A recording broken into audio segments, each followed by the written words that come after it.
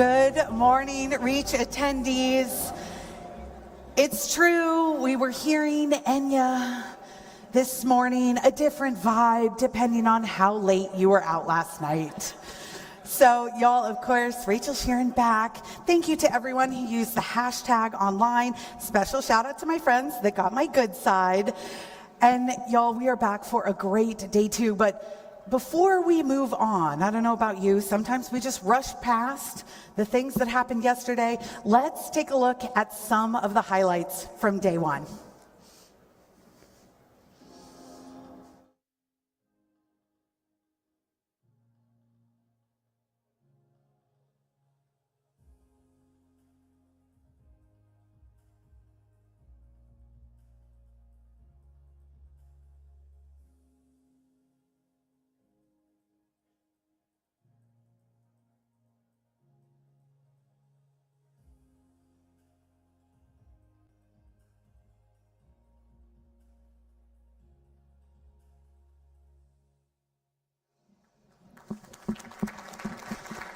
Absolutely awesome, and congratulations again to our pitch finalists, and of course Latrice, who won our $10,000 pitch competition. So y'all, we hope that you've been using the app and of course using the hashtag #SeeYouAtReach. And yesterday I invited you to think about your ROI equaling your ROI, your return on investment equaling your rate of involvement. And what I might offer up for you to think on this morning as we go through our awesome programming, our great networking, of course, our exhibit hall, our Reach Talks, and so much more, is to think about what you're willing to share, what you want to share. What was the light bulb moment that you had yesterday? Can you pass it along? Can you bring people through that door of opportunity? How about the thing that you solved, or the new person that you met that you think, gosh, why don't more people know this person? Be the glue today. Think about what you learned, that light bulb moment, and think about who you can share it with. Because I don't know about y'all, but when you seek, you do find. And I know who I'm talking to, a bunch of helpers in the room.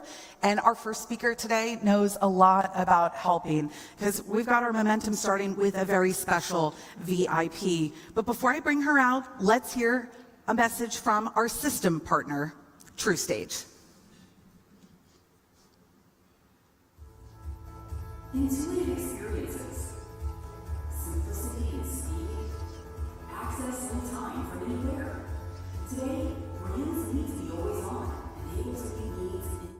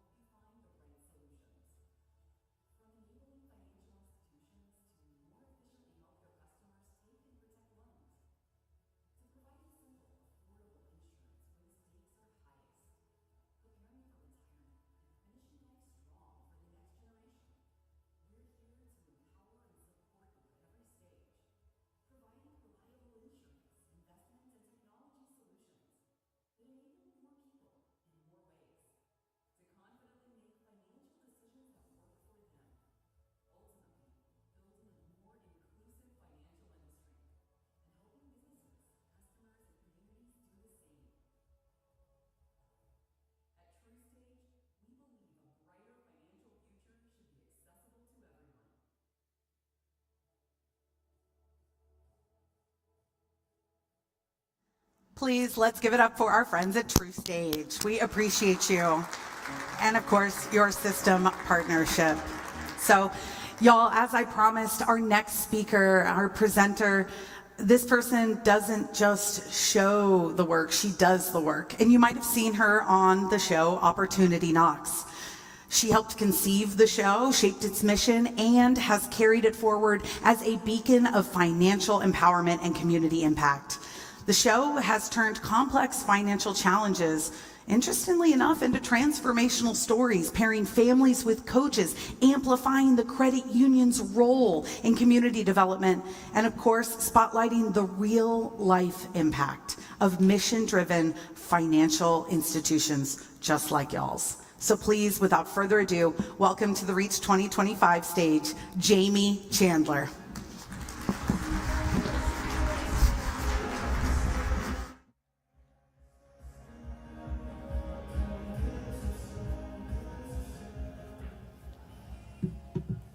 Good morning, Reach. My name is Jamie Chandler. I'm the Chief Program Officer of Opportunity Knocks. Opportunity Knocks is a reality television show that has won over 32 international and national awards, including Best Feel-Good Show of the Year against heavy hitters like The Golden Bachelor, American Ninja Warrior, and Shark Tank. We have 2 seasons on PBS, and we are currently filming season 3. We find families all across America who are struggling financially, and we connect them to financial coaches, credit unions, CDFIs, and nonprofits, and we film the whole thing, and it's incredible. From there, we have evolved to more than just a show, with tools and resources for the audience to find their own financial health opportunities in their own credit unions, all the way to an exciting 24 stop across America with Opportunity Knocks Live. We actually had our first one in Tacoma, Washington, where in one day we had people from all across the state, over 500 people, come and submit their need for predatory lending options, and we saved over $500,000 in predatory lending that went to credit unions in one day. It's exciting. And finally, with the Opportunity Hub, we've taken the show and all its incredible and put it into training to teach credit union employees how to use empathy and excellence in their everyday interactions with members. It is my honor and privilege to show you a clip from season 1 and our local celebrity credit union, Financial Partners Credit Union, and that moment where they helped a family reach the unthinkable. Please enjoy the clip, and thank you.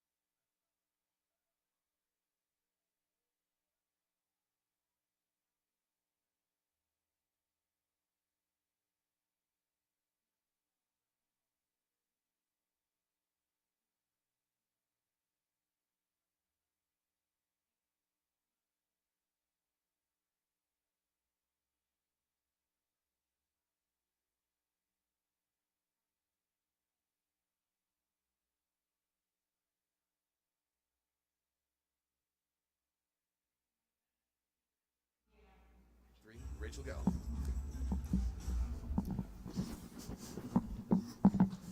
Let's give it up for Jamie and her incredible work.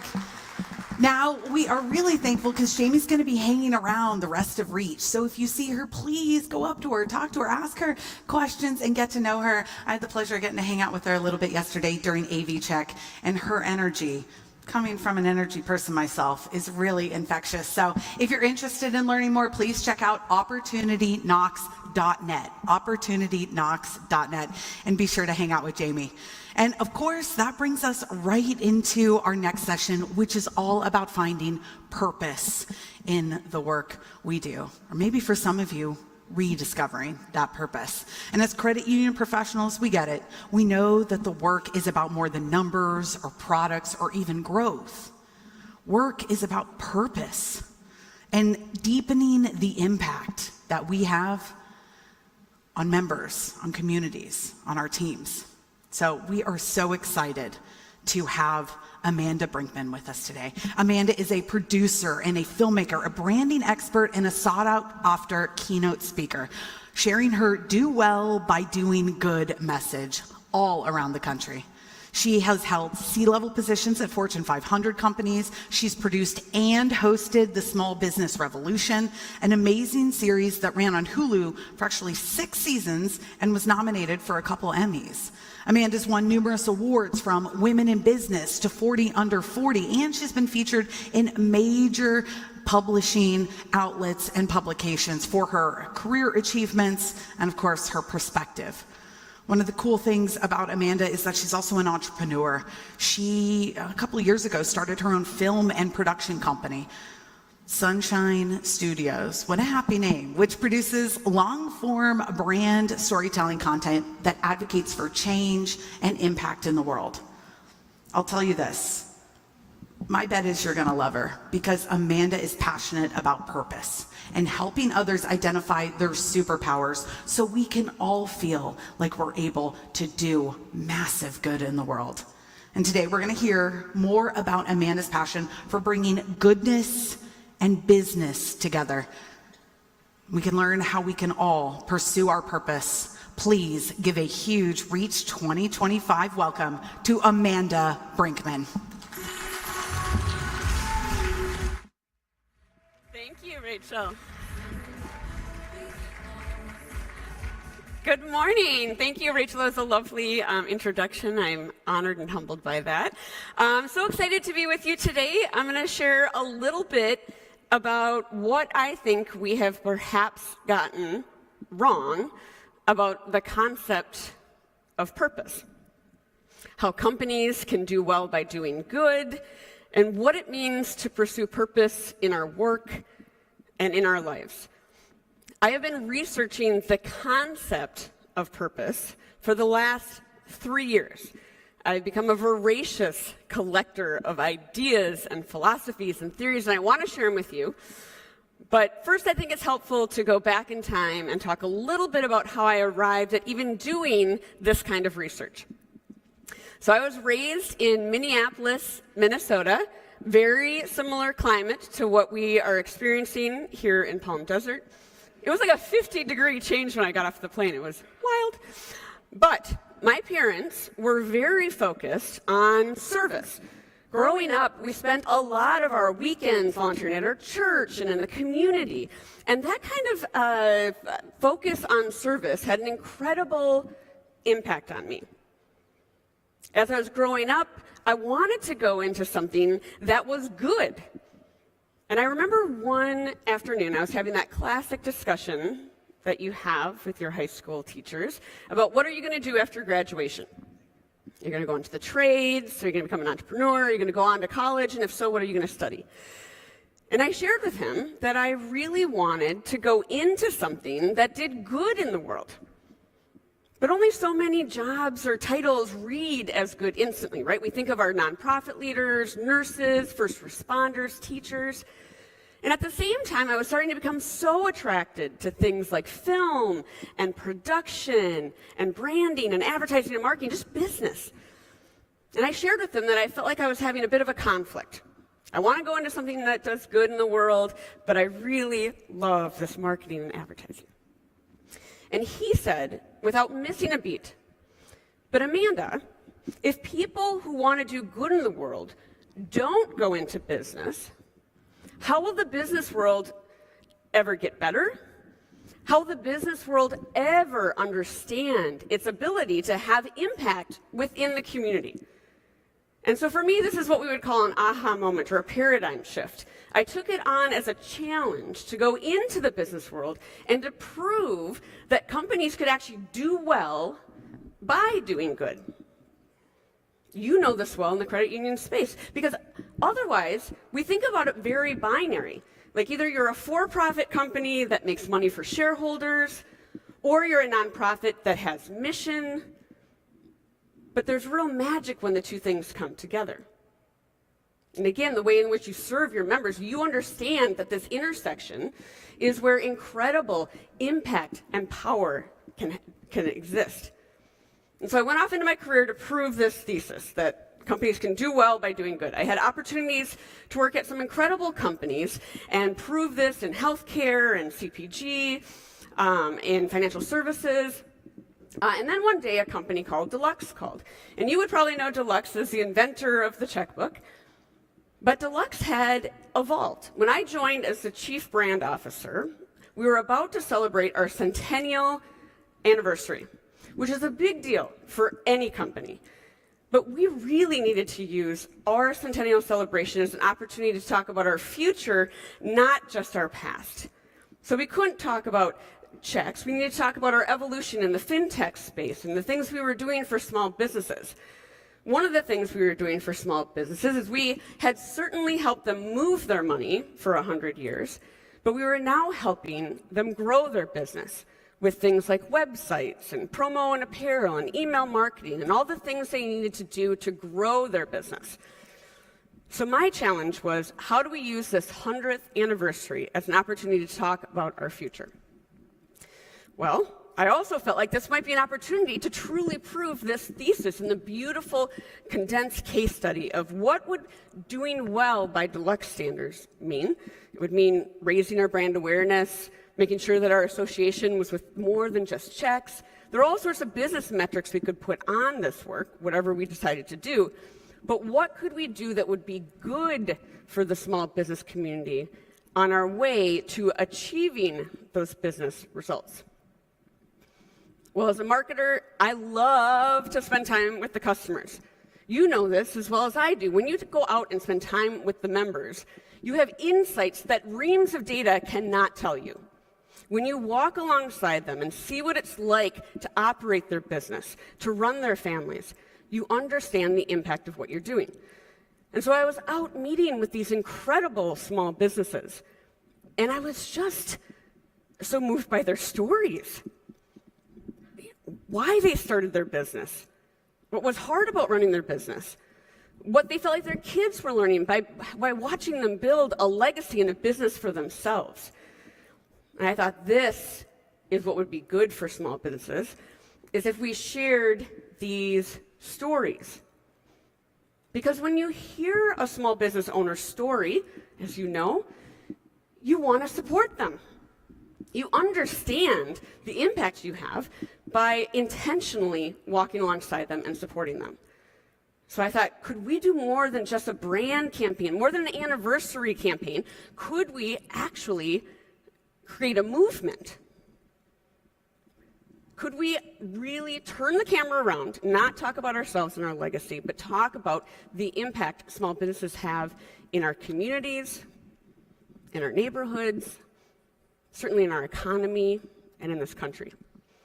And so we did that. We went across the country and shared the stories of 100 small businesses all throughout our 100th year. We knew that this would help, from a marketing perspective, get national attention from just by nature of, instead of creating a documentary about ourselves, we were talking about our customers. Local attention in all 100 markets, and then hyper-local attention from each of those fan groups within the businesses. Because when I stood in front of the board and said, instead of doing an ad campaign about ourselves that says, you used to know us for checks, but now we do websites, Instead, we're going to redirect those working dollars into creating beautiful, cinematic stories about these businesses. The promise I made is that we would end up reaching more people because people would spend time with the stories, they would share them on our behalf. I was really betting on the movement part of this. And in the first year, we did reach more people. It did work, and so we had proof of concept. But one of the things we noticed when we were going across the country sharing these stories is that nowhere are small businesses more under siege than in our small towns. How many of you here grew up in a small town or currently live in a small town? So you can attest. It is hard for entrepreneurs to compete in any size market with digital pressure and online competition. But in our smaller communities, you have these big box stores moving in on the edge of town. You've got national restaurant chains pushing out our mom and pop, highways being rerouted around the main street for ease of travel. And so we thought the things that they're struggling with are the things that we do. We can help them align their marketing to help them grow. We can help them not just know their numbers, but know what the numbers are telling them. So we said, let's take it a step further. And instead of just sharing their stories, let's share their stories. But then let's also show what happens when you help them with these things. So essentially, we created an unscripted show that was a small business makeover show, but with heart. We were not there to do all the tropes you normally see in the unscripted category where you create faux drama. I mean, when you're running a small business, that is the protagonist and antagonist. And so the concept was that each season we would ask people to nominate their favorite small town, and then Deluxe would invest $500,000 in revitalizing the winning town's main street. And we would do that revitalization by working with 6 individual businesses that we felt, if they were doing well, could lift up the entire community. It turned into 6 seasons of this show. Over the course of it, we had 30,000 towns nominated. Every year we would put it up to public vote. There were 1 million votes every year. All of this incredible momentum was happening behind it. I want to show you a short trailer for the series just so you can get a sense for the spirit behind the work. And then I'm going to talk about whether or not we truly did do well by doing good. Small towns across the country are struggling to survive. The manufacturing of the country.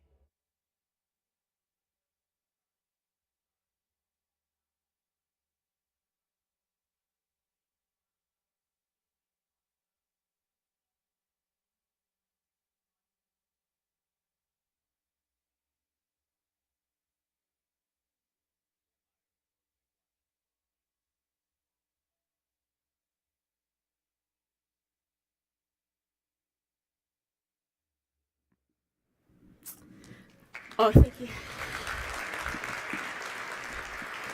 So it gives you a sense for the way in which we were approaching the work. Again, we were walking alongside these businesses. Over the course of the 5 seasons, we worked in these incredible communities.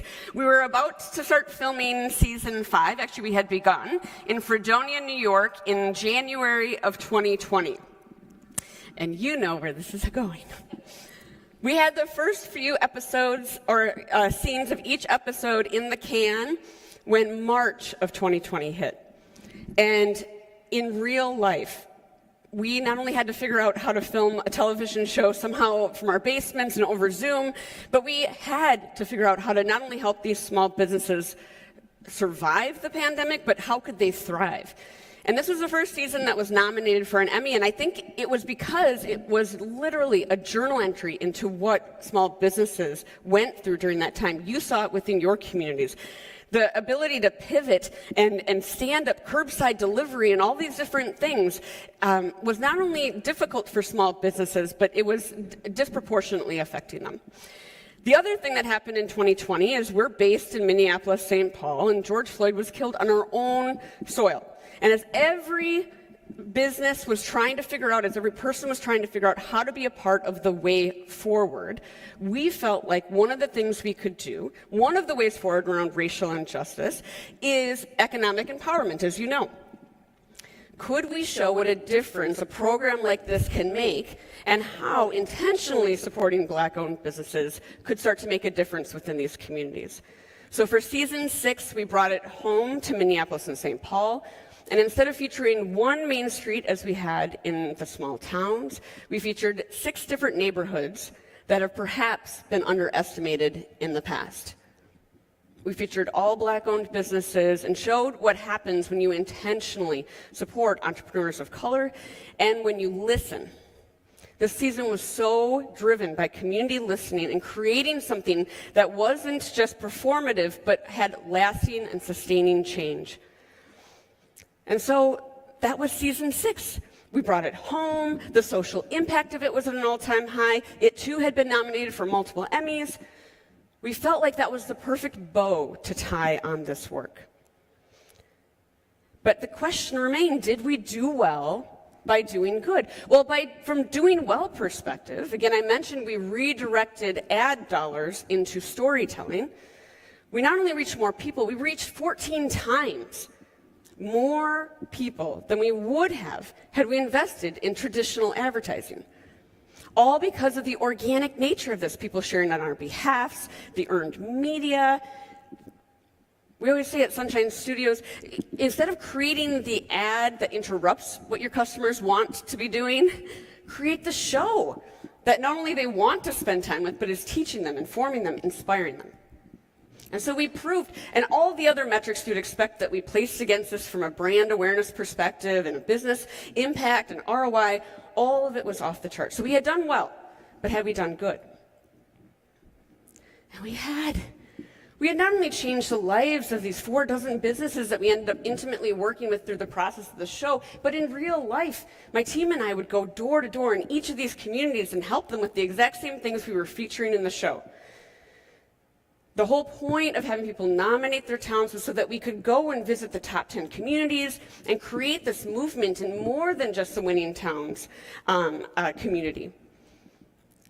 We hear all the time still the impact and the ripple effect that this work has had within those communities, even the ones that didn't end up winning the vote. And so we felt so grateful that we had an opportunity to truly prove something like this, that when a company really invests in something that is about brand purpose, turned into brand action, what a difference it can make to the bottom line.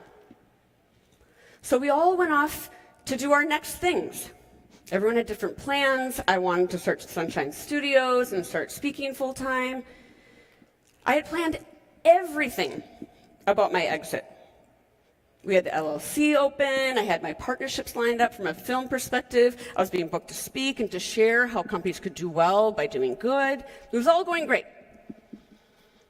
But the one thing that I did not prepare myself for was how much of our identity is tied up in what we do.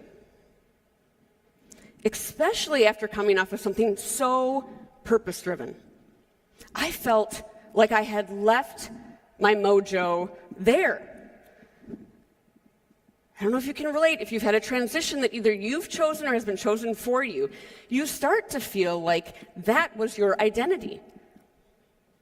I mean, I remember like the first cocktail party I went to, and someone asked the classic question, what do you do? I had a really good answer for the last 10 years. And I just stood there with like hot tears behind my eyes. Like I couldn't get the elevator speech out. And I started to wonder, did I leave my purpose there? What is personal purpose? I had spent my whole career thinking about brand purpose, but what about personal purpose? And so I had to get to the bottom of it. It was uncomfortable. I did not feel good. I had, again, great things I was working on, but I felt like I didn't have sight of my own purpose and how it was going to show up in this next season of my career and in my life. So as a diligent type A oldest child, I had to get to the bottom of it. I did all the research. I read every book I could about purpose, listened to all the podcasts. I went on the yoga retreats to the desert, 3 of them. I did a listening tour where I would interview leaders from the nonprofit space, from the for-profit space. I had to get to the bottom of what is personal purpose, what is purpose, and how does it show up in our work and in our lives. And so the good news is, after 3 years of this, I have done the work for you. You can still go on the yoga retreats to the desert if you want. I have some great recommendations. But I have organized my findings into one big conclusion, 3 ahas, and 5 ways in which we can see purpose in our life right away. All right. So are you ready for the big conclusion? I actually think we have gotten the concept of purpose wrong. Every single piece of literature I read or listened to, every time the word purpose was used, the word finding was used right in front of it. Finding as a verb, meaning and implying that you have to take some sort of action, that you have to have some sort of mythical, magical path to find it, implying that you don't yet have it, that perhaps one day you will find it. We have given purpose this big, giant, capital P, and we talk about it like this thing that we're going to find one day or we'll get around to in retirement. And I think the risk of thinking about purpose as this thing that you need to find is that we could actually be sleepwalking through our actual lives. I instead think that purpose has a lowercase p. I think it is much more about thin slicing our life, moment to moment, interaction to interaction, email to email, Zoom call to Zoom call.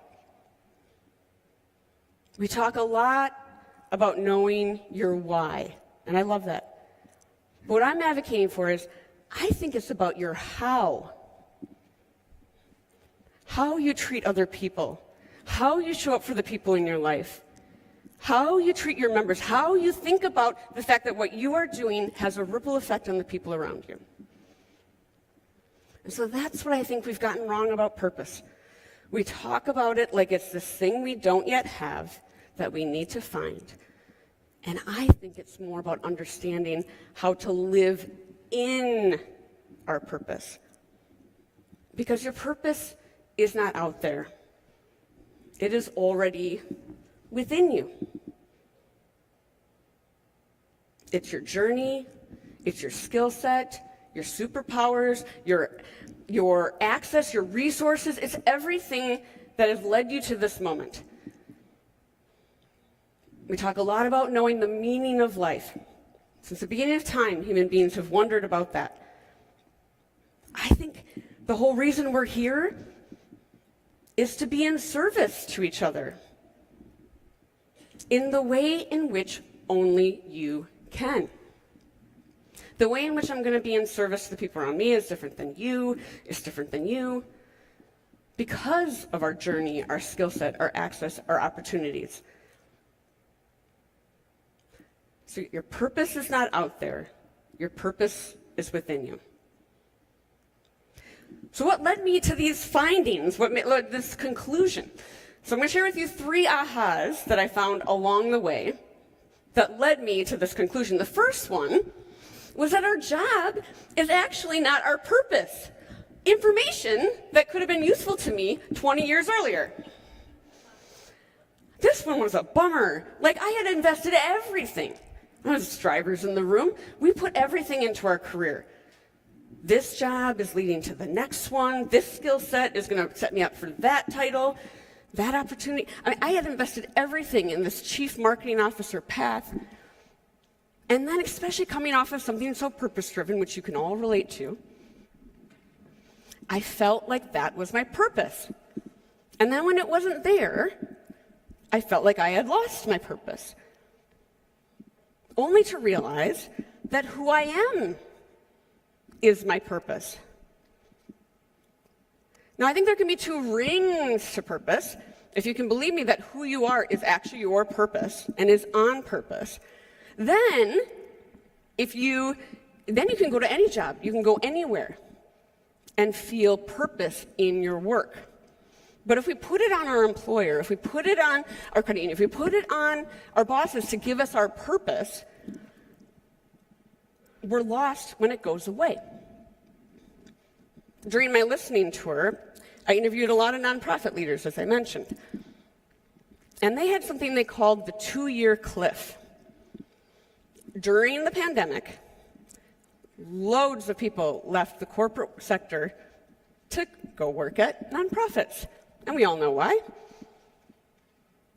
And then 2 years later, they thought that just by working at a place with mission, with purpose, that would check their box of personal purpose. And guess what? It didn't. They were still themselves in those jobs. It was just a different set of tasks, even if it laddered up to something mission-driven. So we have to see our own personal purpose in the context of our organization, even when our organization has purpose.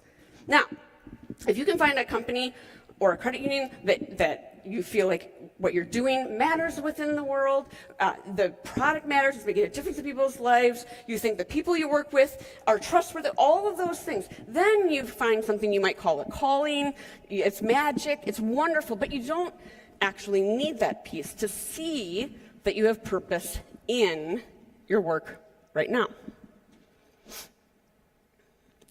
The second aha I had was around this concept of trusting the process. Now, I had heard this phrase a lot. I've seen it on tattoos, on t-shirts, an occasional bumper sticker. But I didn't know exactly what it meant until I went whitewater rafting. How many people here have been whitewater rafting? Show of hands. Okay. Don't do it. You guys, death is like imminent. Okay, here's what you need to do when you're whitewater rafting. There's 3 things. The number 1 thing you do is you listen to the guide. They're going to tell you the next 2 things, which is you either need to be leaning in, leaning forward, and paddling, or they're going to tell you you need to have your oars out, paddles out, leaning back, and going with the flow of the river. If you are leaning forward and paddling when you're supposed to be leaning back, you will create the boat to go off course into the rocks, death. If you are leaning back when you're supposed to be paddling, you will miss the turn, different rocks, fairly similar death. And I think this is actually like life. I will always struggle with this posture around, is this a moment where I'm supposed to be leaning forward and paddling, hustling, like the good kind of hustle, like work ethic, putting in the calls, doing the research, doing the thing, showing up? Or Is this a moment in life where I'm supposed to be leaning back and going with the flow and trusting divine timing and all of that serendipity and everything else? Which one am I supposed to be doing now? And I think that's what this means to trust the process. And this is hard for us, especially as strivers, because muscle memory tells us, falsely, that anything we have achieved has been because of the paddling moments, because we made it happen. We brought it to existence. But that's not true. There were moments where things came into our life that we had nothing to do with. And so for me, this will always be my work, to trust the process. Just chill out and know that I have purpose in every moment and that it's coming. The thing that's meant for me can't miss me. I have to trust the process. The third thing that I found astounding as I was doing all of this research is that we already know this stuff. We have really overcomplicated all of this purpose and meaning. We've made it so intellectual, like we're going to journal our way out of it. And it's as simple as seeing every interaction as an opportunity to be in service to the person in front of you. Quite literally, in an email. How are you showing up for people in a virtual call? How are you talking to the parking attendant? We have an opportunity to be in service to people around us, and we already know this. We just need to simplify it and remember that who you are is on purpose and that we have an opportunity to do it. All right, so now, how do we do it? I want to share 5 actions or practices or things I do for when life is life, and I know that I am my purpose, I know that I have opportunity to live in purpose, but how do you do that on a day-to-day basis when, again, life is life? The number one thing is that we have to really, really mind the ripple effect. The next person you encounter, you will affect them. It isn't debatable, but it is actually a choice. You will either leave them in a better place than before that moment, or you will take energy from them. And we are all, we're really busy, and we are really important. And sometimes we forget that. The other person on the other side of the interaction is also very busy and important, and also a human being. We do this a lot when we're calling in to a company and we've said representative 5 times, and we finally get a live human.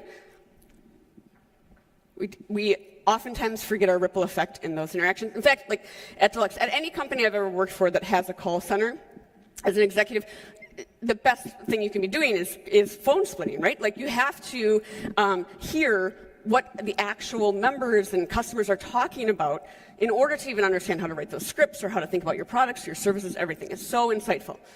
And it would amaze me how every time I did a phone split, I would look over this person's shoulder. I would hear how the person was talking to them. And I knew that they didn't create that policy. I'm pretty sure the person on the other end of the phone knew that they hadn't. But I saw like a little kid's drawing, tacked to their cubicle wall, some sort of little structure, sculpture. Maybe it was a man, I don't know. It was hard to tell. And I realized I do that all the time too. I'm guilty of that, forgetting that I have a ripple effect on everyone I encounter. The person at the checkout counter, certainly your kids. I have a friend who says that she thinks she would have had a better dad if her dad would have had a better boss. As leaders, that's heavy. Even when we're enforcing a policy that we know we're right about, even when we're doing performance reviews, we have an opportunity through the way in which we do it, our how, to not create that as a negative ripple that goes all the way home. And so the number one way we can really understand how to live in our purpose is quite literally just understanding that we have a ripple effect and an opportunity in every moment, to see that as an opportunity to be in service. And oftentimes, again, back to this making it intellectual, I think that sometimes we think we're going to think our way through this. But action and meaning actually comes from doing. We feel good when we're in service to each other. For those of you who are parents in the room, you know when your child does something to help, especially when they were younger, and you would say, "Thank you so much." And the look on their face, they would light up. And I don't think it was because you were giving them an affirmation. I think it's because they were in touch with what it means to be in service. They saw how good it feels when you understand that you had a positive effect on the other person. This is what I think we've gotten a little bit wrong about service in the past. I think, when you think back to volunteering as a kid or anything like that, it almost seems like this thing you got to do to say you did the thing. But we've all done a volunteer opportunity where we come home and we say, what do we always say? I think I got more out of that than I gave. Because we were in service. There is a huge opportunity to find meaning when you're doing, because it feels good. As humans, we are meant to be doing that. So instead of over-intellectualizing it, just go out and see those opportunities as being in service. But how do you be in service to the people around you? Again, the way you are in service to people is going to be different than me, is different than the person sitting next to you. Because we all have different superpowers. Now, I'm not talking about like the power of invisibility, though I think that one would be kind of cool. I'm talking about these things that are unique to you. You are the way you are on purpose. We are all meant to be good at different things. And this wasn't an accident. If you even uncover layers of it, you were good at this thing since you were a kid. Maybe you've polished it up over the years. Maybe it's been informed by things. But this is who you have always been. And so people often ask me, what are my superpowers? There's a couple of ways that you can get to the bottom of that. One of them is, some of you might say, I do know my superpowers, but I bet you're forgetting about a couple. Because oftentimes, you don't know what your superpowers are because they come so naturally to you. We've all had that moment where we're like, wait, everyone doesn't think that way or see it that way? Like, can you hear about a huge new initiative and not only get the team excited about the vision, but be pretty specific about the 10 steps and roles needed to bring it to fruition? Most new projects terrify people. They're paralyzed. They don't know what the first step is. Can you walk into a room, not know anybody, and just walk up to someone and start a conversation? That terrifies most people, even adults. Can you be sitting in a meeting and see that someone around the table is itching to say something, but they've never spoken up before in this particular forum, and you give them the opportunity to speak up and they find their voice? Can you be sitting with a team member and truly listening to what they're saying? Most people are just waiting for their turn to talk. All of these superpowers are meant to be used for good. They're meant to be used in the way only you can in order to be in service. And we're all meant, again, to be good at different things because we're a part of a team. In my research, of course, I looked at spiritual practices and religions, and every religion has a different name for this theory. Judaism does, Islam, and Christianity. It's called the body of Christ. This concept that we are all meant to work in conjunction together. Because that's where real magic happens. If we were all good at the same things, which we spend a lot of our time looking at other people and thinking we should be good at what they're good at, But if instead we focused on what we're good at and how it's uniquely in service to the overall mission, that's where you see real impact. On the Sunshine Studios side of my world, we're working on this beautiful docuseries right now for the American Cancer Society. And the classic thing everybody always says when they talk about purpose is, well, I'm not curing cancer. And so we're in these labs filming for this, and I'm watching the people who are actually curing cancer. And it's amazing to me because I realize that it is not just this one doctor over this one petri dish who is curing cancer. It's her mom who encouraged her to go into the medical field and to compete at that level. It's the business development team that did all the fundraising to make sure that lab was even there.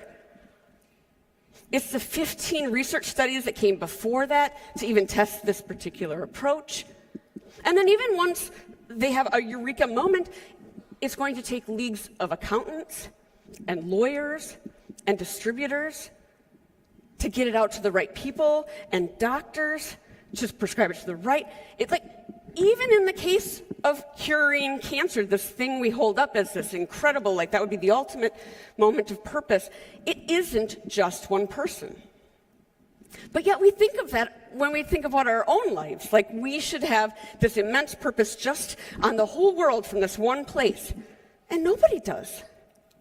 We're meant to be a part of the overall team, of the system that brings it to life. Think about your work. It isn't just the loan officer. It isn't just the community development team. It isn't just... All of these things have to work in conjunction to serve your members at the level that you do, to have the kind of community impact that you have. And so oftentimes, certain roles feel closer to that brand purpose, so they feel more purposeful. But it takes the entire team. And as leaders, it's our responsibility to make sure that people see that they have incredible purpose in exactly what they do, because they're gifted at it, and it's part of the overall equation. I think sometimes we think that people know that, but it never hurts to remind them. The next thing that really struck me is that your perspective is your reality.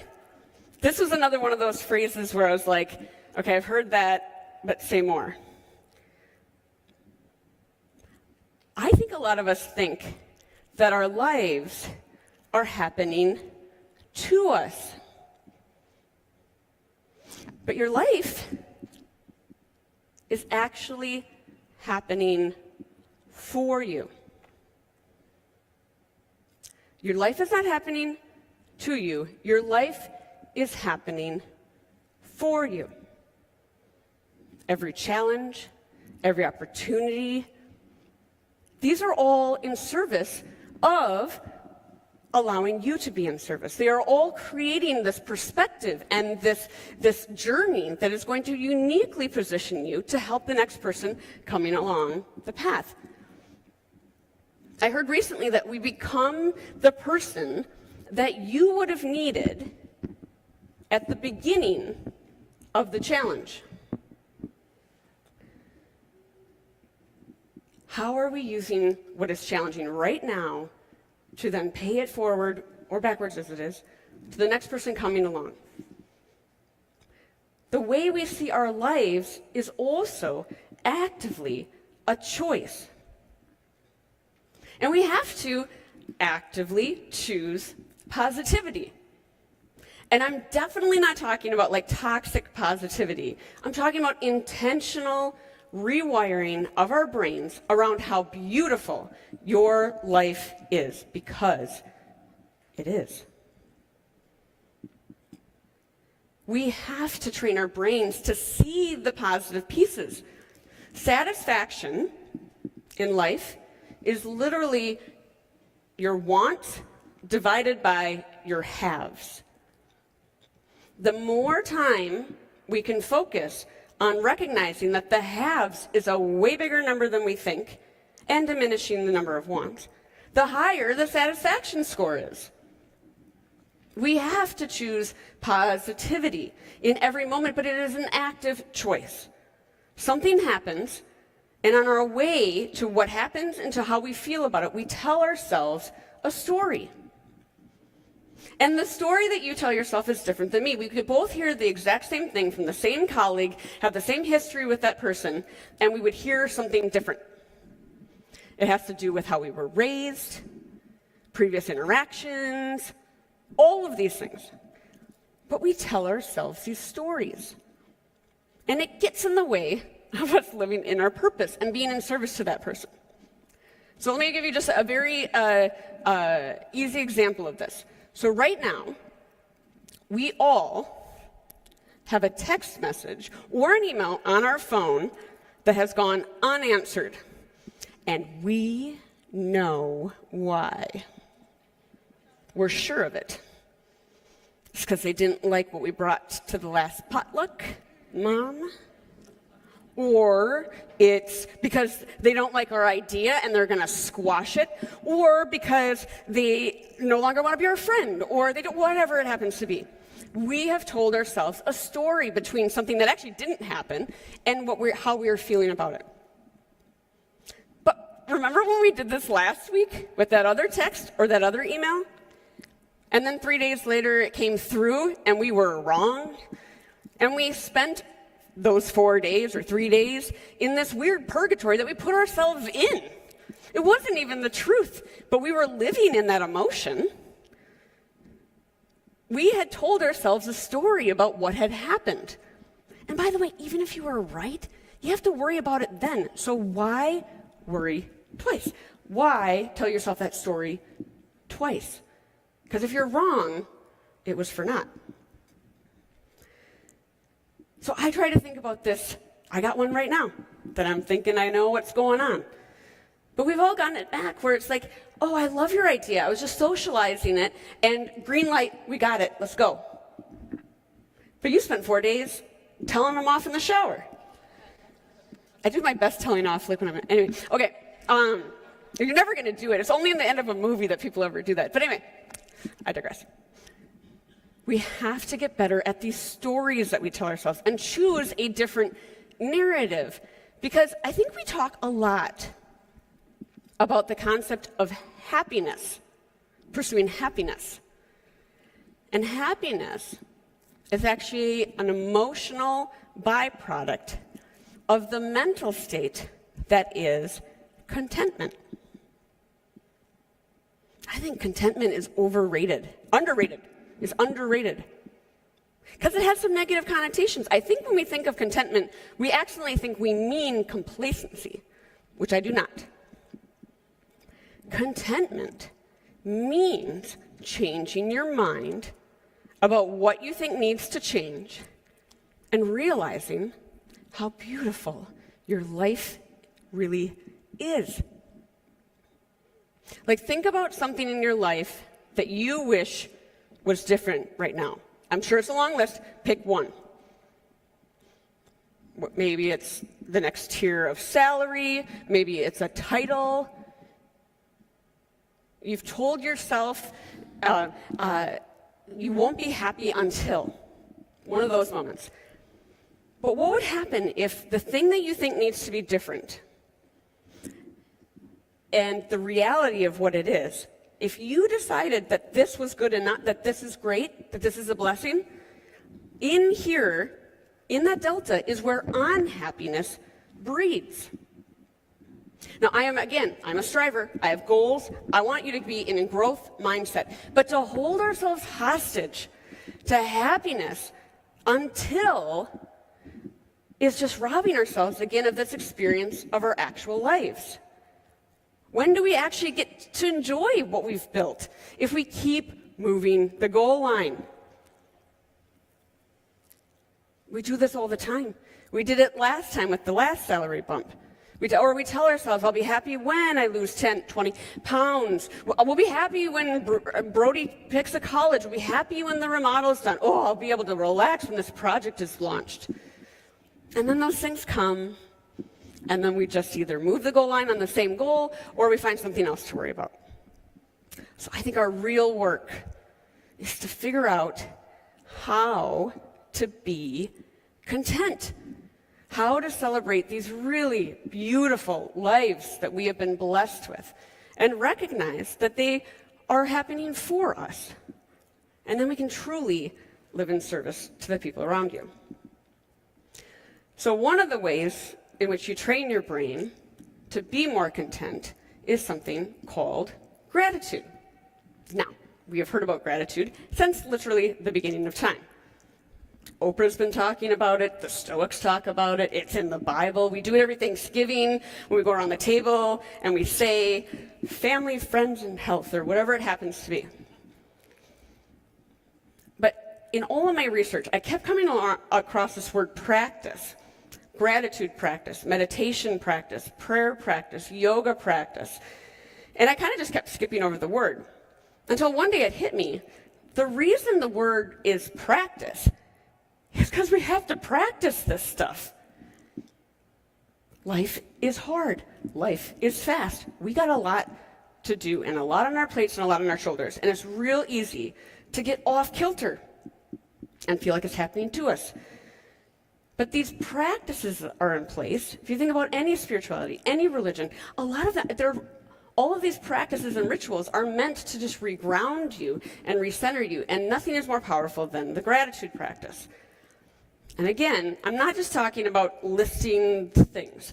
I think it's really helpful to have some sort of gratitude practice that is unique to you, that you can do on repetition, that somehow helps you specifically refocus about just how cool and magical your life is, so you can be regrounded in that space and be in service. Okay, so I'm going to share with you my gratitude practice. You are free to use it, or it just as an illustration.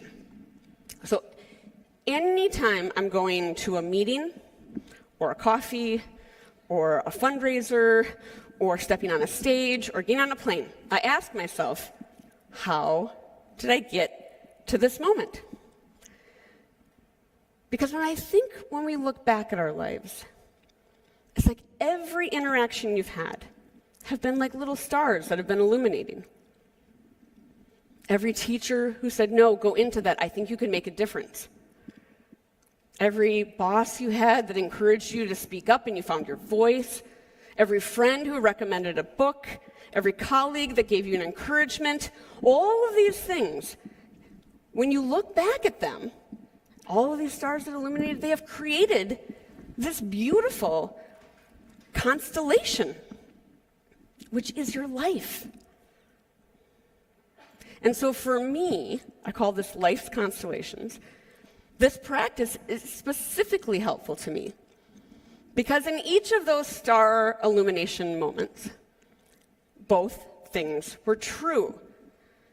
I was both in those rooms, or that person was my boss and had been hired 12 years before I was even at the company, or whatever it happened to be, because those were things that I had nothing to do with. I was going with the flow. But in those moments, I had to show up. I had to be worth my merit. I had to have done the research. I had to have performed. I had to have been in honor or in service to them. And so there were moments where I had to have also been leaning forward. And so for me, this is specifically helpful because it helps remind me that both things are true. Things come into your life that you have nothing to do with, and you have unique ability to make it magic. All right, we did it. So, again, the ahas, even when you do something as purpose-driven as you do, you are your purpose. The way in which you do this work is your purpose, your how. You have to trust the process, that the things that are meant for you can't miss you. You can't rush magic.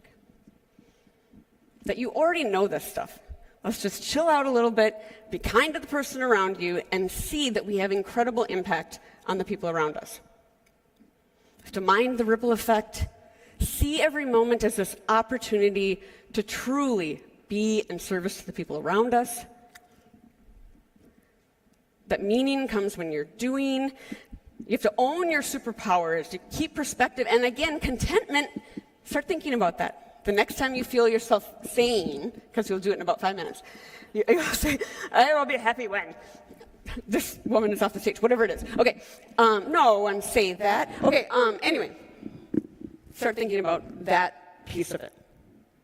Because you already have your purpose. This is good news. You don't need to find it. You don't need to go on a mythical, magical path to find it. You are your purpose. Who you are is on purpose. You're even in this room on purpose. And I encourage you to see that next moment, that next interaction, as an opportunity to be in service and live in your purpose. Thank you.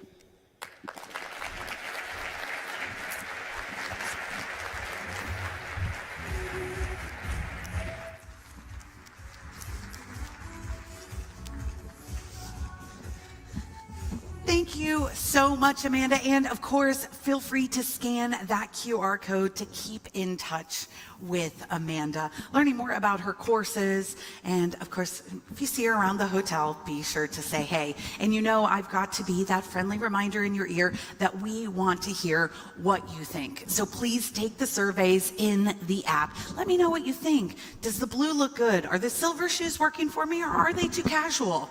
I don't know. I have no mirrors in my room. So please help me out, and please help me out in making our next speaker feel so welcome. Up next, we have the privilege of hearing from a true leader in our movement. Danielle Brown is the Chief Engagement Officer of the National Credit Union Foundation. And today, she's here to share a quick update about the foundation's work that continues to serve as a catalyst for positive change across our movement. Please get it up, y'all, for Danielle Brown.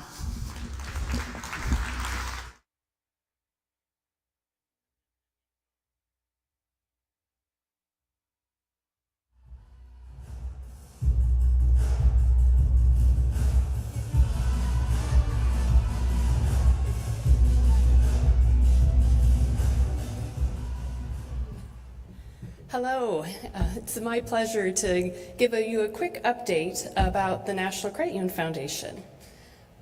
First, it's a tough time to be an everyday American. We know that. We see that every day in our membership. And unfortunately, the vast majority of people in America are financially unhealthy, 69%. And we also know that 67% live paycheck to paycheck. And we can also only imagine what that looks like when people are not receiving paychecks, where we're at right now with the government shutdown. We also know that there's a very strong tie between people's financial health and their own personal health, whether that's physical health or mental well-being. And that connection is very strong. And so if we think about the improvement that we can make in somebody's financial life, what that does to their health. One of the quotes that we heard in research that to me brings this home was somebody in New York saying, if you want to lower my blood pressure, help me pay my utility bill. That's what we're here to do, to help people live their best financial life and also their best physical and mental life. The good news is we know that with resources and education and tools and the right products and the right support, people can move from where they're at along a continuum of financial health. So there's an opportunity for everybody to be able to move to a better place with credit union support. And the other good news is that we think credit unions are the answer.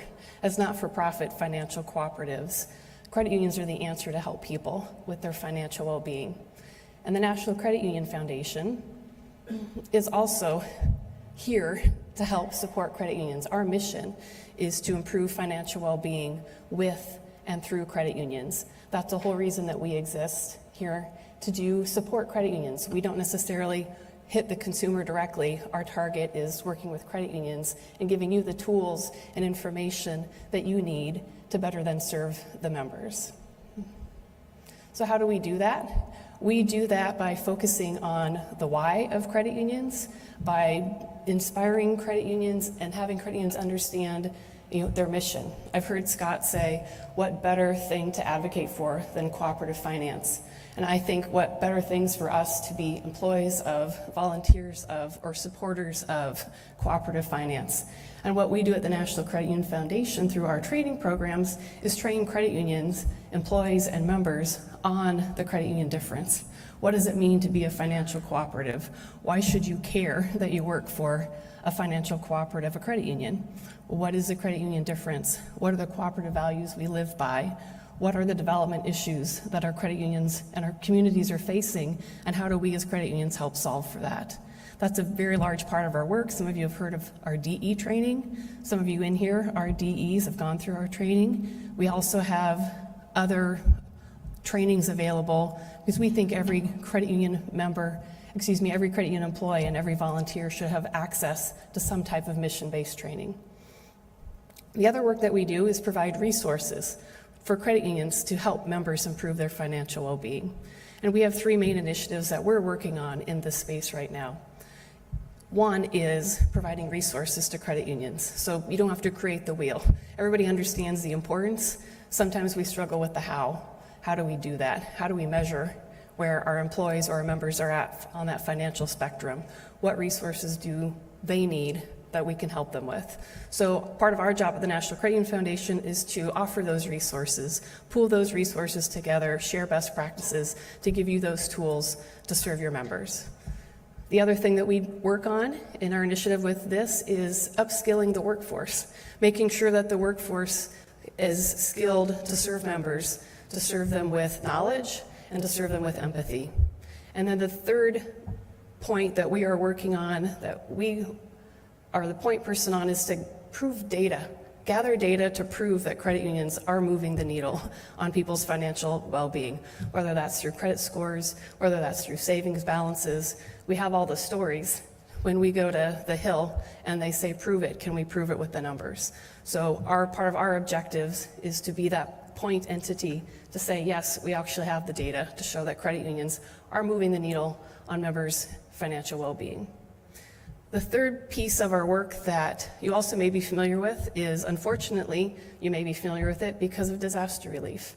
We are the point entity for the credit union system when it comes to gathering donations across the country to help credit union people that are affected by disasters, and specifically credit union people, specifically being employees and volunteers.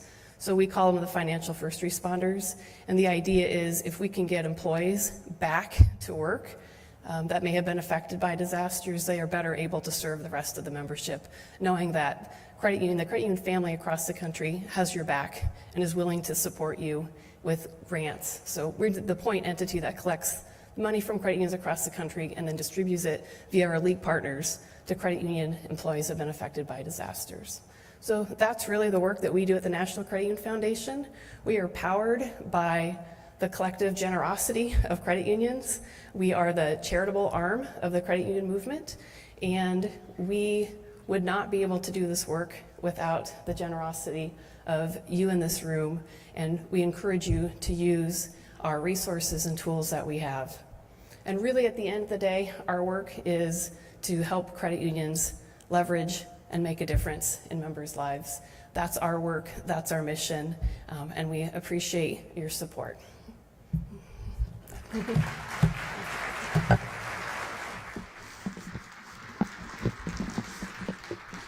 Thank you so much, Danielle. Of course, the National Credit Union Foundation is doing so much. So if you would like to learn more, say hello to Danielle, of course, and visit them online. And, we have to shout out, there are so many incredible programs and missions happening right here at the League. And so I invite for our Next Gen Immersion program, if you have been in this program, can we ask that you stand if you are able and celebrate you all for being here? We have a lot of different Next Gen leaders. I know we have Jacinia, Carissa, Alberto, and Nastasia here with us.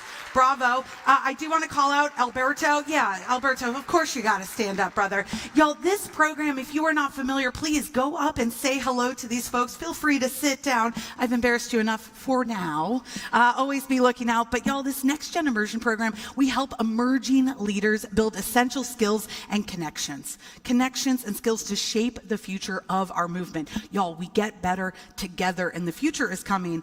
I don't know about y'all, but it is coming quick, and we have a lot to be hopeful for with these leaders. So, y'all, there is more fun to come, but first, we hope that you will refuel and recharge. Of course, visit our Refresh Cafe. We've got a break. We start back here at 10:35, and great news, we're doing a networking exercise. So if you want to meet some new people and raise up a little bit of morning energy, 10:35, we start back here, and then our next keynote speaker too. I'll see y'all soon. Bye.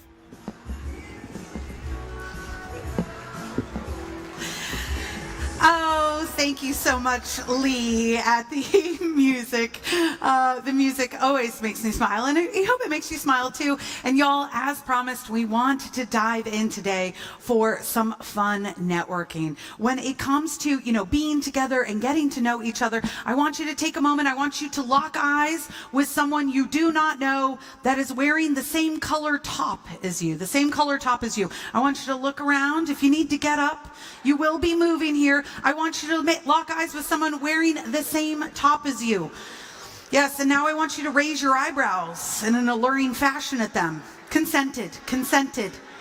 Yes, and if you want to, go ahead and get up and move to that person. Go ahead and move to that person, y'all.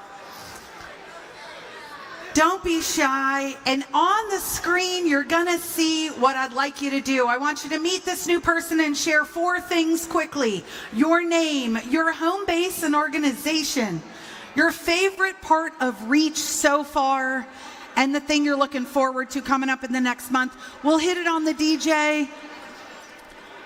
We'll give you about a minute, maybe 2. Go ahead, hit it, DJ. Enjoy your brag buddies. If you need a buddy, raise your hand. We'll come find you.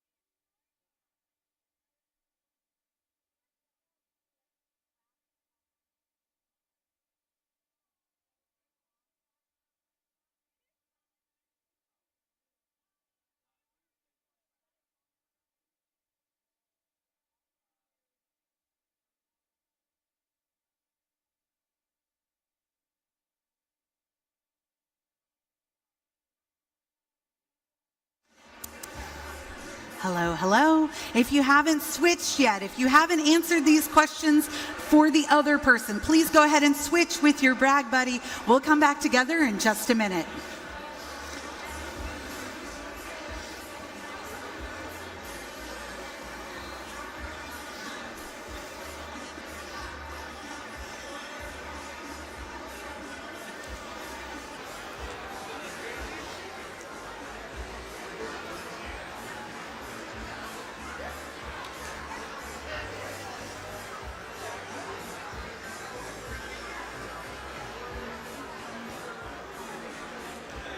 We'll give you just about 20 more seconds.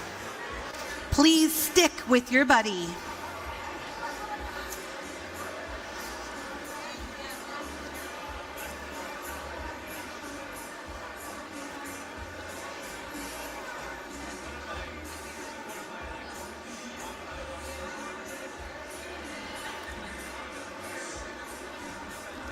All right, y'all, we'll come back together. If you will you please stand if you are able with your buddy?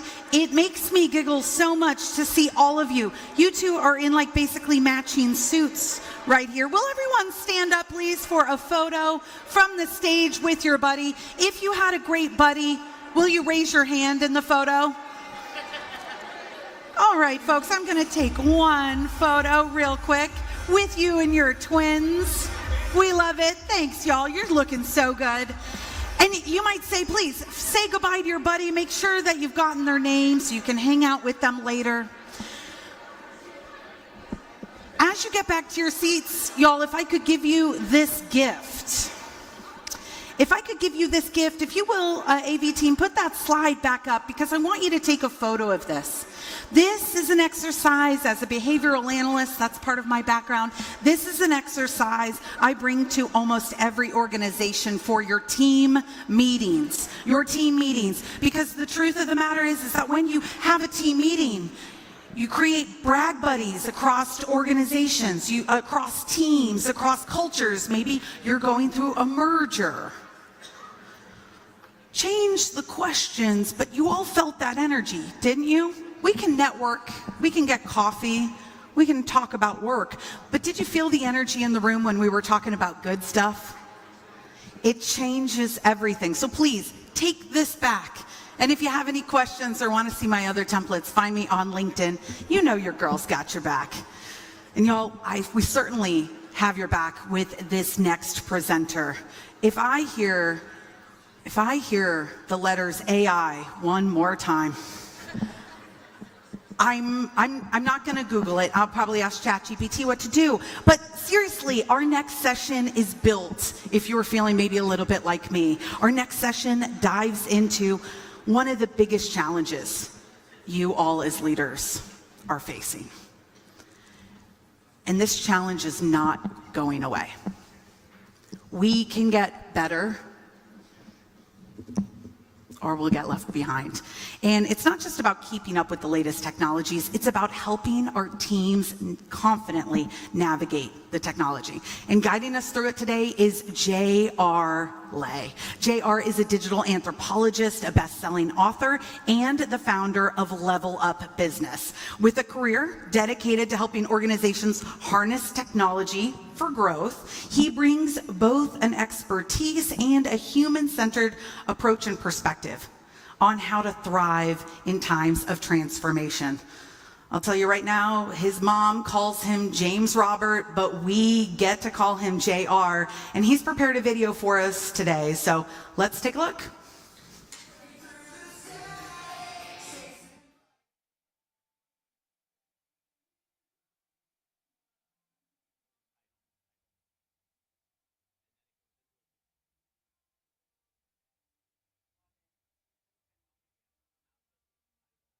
So much fun doing this, and it's specifically for the conference.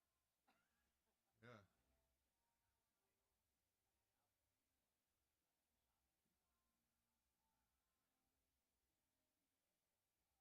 AI. Really?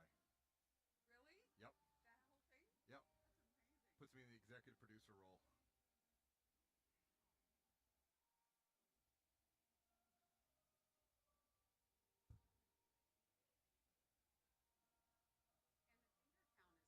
Uh-huh. Good job. Yeah.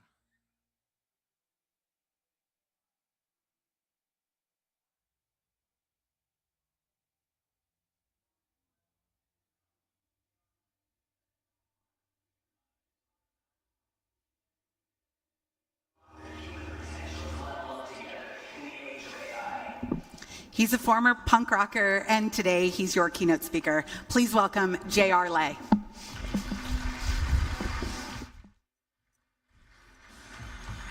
What's going on? Good morning. It is good to share. I love the energy. How'd that make you feel? A little punk rock? You either love it or you hate it, because my mom would be like, turn that stuff down. But it is good to be with all of you today, as I'm looking forward to guiding you along an adventure to, first and foremost, unlock, and then second, achieve exponential growth in the age of AI. Now, I think it's important we get some context here.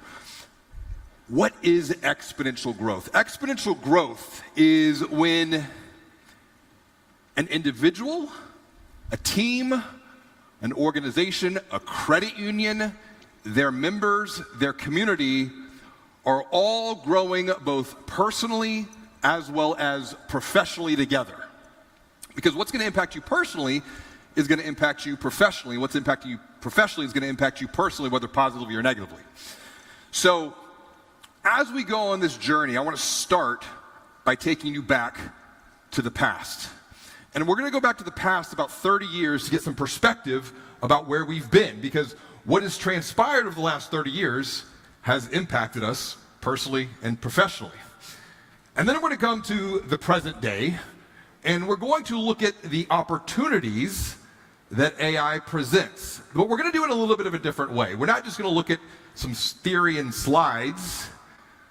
We're going to co-create something together. So, you're going to have to help me, because it's either going to go extremely well, and we're going to win, or we're going to learn. See how I frame that? We're going to win, or we're going to learn. That's one thing I want you to think about. In the age of AI, you're either winning or you're learning. That's a thing that my wife and I, we bring to our kids. You're either winning or you're learning. You're never failing and you're never losing. And so as we start to wrap up, I'm then going to provide you with the two most important technologies that you need to master as a leader, as a credit union leader, to achieve exponential growth in the age of AI. And the good news, every single one of you already has these two technologies. So, as I was prepping for today's conversation, there were 6 words that provided me with a North Star, my own guide. Honor our legacy, shaping our future. And as I read this, and you've seen this around the conference, as I was reading this, I read it a couple different ways. Honor our legacy, period. Shaping our future, period. But then I read it differently. Honor our legacy, shaping the future. We shape the future when we honor our legacy, and we honor our legacy when we shape the future. Because the thing is, we cannot forget where we've come from. That is our past. That is our legacy. That is what we honor, our wisdom, the lived, learned, shared experiences that every single person in this room has. Something that AI does not. AI does not have your unique wisdom.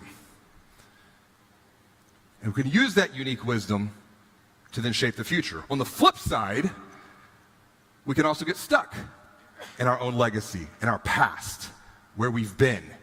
We get comfortable, we get complacent, and we fail to grow. So I invite you today to come and explore what the exponential growth opportunities are where you can grow personally and professionally together. Because we do have to make a choice. We're either going to be comfortable or we're going to be growing.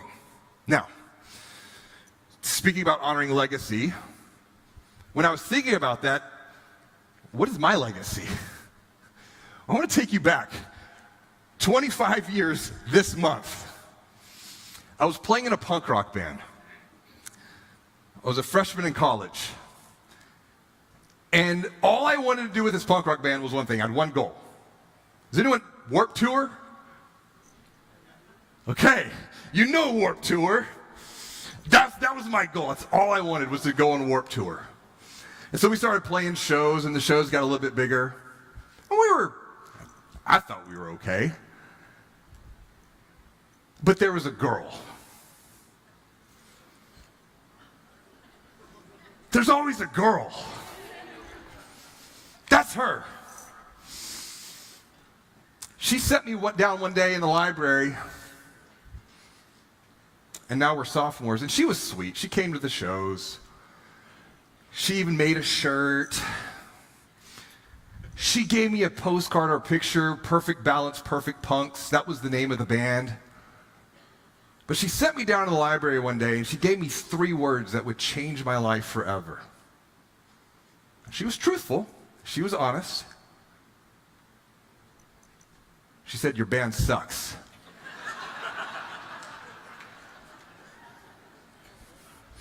I felt like I got kicked in the gut. I'm like, "But you go to the shows." She goes, "Yeah, I want to support you, but I think you can do much more with your life.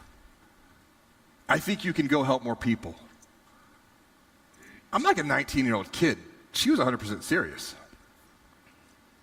So that day, February 11th, 2002, I quit my band. And that's the thing. It's like when we are called to action, what do we have to do? You got to take action. So I took action. I quit my band, I pawned off my equipment, and I started a web design company. It was like the early days of the internet. And that business would go through a couple of different transformations up until a month ago, October 1st. That business got acquired. All of that goes back to my legacy of how I got started. To impress a girl. Now, as of last Friday, I can put a new line on my resume. I am now an executive music producer. So while the band thing never worked out, in preparing for our conversation today, I was able to produce the song that was opened up with. You're the first people to hear that song. Well, thank you. And I mean this when I say it, I made it just for you. I made it from my heart to gift to you. Now, punk rock might not be your thing, and that's okay. Because we're going to have an opportunity in just a second to look behind the scenes to see how this was made. And then if you're game, we can make something else together. Because creative expression is going to be key in the age of AI. In fact, here's the truth. The song that I opened up with was made in collaboration with AI. And that's the key word, collaboration. Because there's a difference between cooperation, which cooperation is a key credit union tenet. Cooperation means you work well together, you play nice together, but collaboration is deeper. Collaboration, yes, of course, you have to cooperate and work well together. Collaboration is where you're co-creating together. And now you might be thinking, JR, come on, I'm not that creative. Every single one of you in this room is creative. Every single one of you in this room has ideas that can shape the future, even more so when you honor your legacy of where you've been. So, I have a question. Who would like to co-create a song right now that we let everyone hear for the first time? I need someone brave. I got someone right there. I got a hand. I got a mic runner. He's going to come. He's going to come to you. What's your name? What's your name, sir? Tom Tancredi, Partners Federal Credit Union. Tom, give Tom a hand. I love when just you raised your hand. You took action. You didn't even think. You just did. That was a Top Gun 2 thing. When Maverick was telling Goose, if you just do, don't think, just do. I kind of lived my life like that, and it's paid off, and it's also caused a lot of learning lessons. Tom, what type of music do you like, Tom? Old school rock. Old school rock. Okay. But I'll go into the Journey and Styx era also. Okay, so let's pick. We have to make a choice. Old school or Journey and Styx? Old school. Old school. So give me some context on this.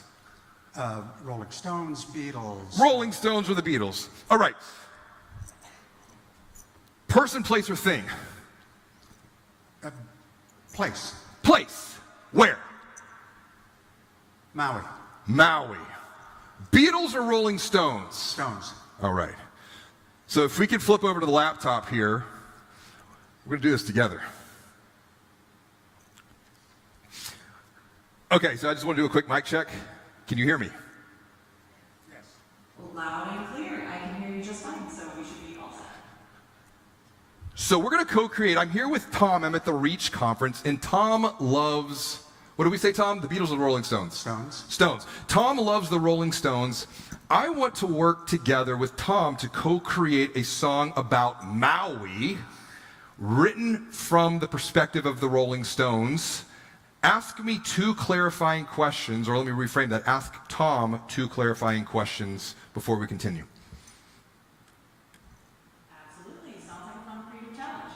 All right, Tom, let's dive in with a couple of quick questions to get the vibe right. First, is there any particular kind of Rolling Stones era or style you want to channel? Like, are we talking early bluesy Stones or more of their classic rock anthem era? And second, when you think about Maui, is there a particular mood or story you want to highlight? That'll help us shape the lyrics a bit more in the Stone style. Classic Stones, Jumpin' Jack Flash.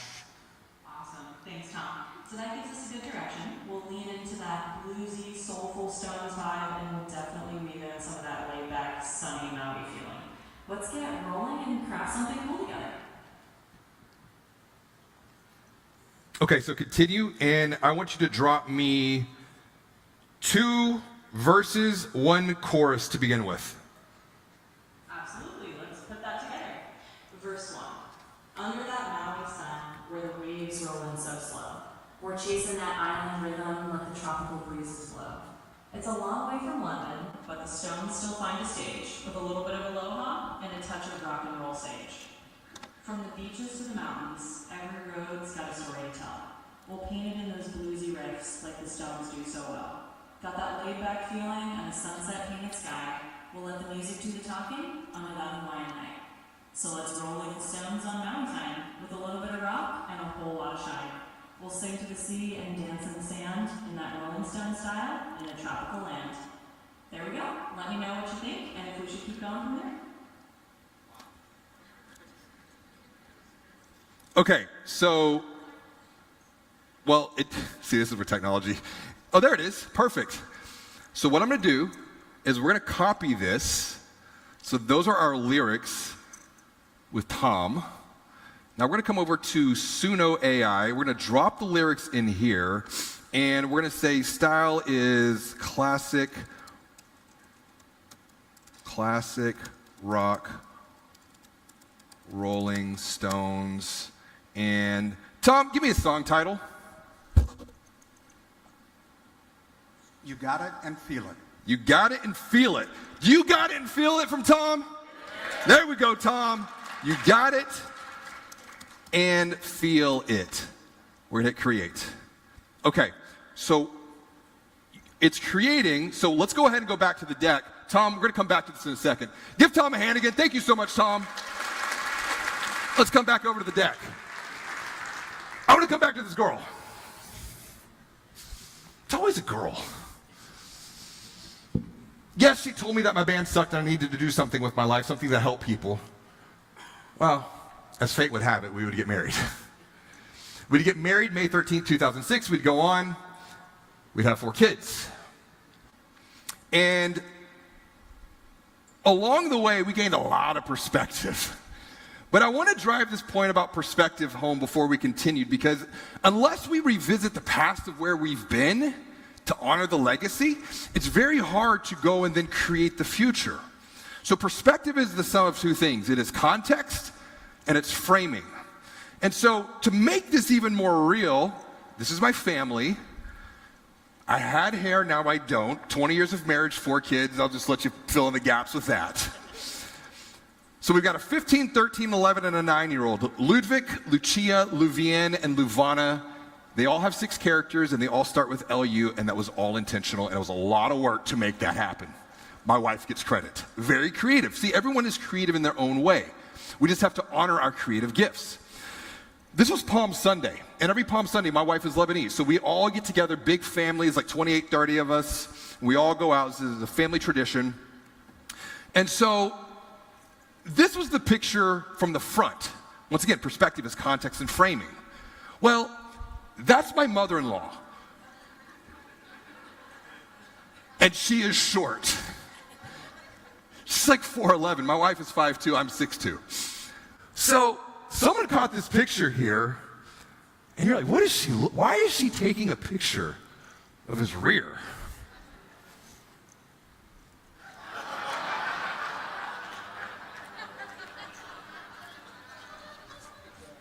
That's perspective.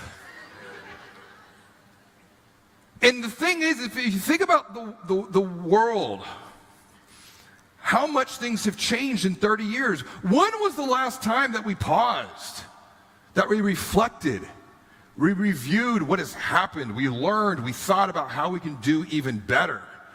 It's like we just get in the hustle and the grind and we don't pause, we don't reflect, we don't breathe.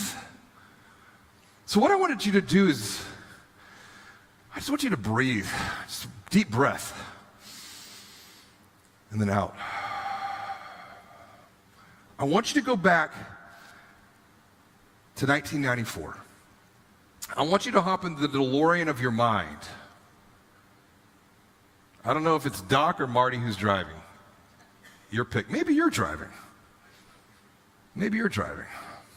Maybe you stole it, and you're driving it like you stole it. I want you to go back to 1994, and I have an important question. And look, I know we're like just a few minutes in. Just go with this, okay? How old were you in 1994? I want you to think back. I want you to think, I want to pull the room here. In 1994, how old were you? If you were 30 plus in 94, raise your hand. Okay. If you were 20 to 29 in 94, raise your hand. All right. If you were, good even distribution, if you were 10 to 19 in 94, raise your hand. That was me. All right. I was 13 in 94. If you were, let's just say born to like 9, raise your hand. Okay. Are there any of the stragglers? You weren't born in 94, raise your hand. We got one right here. We got one back there in the back. Welcome. The reason I use 94, something happened in 1994 that would change our life. It would impact us personally and professionally. What was that? The internet. The internet existed before 94 because I was a nerd. I was logging on at my dad's work on Saturdays in like 92. But in 94, that was when the internet reached the mass consciousness of humanity. By the way, if you want to do a fun exercise and bring this back to your credit union, just look up Good Morning America Internet 1994 on YouTube. And it's an important point for reflection because the way that like Katie Couric is talking about the internet in 1994 is a lot like how I hear leaders talking about AI today. So let's just go back in history very briefly. July 5th, 1994. Amazon transforms the way that we shop. Now my wife runs shipping and receiving at the house, except I'm the one doing the deliveries back to Kohl's. And it's like every day. May 18th, 1995, Wells Fargo would transform how we bank, launching online banking. First online banking platform. August 29th, 1997, Netflix would transform how we get our entertainment. And I think the interesting thing about Netflix, and I'm not going to go down the trite blockbuster narrative, Netflix transformed their business model 10 years later in 2007, going from DVD to streaming. And if you go back and you read the headlines from 2007, Netflix upset a lot of their members back then. You might remember that yourself. Then, 6 years later, Netflix transforms the business model again in 2013 and launches the very first made-for-Netflix production. Remember what it was? House of Cards. Now what is Netflix? They're a content house, always coming out with new. By the way, if you haven't watched The Last Dance, Michael Jordan, that was my childhood. Now it's like my kid, Louvienne, he's like a Jordan fanatic. It's just wild to see the cycles of time. That's perspective. Napster, June 1st, 1999. That was the day, that was the year I became a criminal. See, in high school, I was a song dealer, not a drug dealer.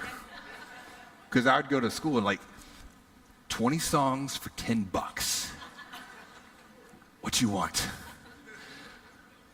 Because CDs were like 18, 20, 22 bucks back then, and how many songs would you want? 2. Maybe 1. 2 if you're lucky. October 28th, 2003, Face Mash transforms the way that we connect with people. I love the connection exercise you did before. I got one to wrap up today too, I'll share with you.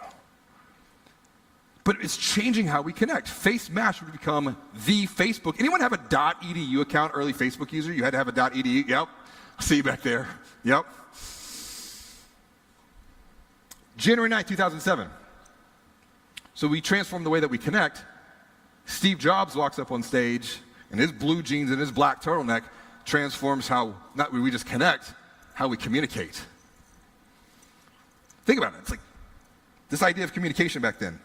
Remember when you guys have to text and like you have to hit like the 3 like 3 times to get like an E or something like that? My wife, she still wants her BlackBerry. She liked the textile keyboard. I'm like, you're old. August 11th, 2008 transforms the way that we travel. Airbnb launches. And what's happening now is you have these apps, these platforms that are being built not on the back of the internet, they're being built on the back of the mobile internet. And then now, Uber, March 2009. And look, 94 to 2009, small 15-year period of time. My goodness. In 1994, I'm 13 years old getting told by my mom never ride with strangers. And here we are, 15 years later, hopping in cars with strangers. I'm 13 years old saying never spend the night at someone's houses you don't know. And what am I doing? I'm spending the night at people's house I don't know. Like these are the big macro changes that impact us on the micro. Flash forward 2011, World Bank of Scotland launches the first mobile banking app. That was 14 years ago. It's almost 15 years now from the context of time there. Anyone feeling this right now? Because I am. Raise your hand if you are. I just want to, is it just me? And I live in this world. I've lived in this world since 2002, building an early internet. Okay, that's the good news. We all feel the same way. I want you to just think about it. How does all this change number one, make you feel? And just be honest with yourself. You might say it excites you, but here's the interesting thing from psychology, excitement energy is the same thing as fearful energy.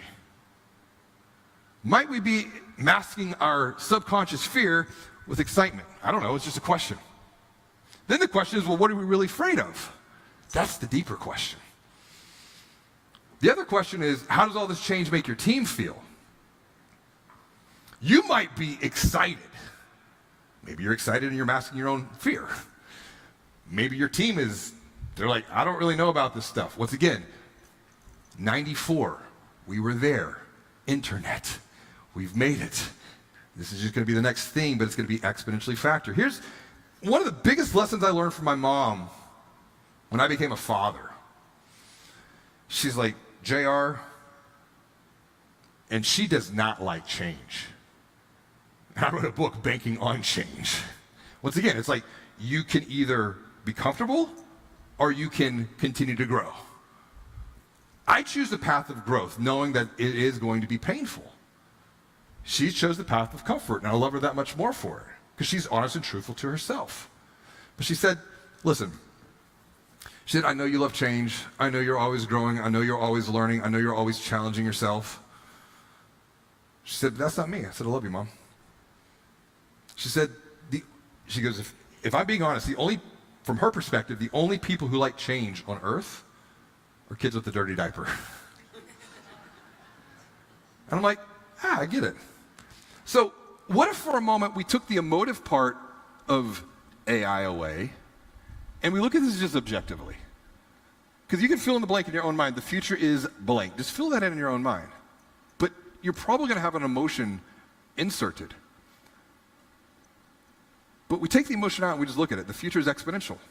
And we know that by looking at the past. The challenge is that people, human beings, we're all linear thinkers. We perceive our context and framing is linear. Technology is moving exponentially. And if technology is moving exponentially, especially now with AI, and we're still thinking and perceiving linearly, what does that create? A gap. And that's where the confusion, that's where the conflict, that's where the chaos starts creeping in unless we pause, we review, we reflect, we learn, we think about how to do even better. I want to give you context of what exponential looks like.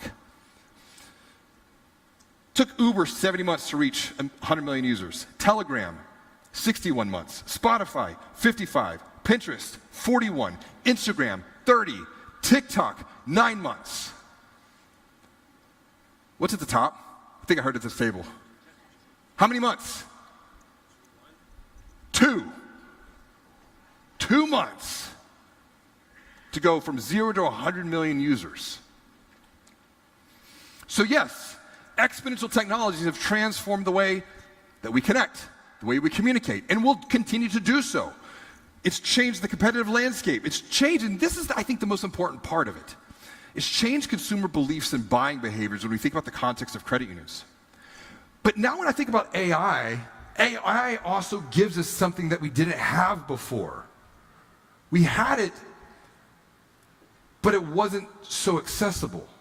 It allows us to create in ways we've never been able to before either. And you can say, well, AI has all these negative things. You can say AI has these positive things. Here's the thing. I believe what you focus on expands.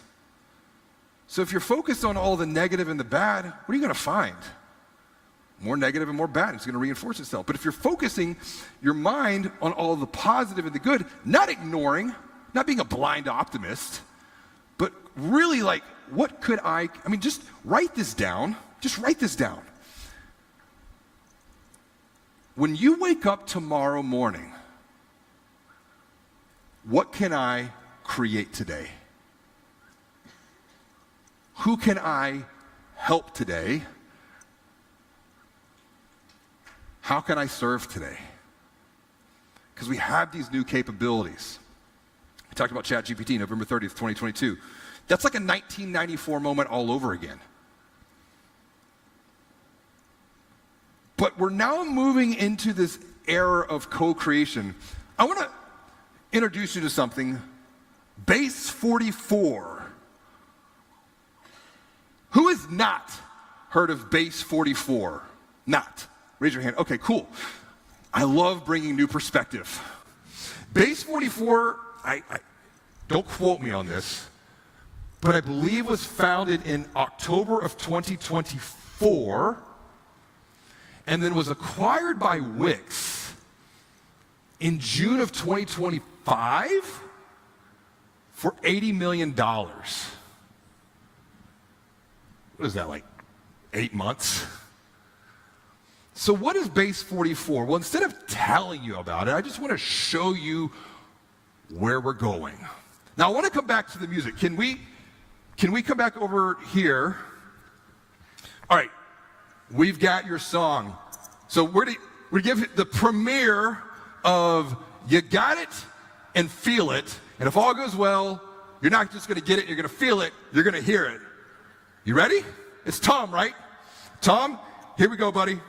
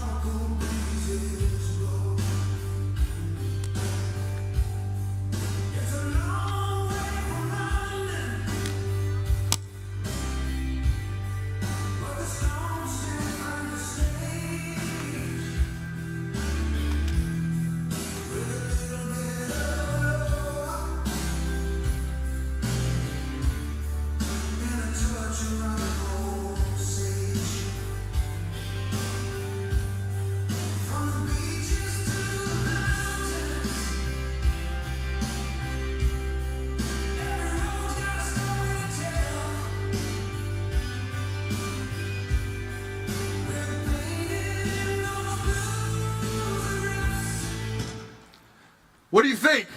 Wow. Wow. That's you, buddy. That's your creation. When do we take it to publishing and get it out there? You're going to get my number at the end of this. You and I are going to have that conversation. Like I said, executive music producer. But here's the thing. What does it mean to create? Create means to bring something into existence from your mind and from your heart. So I want to create something else if you're game. I want to create an app together using Base 44, but I need your help. So let's come over here and just someone raise a hand if you want to co-create once again with me. And I might get a couple of you because I want a couple of your perspectives. Who can co-create with me? Do not be shy. Otherwise I will volunteer you. And I will. All right. Where are we going over here? There, right. There we go. What's your name, dude? My name's Damian. Welcome. Thanks. So, when you think about credit unions and members, how does money make people feel? Like, if you think about members, like put an emotion to that. Stressed out. Stressed out? Okay. Why? A lack of. A lack of. Trying to stretch it, trying to find a way to optimize what they have available for their family and what they do every day and what they feel like they've been generally and generationally taught to feel around it. So belief. Bingo. All right, we're going to go with this, okay? So I'm going to come back over here to ChatGPT. We're starting a new chat. I'm going to go off. We're just going to play on this. Okay, so I am here at Reach once again, and I'd like to create an app. I'd like to do this with Base 44, and we're going to create this app to help people move from financial scarcity to financial abundance. And the way that we're going to do this, think of this like a financial coaching program. So this app is going to be used by credit unions across the entire United States, and it's not going to require any PII. We don't want any of that. What we want to really focus on is transforming people's beliefs about money. So think of yourself as a world-class financial coach that we could build a 90-day program around. Before we proceed, ask me one question for clarity, and then we will continue.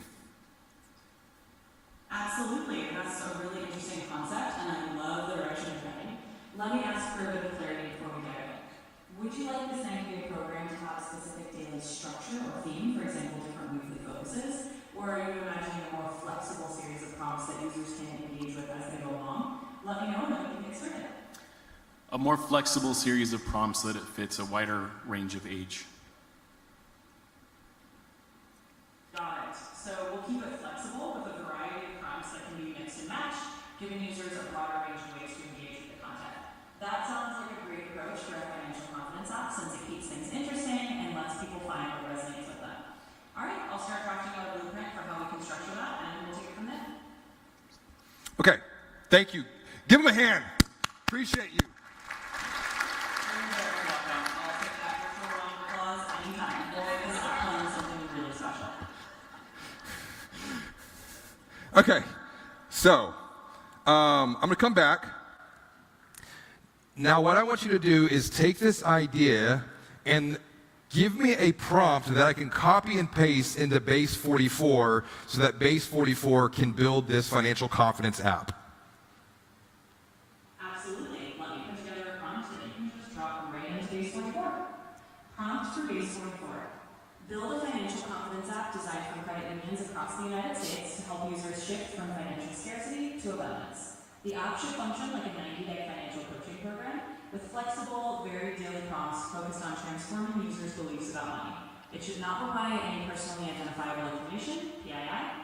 Instead, it will use the daily prompt system to guide users through gratitude practices, mindset shifts, and reflections, all based on the WELL framework, reflecting on wins, excitements, and look-aheads. The app should cycle users through a 90-day journey and can reset for continual growth. Feel free to copy that and paste it into Base 44. Okay, so now we're going to copy this prompt, and it says lost connection, retry. Okay, there we go, good. So we're going to copy this, so Control C, and then we're going to bring this over to Base 44. What would you like to build today? My question was, what can I create today? Same idea.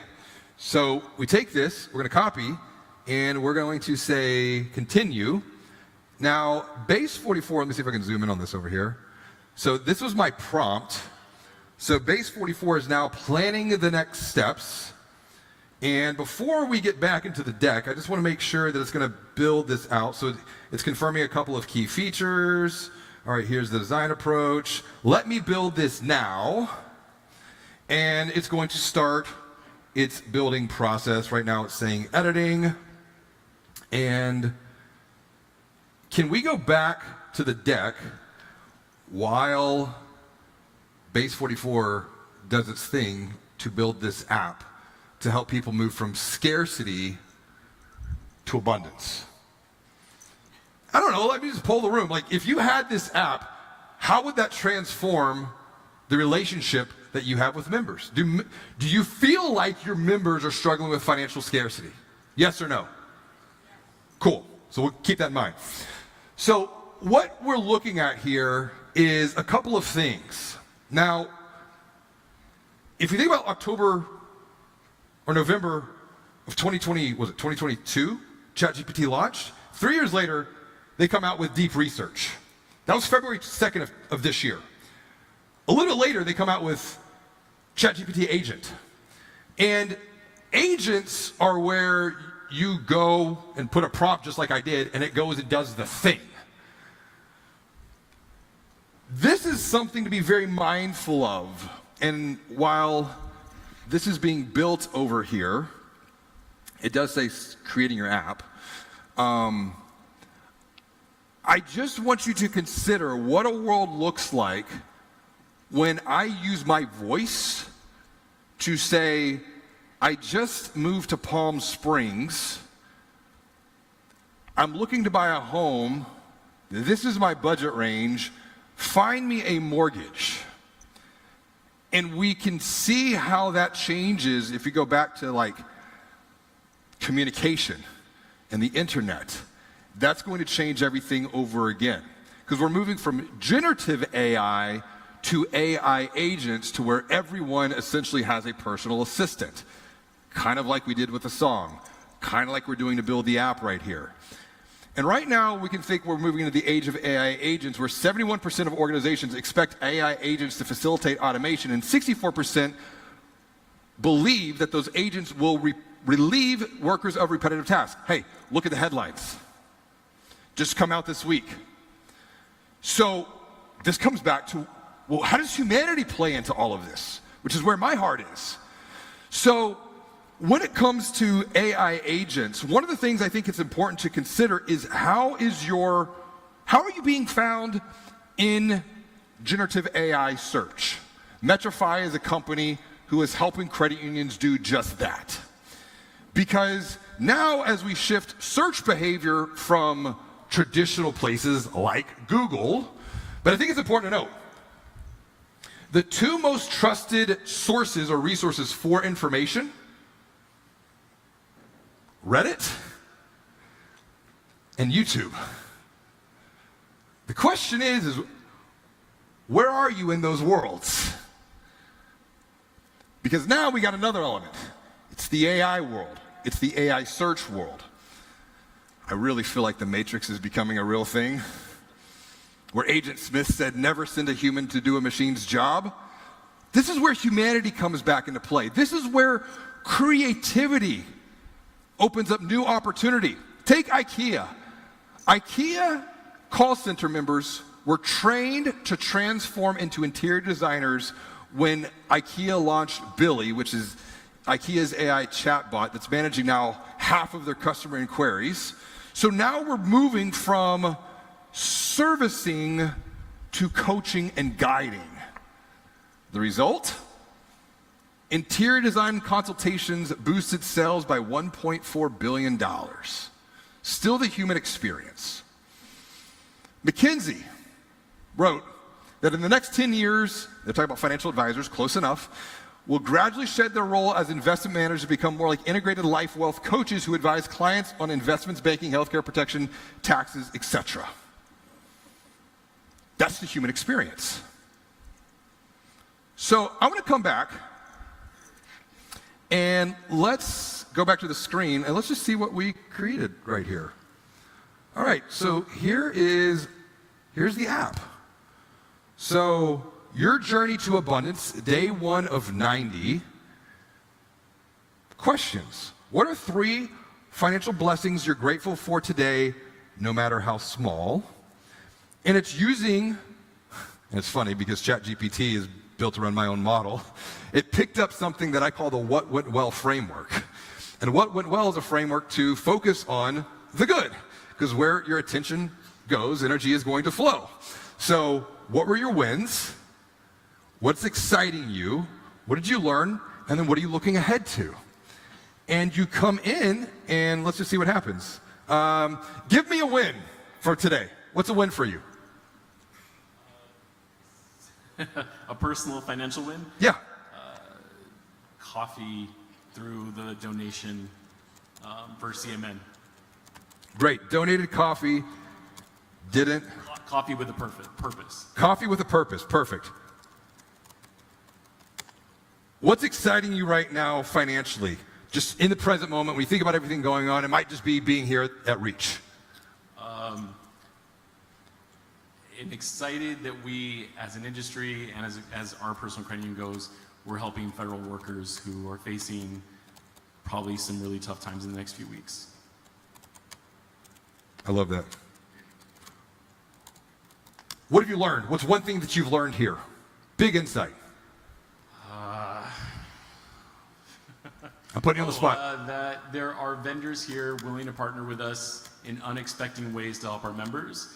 Vendors who are willing to help credit union foundations reach out to educate better. And what are you looking forward to most when you get back? Telling people about it. Telling others. Collaborating with other leaders at our credit union to share with what I learned here at this at Reach. Perfect. I just put everything in. Congratulations, you're 1% done. You got a win streak right here. Beautiful work. View my journey. Issue found. See? It's not perfect. So now AI can go in and start debugging the issue. And then you just continuously iterate. So let's come back to the deck.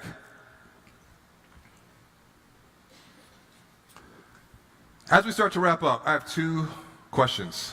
The first is, what is the most important technology to master in the age of AI?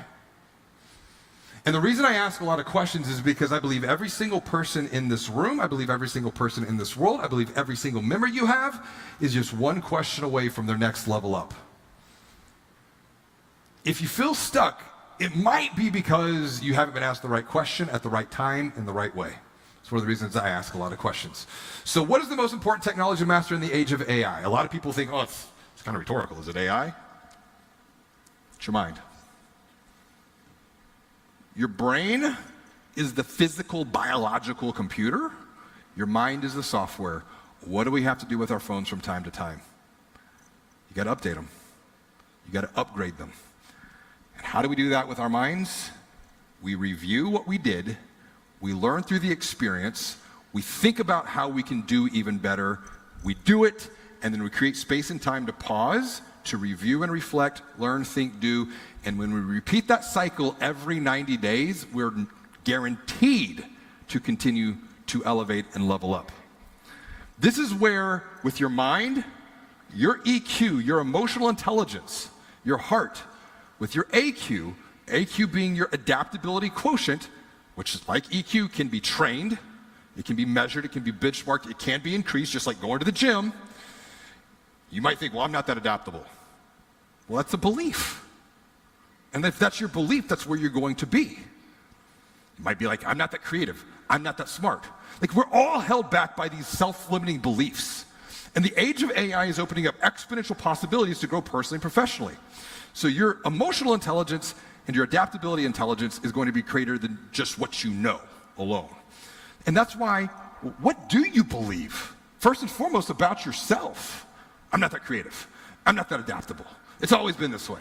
Well, if that's what you believe, that's what it's going to be. But let's honor the legacy to then create the future. Because beliefs are what influence your thoughts. Your thoughts are what impact your feeling and your emotional state, which inform your actions, that when you repeat them over and over again, they imprint into habits, and then that becomes your future. So if you're wanting to transform as a credit union, a lot of times what I see is credit unions try to transform the behavior, when in reality, we got to do the deep work of transforming the belief, and not everyone wants to go there, and that's okay. Some prefer comfort over the discomfort of growth. Another question when we think about mastering the mind we've got to master the body. Because when you master the body, you begin to master the mind. And the question is who is on your team? Write these down. Team is an acronym for time. How do you invest your time?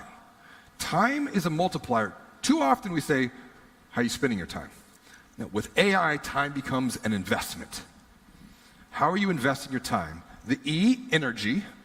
How are you spending your energy? Because energy is finite. It will eventually deplete and you will need to recharge. The A is attention. What are you paying attention to? Because that's going to directly impact how you spend your energy and invest your time. And M is money. How can you maximize it? By investing time, spending energy, and paying attention to the things that are going to continue to elevate and level you up. All of this being said, we talked a lot about over the past decade about digital transformation. To me, to truly unlock exponential growth in the age of AI, it requires human transformation. And there are 4 steps that lead to human transformation. You're already starting that by being here at Reach. Step 1 is you're seeing things differently. Is anyone seeing something different than how you saw it before? Yes or no? Yes. Great. Hopefully in this session. Because when you see things differently, your thought patterns are going to change. This is the mind. You see different, you're going to think different. Now here's the pop quiz for everyone. When you begin to see different and think different, what happens next? I'm hearing behavior. You're going to act, be, do different. That's what I thought until I started researching Banking on Change a couple of years ago. Because I was seeing the same patterns. I'm like, they're seeing different, they're thinking different. Why is there no action? A lot of us think it's the act. But to bridge the gap between the thought and action, it's going to come down to heart. You got to feel different. The desire, the feeling, the emotion to do, be, act different has to be greater than the desire to maintain the status quo. Because otherwise the status quo, unless there's an energetic feeling, emotional shift, we're going to stay the same. This is why all transformation begins within. This is what leads to the personal growth, the professional growth that equals the exponential growth, where the individual, the team, the organization, the account holders, the community are all elevating and leveling up together. Now here's the second question. What's the second most important tech to master in the age of AI? If the first is the mind, here's the second. It's your voice. Your voice is how you communicate. Your voice is what resonates with people. Think about how I've been interacting with ChatGPT today. Is it typing or is it talking? Communication is going to be key. This is where your authentic intelligence comes into play. Your authentic intelligence is the sum of your voice, the empathy that you bring from your human experience, your live, learn, shared experiences, and then your story, your legacy, your past. And for me, the work that I do, I'm so far more interested in the authentic intelligence of people than the artificial intelligence of large language models. There are 3 levels of intelligence: artificial, authentic intelligence, and then there's something even higher than that we can tap into. It's infinite intelligence. That's where the creativity comes from. All of this comes down to stories. And what are the stories that we're sharing? Stories are what connect the heart and the soul of humanity. See, if I got up here and just started talking about all this AI stuff, doing the demo and this, that, and the other, I led with a story. I've not told this story in this way before. But it was by being able to go back and review my past, review my legacy, it opened up new things. So what's the story that you're telling?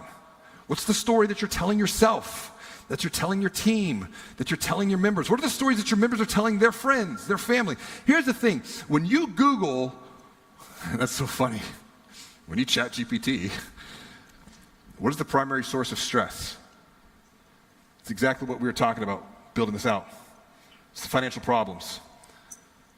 So you got a data point. 72% of Americans are stressed. TD Bank did a physical fit study. There's a connection between the physical well-being, the mental well-being, the relational well-being of money. 85% of Americans feel stressed about money.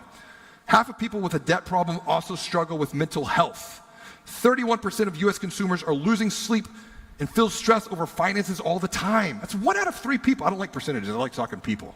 1 out of 3 people lose sleep and feel stressed. And listen, I got 4 kids. You could probably lump me in here sometimes too. Emotional well-being. People are too embarrassed to discuss financial matters because they think they're worse off than their peers. What if you went back and in 2026, you just started facilitating conversations? Money talks. Just start having the conversation, using your voice. Because all of this boils down to one thing. People are lost and they are looking for help and they are looking for hope from someone they can trust. Is that thing they trust, is that going to be the large language model that they're now building a relationship with? The chatbot? Or are they going to build trust with you through your connections, through your conversations? When you think about story and narrative, every story has 3 key characters. You have a hero, you have a villain, and then you have where I see the greatest opportunity for all of you is to play the role of the helpful and empathetic guide. Because think about it, without Obi-Wan, Luke would be lost. He would still be stuck on Tatooine. Yes, I know, nerd alert. Without Mr. Miyagi, Daniel would still be getting beat up by Johnny and the Cobra Kai. And we'd also have no Netflix series Cobra Kai either. Tragedy. Without Gandalf, Frodo would still be lost in the Shire. Dory! Without Dory, what? Nemo would still be lost. Hence the name of the movie, Finding Nemo. This is the great opportunity. To achieve exponential growth in the age of AI is not just artificial intelligence. It's your authentic intelligence.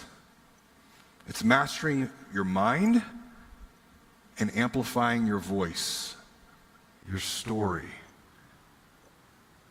your empathy, honoring your past to create the future. When I was in 9th grade, Miss Bungo's English AP class, first day of school is where I met Delina, who was the punk rock chick, who I'd get married to. And there was a Robert Frost poem in that class, 2 paths diverge in a yellow wood, and I took the one less traveled. I looked up at that poster all the way up to the end of school, and then it dawned on me.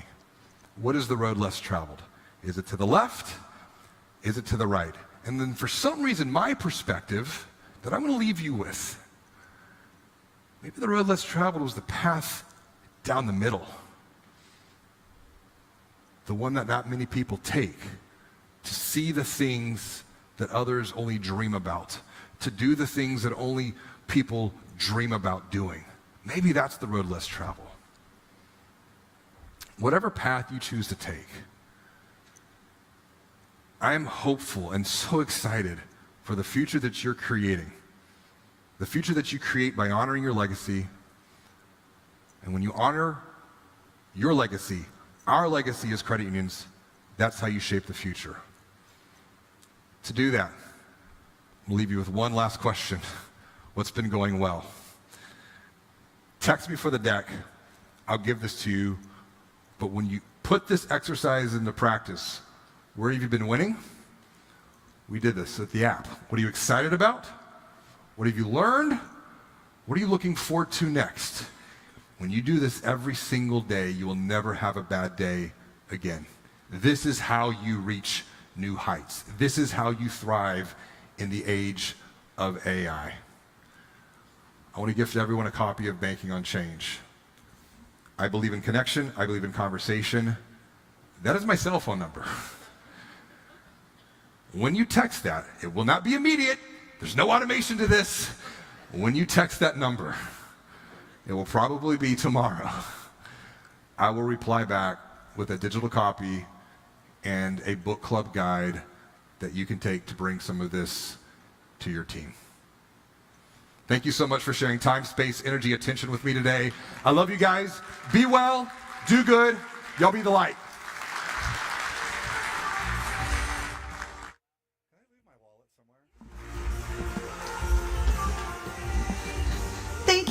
so much, JR. Y'all, I don't know who created the songs, but I now have a rap album backstage that you are going to love.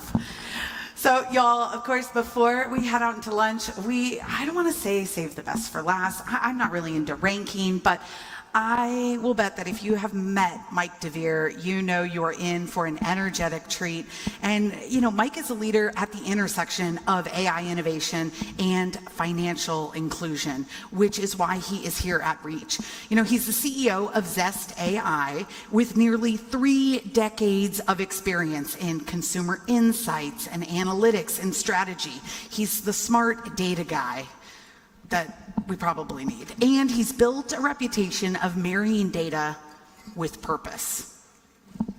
We know why he's in the room with us today. He'll walk us through today's Zest AI's powered products, what's behind them, how they work, and how they can transform credit. Transform our credit unions. Transform your operations for the better. Please join me in giving a warm welcome to the one, the only, Mike DeVere.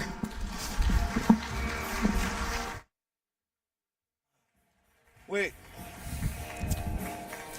So she promised me we were going to dance on stage, and now you're walking off. What's happening? Is it going to be for after? Are we almost afternoon? Good afternoon, everyone. I see they've docked me a minute because the last guy went over by a minute. I don't know how that worked out, but anyway, welcome. Thank you all. It's so great to be here with you. Again, Mike DeVere with Zest AI.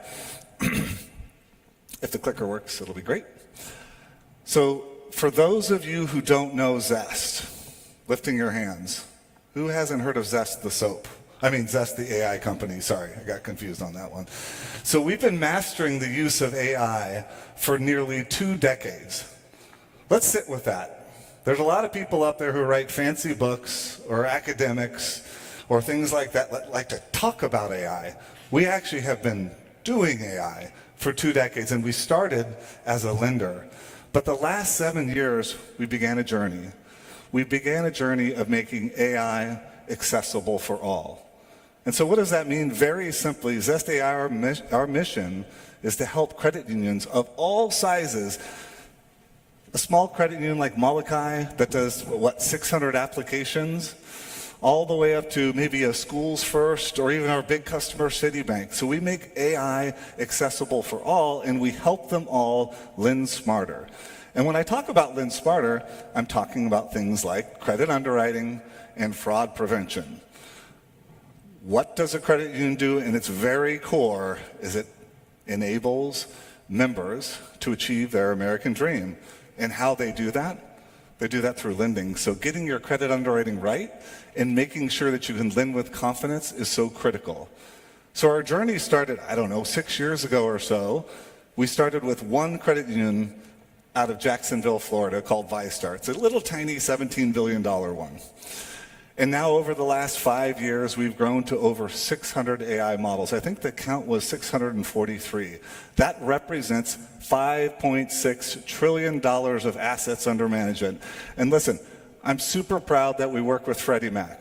I'm proud that we work with Truist. I'm proud that we work with Citibank, all those big banks. That's fine, but you know what? That's about 2% of our business.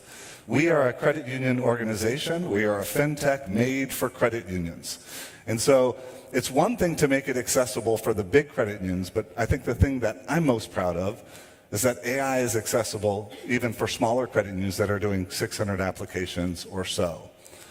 And so over our journey, we've had this relentless focus in on customers. Customers are at the center of everything we do. I'm a numbers guy, right? They talked about 30 years of being a boring math person and things like that. AI is just math. And so we do things like a net promoter score where we scored 83, and that puts us in the top 0.25% of the planet. But you know what I love events like this for? Is because we get to see our customers. We get to spend time with them.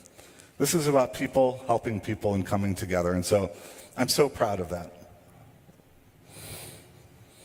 So when we thought about the last presenter, there was a lot of talk about is AI good or is AI evil? So for me and from my perspective, I think it really comes down to intention. So there was a professor in Berkeley that came up with this concept of mindful AI.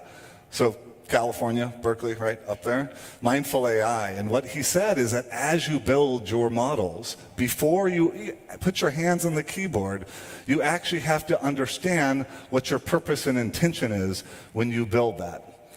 So my grandpa was a carpenter, and I used to spend a lot of time in the workshop with him. Some of my famous memories, I mean, right now I'm smelling sawdust right now in the air. And it was these really great moments, and he pulled up a hammer and he said, "Grandson, this hammer could be used to build a house that a family could thrive in, fulfill their American dream. But if you ever cross me, I'm going to hit you over the head with this hammer." So again, a little violent, but it was a different time then, so that's fine. But when we think about AI for good, there's a lot of terms that are thrown around. And, I heard the last speaker throwing generative AI and machine learning and things like that. I want to level set on definitions, because I would imagine in this audience right here, there's not PhDs in AI or data science. And so I always get that question of, tell me about all the different types of AI. And so let's start with the term artificial intelligence. Who loved calculus? Just yell out really loud, "I love calculus." Thank you. You're probably a CFO. Wait, oh, it's Ito. You love calculus. There you go. I love calculus too. There we go. And so if you think of AI, it's just an equation. It's just a more advanced equation. It's a system of advanced equations. And what they're meant to do is to look at past patterns and to do things that we might do to generate human insight. That's it. AI has not been, wasn't invented 4 years ago. It was invented over 70 years ago, was the beginning of artificial intelligence. So if we think about the first application of AI in a company, in an industrial company, it was General Motors on their assembly line. Kind of interesting, right? So when I think of AI, I think of going through school, and it's like in the 90s, and there's this new math called machine learning that they're teaching us at this time, but it actually had been created over 70 years ago. And so AI is not something to be scared about. Do you guys remember, anyone with gray hair in the room here? Do you guys remember when we shifted to online banking? How freaked out you were? Thank you. Everybody was freaked out. Oh my God, I'm going to go online and I'm going to actually move money back and forth. Our members today actually want to be able to deposit a check in their PJs. I don't know about that visualization, but you get the idea. Things oftentimes are scary when they're new, but AI is not new. It's been around for over 70 years. Now we get to a type of AI, which is machine learning. Okay, so machine learning looks at past patterns to predict a future outcome. That's actually what we do at Zest. So we actually go through the process. Humans are involved at every step of the process in building this model that tries to identify the signals or variables that are going to go into this equation to try to predict a future outcome. In the case of the models that we build, it's trying to predict credit risk. Does that make sense? But machine learning is actually not new. Machine learning in the 1950s, I think it was Turing, when you think of the code breaker that he developed, a lot of the mathematics that he created, he even talked about this concept of machines that can learn. So we could call him the father of machine learning. You could also call Samuel the father of machine learning. He's from IBM. He created this really cool thing that our kids could probably do easily. It's called chess. And it's predicting the next move. And so looking at past patterns of play to try to predict what that next move is. And so AI is your parent brand. That's all of it. A type of AI is machine learning. Does that make sense to everybody? So if you have an examiner showing up and talking to you about your AI model in production, this is my plug. Please don't say anything about generative AI or deep learning. No, this is locked and supervised. And that's absolutely critical. Now we get to deep learning. This is when it gets really interesting. Deep learning is actually meant to mimic the human brain. There's this term, deep neural network.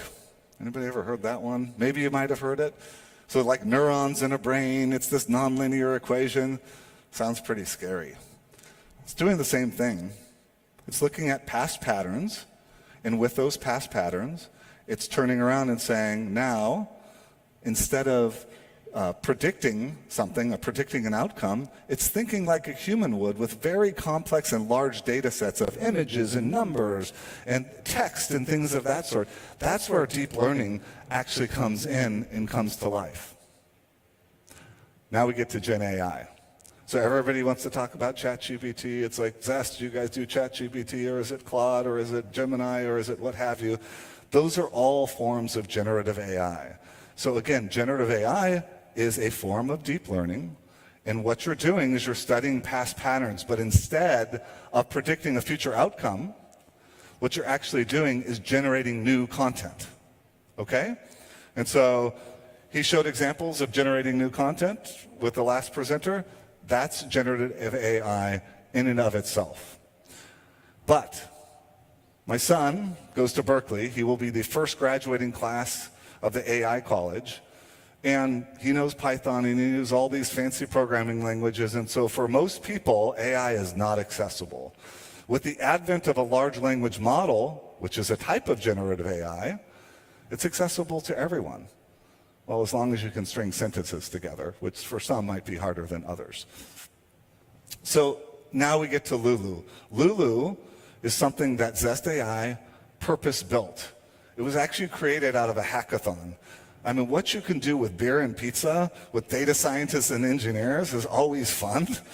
And so I presented a challenge, and I said, credit unions aren't overflowing with analytical resources. How do we create a lending intelligence companion? And Lulu was created. First question you're going to ask me, why did we call her Lulu? If you walk through the offices of Zest AI, and many of our customers here have, you know that there's probably 6 or 7 dogs running around 20,000 square feet all the time. There's this little corgi, adorable with these stumpy little legs. I don't understand that part. But her name is Lulu, and the inventor of Lulu got to name her after her dog. So she's purpose-built technology. And what do I mean by that? This is not ChatGPT. You do not want to, in your organization, unleash your entire employee base on ChatGPT or Claude and say, go for it. Let's start pushing member data out there. Let's push our handbook and policy, because guess what happens? It gets shared with everybody. I made the mistake. I was about to promote somebody at Zest before I knew this fact. And I wrote in there, and I'm going to help me write an email announcing this promotion. And the guy that I promoted, who was our CTO, pointed out to me, he says, you realize that if I go into chat right now and I pull up Dr. Kamkar's promotion, I can pull out my promotion email now? You guys all check it out. It's actually in there. So it's very dangerous to do that. And so you actually have to have a generative AI solution that is built for credit unions. And it's built with curated data. What we don't want is it going out and scanning everyone's opinion. So Reddit might be a source of information, but it's not fact. So we have to always have the source of truth. And so Lulu is trained on everything from publicly available data, like imagine the call report, or imagine the bank call report, or imagine Zest proprietary data. When I mentioned $5.6 trillion of assets, we have terabytes of data about everything that's going on in the industry. Right now, we're on the cusp of 1 in 4 credit union members in the entire US have their loans decisioned using Zest technology. It's a lot of data. But because one size doesn't fit all, we believe that every credit union has unique needs. And so Michelle's sitting here in the front. She's from Redwood Credit Union, who's one of our 7th customer, I think. They have unique needs that are totally different than Bill Cheney and John Canine at Schools First. They have very different needs. So we actually train Lulu on their unique data assets and wealth. So you have to curate it. That is absolutely critical. So if there's 2 words that I want you to stick with when you think about Lulu, it's simple and it's swift. You get simple access to information. Y'all are sitting on terabytes of data in disparate sources, different formats. Many of you probably have an initiative to create a data lake, right? Oh, go ahead, you're a tough audience. That's right. Right? You got it? Yeah, we're there? No? Everybody awake? Okay. Simple, we actually are able to pull that data in. And so when we think about responding to a natural language prompt, There's no learning curve when you're engaged with Lulu. And so I'm going to pick back on John Canine, who I can't see because the lights are in my face. He might be out there. He might not be. We're all pointing to him. There we go. Thanks, John. So John took it upon himself to train his admin on Lulu over a few-minute period. And what was really bitchin' is after a few minutes, she was able to create reports that would have otherwise taken hours or maybe days. So anyone can use it. My father, who's 86, can use Lulu, which is pretty impressive. And so that's critical as far as simple access. The second thing is that it's not limited. Listen, there's a lot of companies out there as you walk the exhibit hall that are really excited to show you their dashboard. Dashboards are from the 90s, you guys. Music was cool. I was in college. It was a great time. But you really have to ditch the dashboard. It limits your ability to be intellectually curious about your business and to try to figure out what your next steps are. And so ditch the dashboard. Lulu is infinitely able to come up with different ways to analyze data. If you imagine a new way to display a chart or to create a line chart, or heck, what I do for myself is I load my financials into Lulu and I say, we have a closed instance at Zest, and say, create my board deck. And she just does that. So pretty cool, right? And so ditch the dashboard. It has to be flexible. We're not limited anymore. And then when we talk about formats, this is where it really gets exciting, is she can actually learn if you have fallen in love with a certain status report at your credit union, she can learn how to recreate it for you. She might even suggest new ways to make it better. Pretty cool, right? But it's not limited. And so once she creates that report that you like, you can say, hey, every week I want you to send it to my CEO or CFO. She has that ability to do that. And so these are formats, as you can see with the display up there, these are formats that we're used to seeing. She's now creating them for you. And so why do we care about that? Is because it's not value added deciding between cyan blue and navy blue on your bar chart, right? You should be able to just program her once and let her go off and do that. And you know what you can do? Is you've got more free time to serve your members. Now, Swift, speed. Okay, when we talk about automating information and collection, I'd like to give an example. So if you're with MeridianLink or Origence or some of the other large ones, Zest has an integration with them where we're able to run a bedtime routine. I always found that expression funny, but it does happen at bedtime. And what we do is we go out to the LOS and we extract everything that happened and we actually pull it into your proprietary data set. Now, if you guys think about your reporting today, that your reporting runs, every month closes and then 3 weeks later you get the report, it takes a while to get done, right?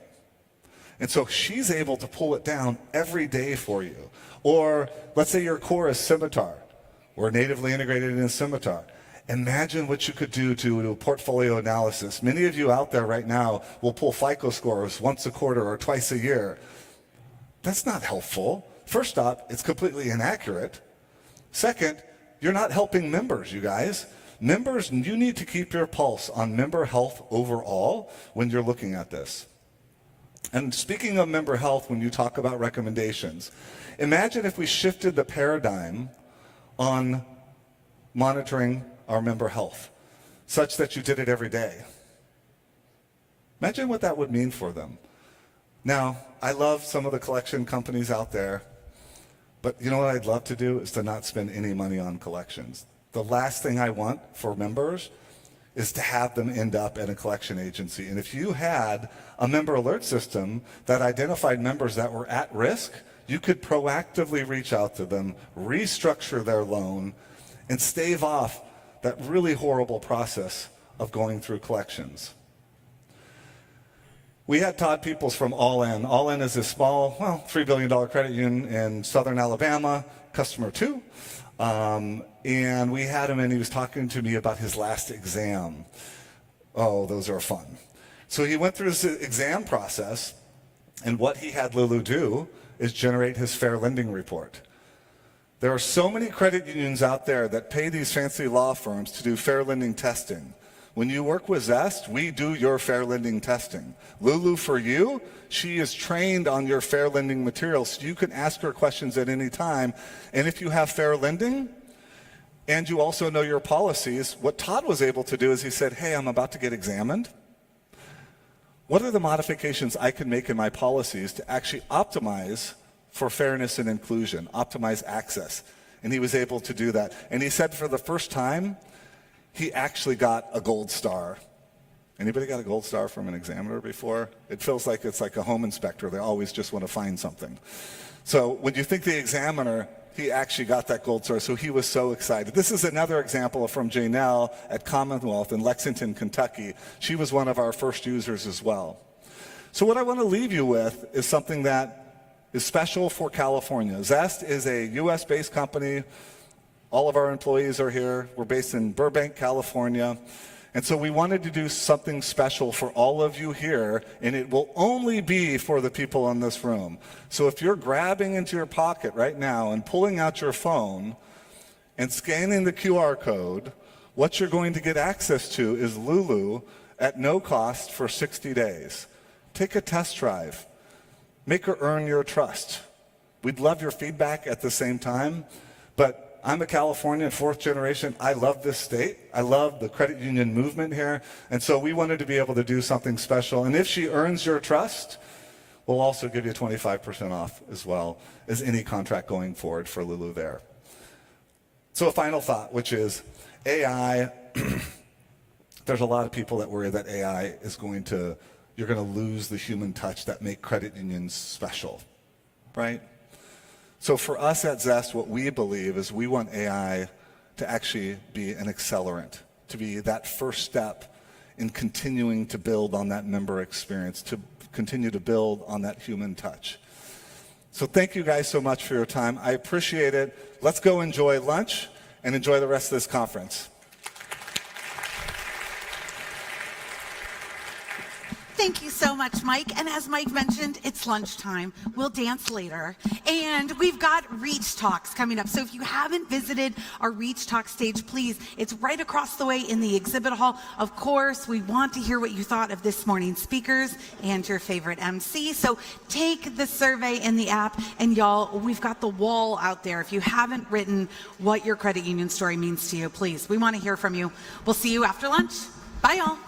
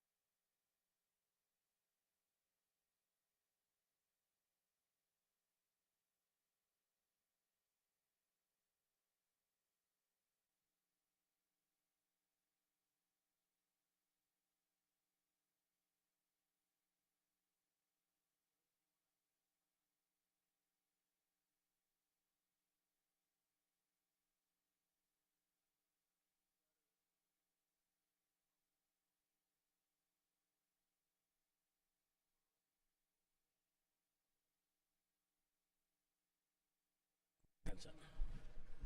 Freeman Crew headsets, please, for rehearsal awards. Freeman Crew headsets, please, for rehearsal. Thank you.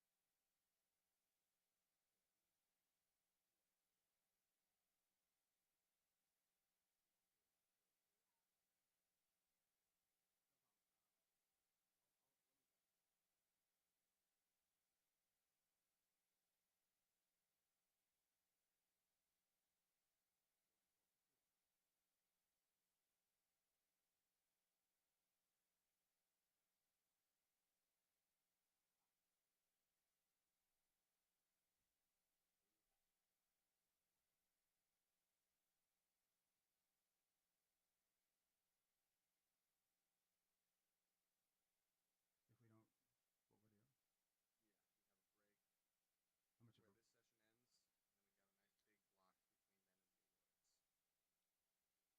So after 3, there's no one in here then? Okay. That's fine.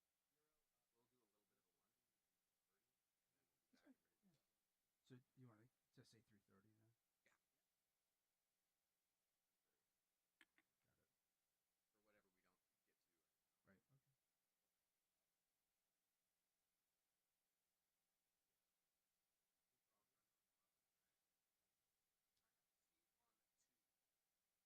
Okay. Do you want me to test the mic?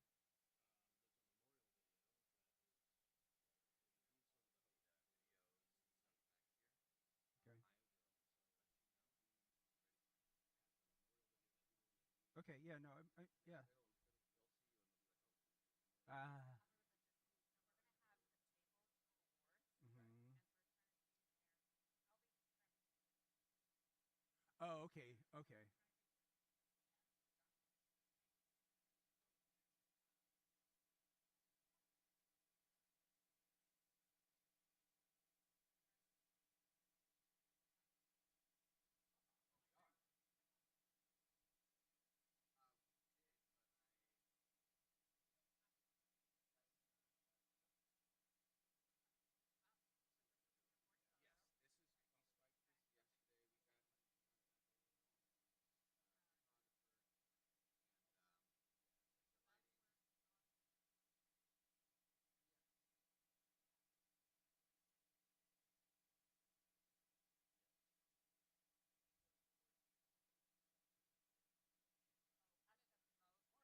No.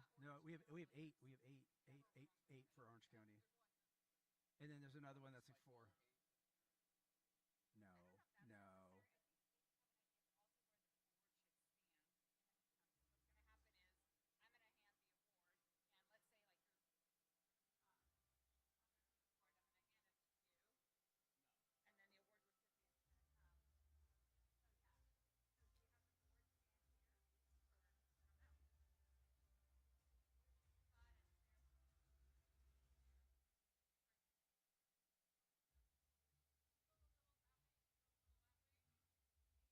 Yes.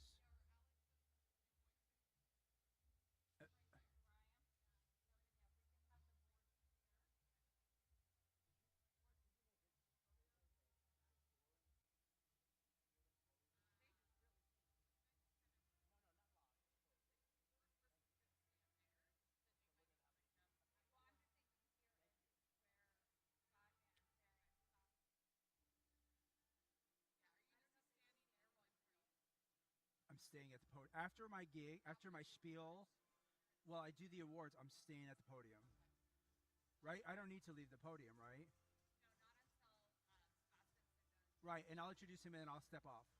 I'll step to the back.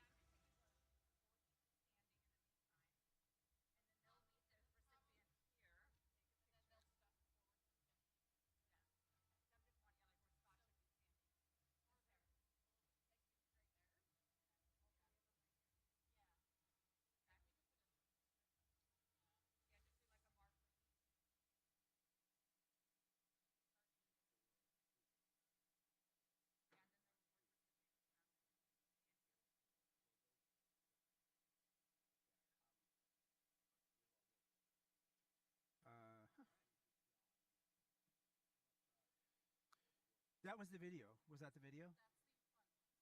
Yeah, that's the wah wah wah, that one. Are we playing that before I'm announced on, or am I introducing that? Okay, I thought so. Spiel, spiel, spiel.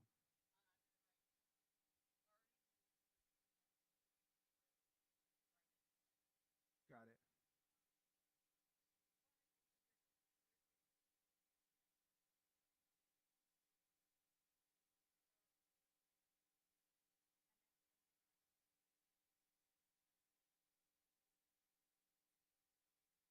You could put, if you wanted to, you could put it right in back of the podium if you want. I mean, if you want, whatever is comfortable for you. What do you think?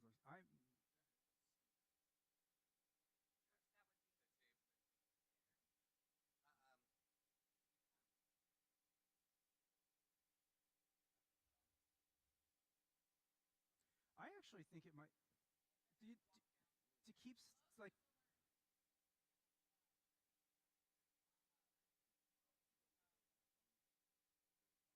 To create a little symmetry, maybe you want to do it from that side? Because everything is done here. Because I think that so maybe like right here. Where's the stairs? Right there. So maybe. Yeah. So people are coming from different directions. It looks good. That way everything's not all jammed up in one corner. No, I don't think it'll look weird at all. And then just have Scott prepared to get the award like right here from you. So maybe have Scott on the left if he's the one that's going to be holding the award or presenting the award itself.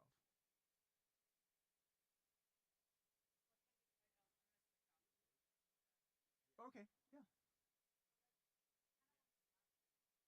Are those the award? Are those the award? I don't think we're gonna have chairs, are they? Oh, I'm like, there's no chairs. Sorry, like, no, right? No, there's no seating needed. If we're gonna come from this side, I would maybe move them over just a little bit more. So I maybe, because we're talking about maybe having the table over on this side, and that way we have a little symmetry with. I'm gonna be over there, Scott. No, please.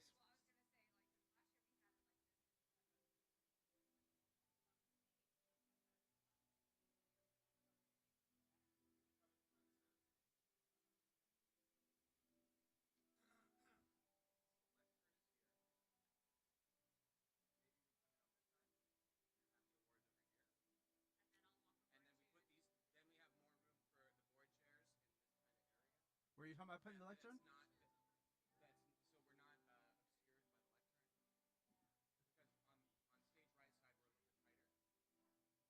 So what are you talking about doing? As far as visibility is concerned. I think that's a good idea. I think it's actually good away from the podium.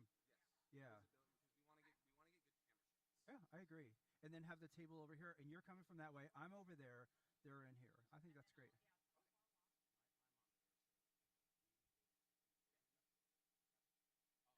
Come on, Al. Get the tape moved. Jeez. Yeah, wherever. Well, how?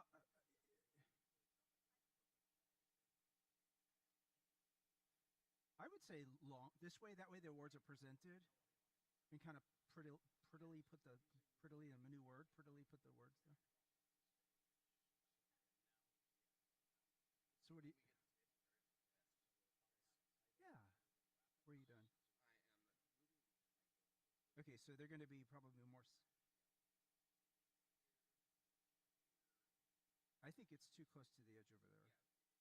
I think maybe here. I think right in here. Sure, yeah. I think right in here would be good. Yeah.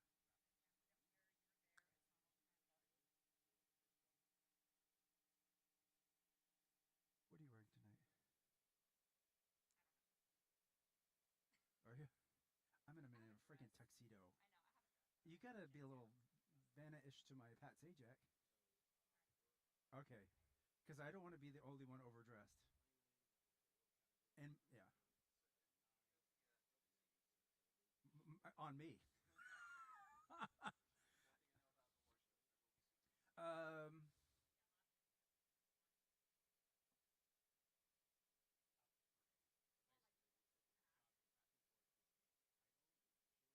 No, remember we're going to tell them. We've told them until you're announced to come to the stage. Yeah. So after every award, I'm going to say, please welcome Lindsay Shore to the stage to accept her award, and that's when Lindsay gets up and comes. We're going to do this right.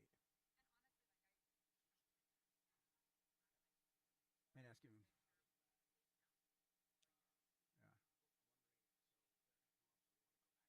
What is this video of? Is this something else? This all looks like CMN stuff.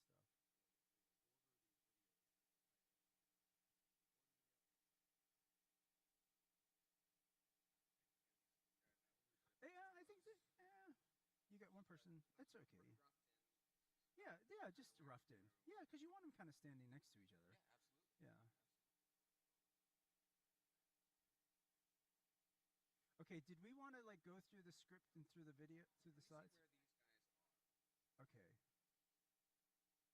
And one question for you. So, when you're introducing me, I think it's it's already been taped, my introduction. Am I coming on to music? We're going to iron this all out right now. Okay, because I want, because I'm going to, I want, You're not going to come out to Great Hits. Yeah, that's right. You know, or Endless Love. May I make a minor adjustment? Yeah. There you go. Boom. Hey, Larry. Glad that I don't have to say your name tonight. I've got some pretty tricky names, though. When Yeah. I get a nice big smile, I want to see it in people's cheeks. Perfect. Cool. Thank you. All right. Yeah. Yeah. Take your time. Got nothing to do but this. Oh. Yes. No, it wouldn't be you. It would be Cindy when Cindy gets a chance. Actually, you want to go back to John? Where do you live? Here? Live here locally? I live in Fullerton, Wichita. Oh, okay. Yeah. Down in Southern California. Yeah, next to Disney. Okay. Nice. I used to work for. I'm retired from school first, so we're all over there. Off at the cool. Yeah. Orange County's federal teachers. Yeah, of course. No, you're good. No, ready? 1, 2, 3. Up. There you go. Woo!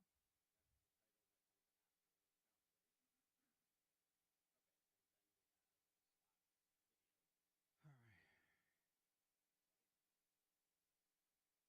All of it. They're running through. There's a lot of awards. Oh gosh. Oh my gosh.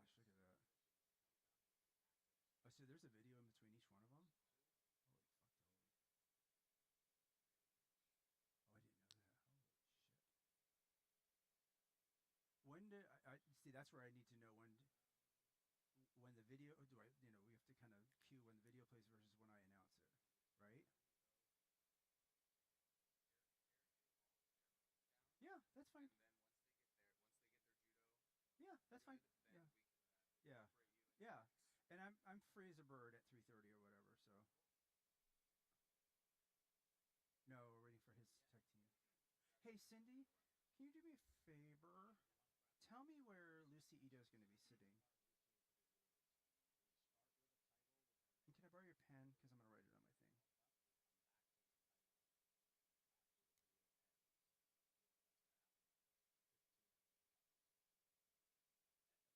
Take your time.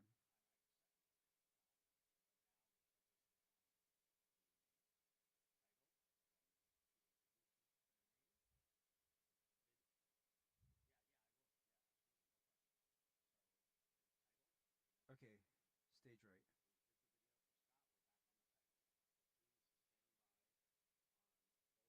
Okay, where is Gary Perez going to be?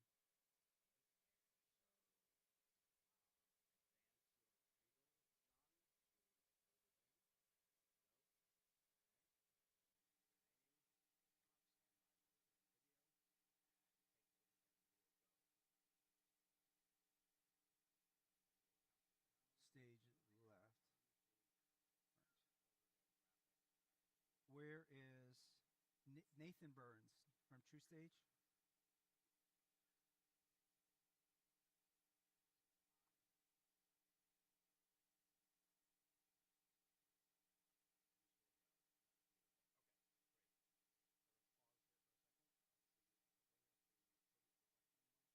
Okay.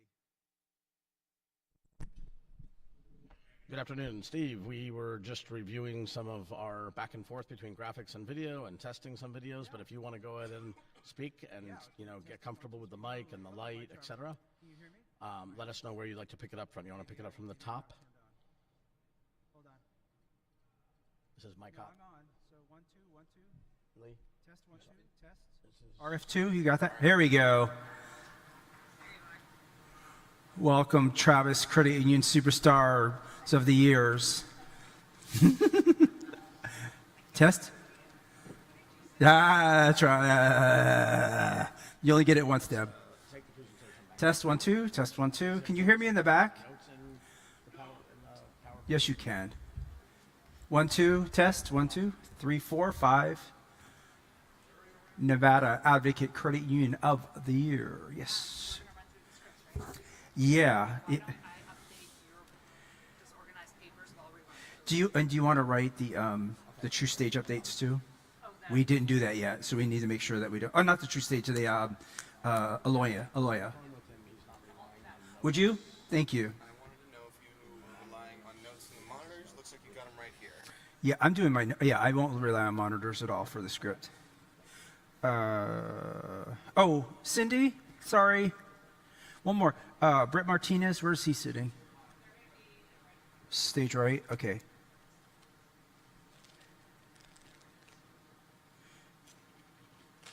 All right. Okay. Is there anything you need me to do right now?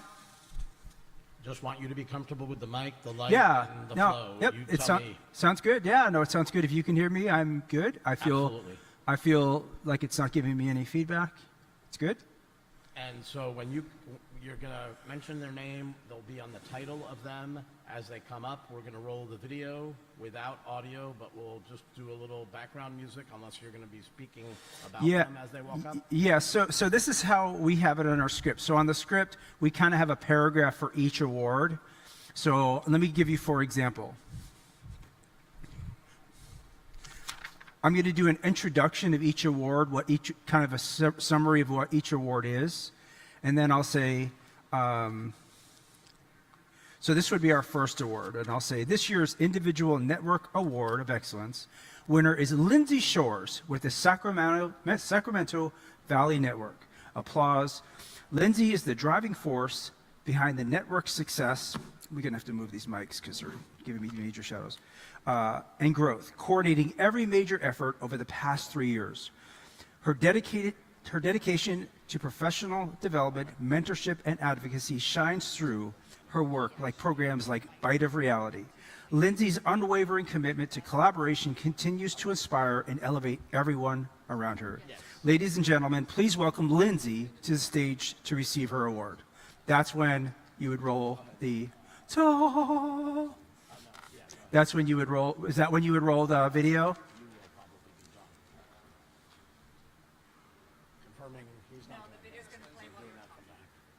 Oh, she's saying, Cindy's saying the video is going to play while I'm talking. Is there no volume to the video? Okay. You can, if you want to play light background music, I'm okay with that. Do we want to try light background music? So the video plays when you're talking or making the announcement? That's what Cindy's saying. Yeah. Okay, so do we just play music when they walk up? Okay. So can we try one with the video of Lindsay and me speaking and then her coming up to music? Can we try that?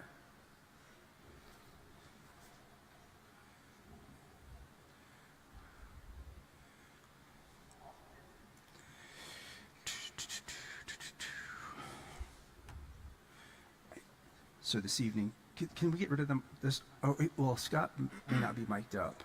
We got one more session that may be using. No, yeah, but I think tonight when the speech, I think we do need to leave them up here for this, them to give their speech. But maybe can we put them down somehow? We want to try to avoid people touching them. Oh, okay. Because it makes an atrocious sound. I got it. No, I understand. Yeah, so it just gives me a really bad reflection on my. You know what I'm saying? It just. Yeah. I know it doesn't seem like much now, but when you get it. When it's go time. This year's Individual Award of Excellence winner is Lindsay Shores with the Sacramento Valley Network. Lindsay is the driving force behind the network's success and growth, coordinating every major effort over the past 3 years. Her dedication to professional development, mentorship, and advocacy shines through with her work in programs like Bite of Reality. Lindsay's unwavering commitment to collaboration continues to inspire and elevate everyone around her. Please welcome Lindsay Shores to the stage to accept her award. All right, so what are we going to do?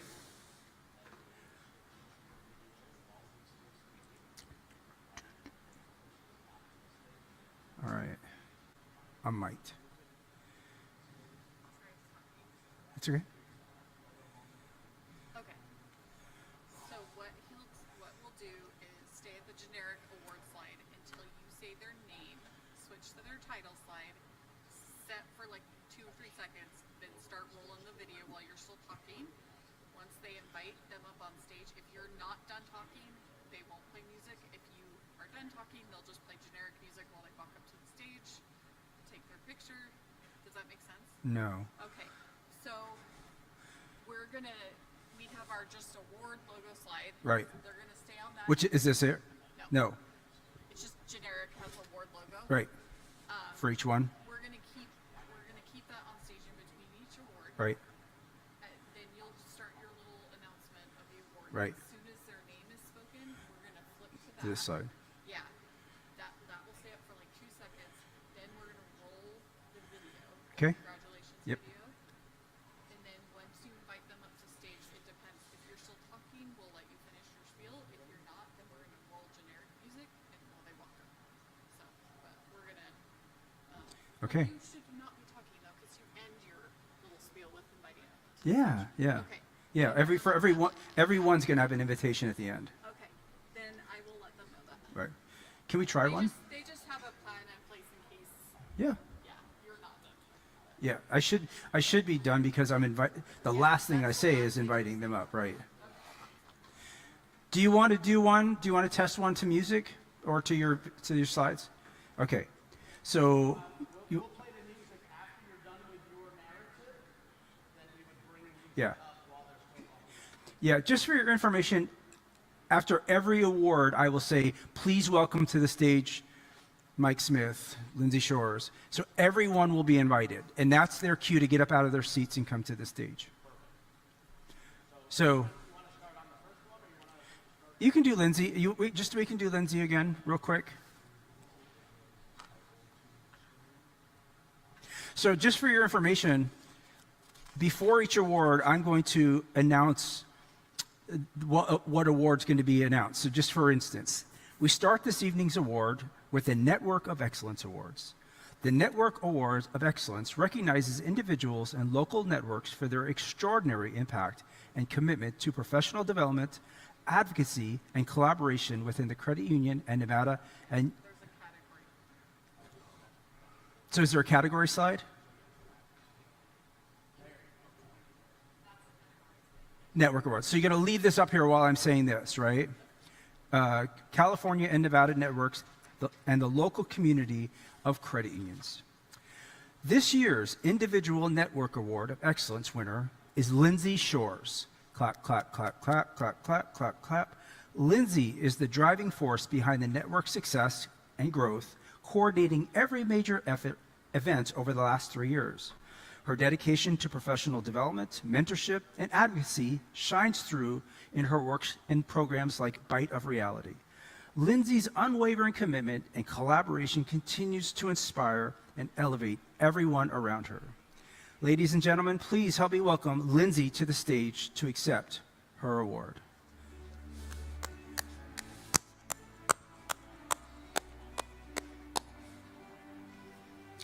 Excellent. Yeah, I think that's great. Yeah, and every award will be like that. I love it. Okay? Perfect. Okay. And so what is the next slide you have?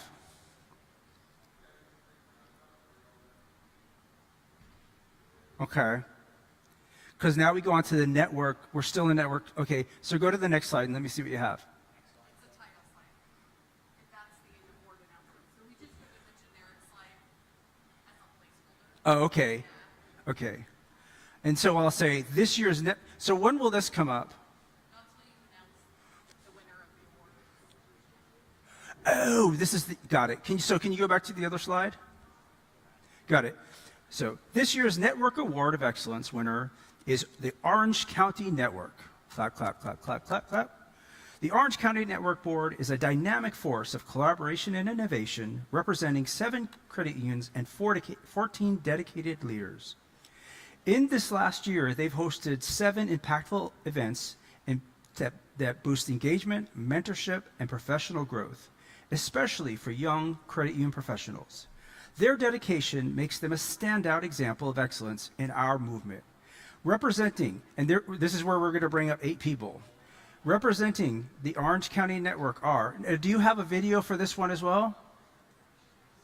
You do, okay. Representing the Orange County Network are Chris Loy, Richard Pierce, David Cantor, we need to get her name, we got her name, Angela Capisha, William Aguilar, Andrea Ortega, Mindy Mills, Nestor Silvano, we need to get that, and Sabrina Rabanal. Please welcome them to the stage. I think we have phonetically done in the other ones. We have to change that. You do? Okay. Because I only have that to ho. Good. Thank you. You're the best. Okay. Let's move on to our advocacy awards. Now we move on to our advocacy awards category. Advocacy awards recognizes individuals, credit unions, and supporting organizations' efforts in promoting and supporting credit union advocacy initiatives, demonstrating leadership and driving positive change. The Nevada Credit Union Advocate of the Year, the Nevada Advocate of the Year is already on stage with us and is none other than Scott Arkels, President and CEO of Silver State Credit Union. Got it, okay. Scott is a cornerstone of Nevada's credit union movement. Among his many accomplishments this year, he was pivotal in passing Senate Bill 375, the first major state chartered update in decades, earning unanimous support despite of strong banking opposition. He also championed national efforts sending delegations to DC to fight against credit union taxation. Please congratulate Scott in receiving this well-deserved award. And he'll already be on stage, so he'll be here because he's giving the awards. Okay. So do you want to do one more?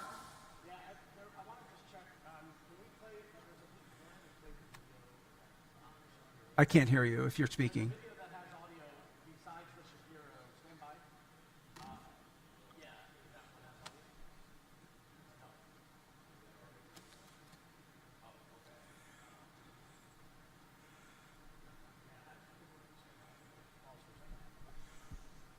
No, we're good. If you're good, we're good. Yeah, we're good. I'm good. Okay. Yeah. Great. We're just confirming some video Okay. stuff.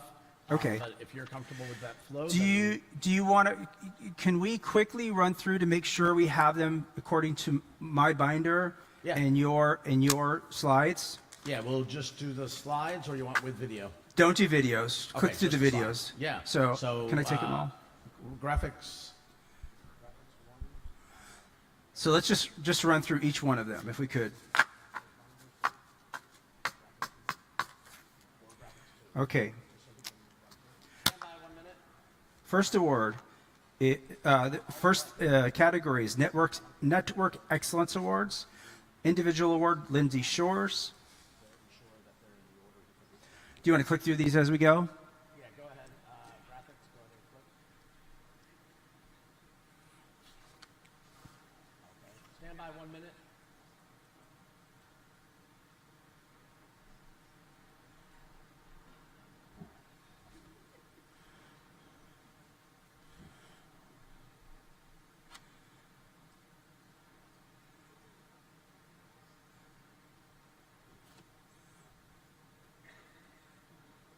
Okay, just we want to put through the titles real quick.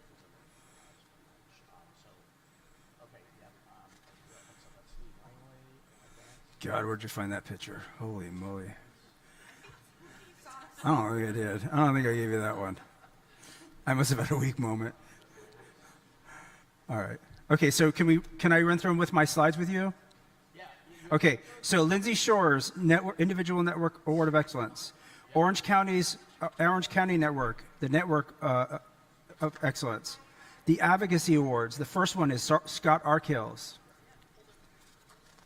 The second one is Boulder Dam Credit Union. You got Boulder Dam Credit Union? We did, yep. Sorry, I didn't see it. No, you're good. Bill Cheney. Yep. Westcom. Perfect. Eric Bruin. Yep. Suzanne Curtin. Yep.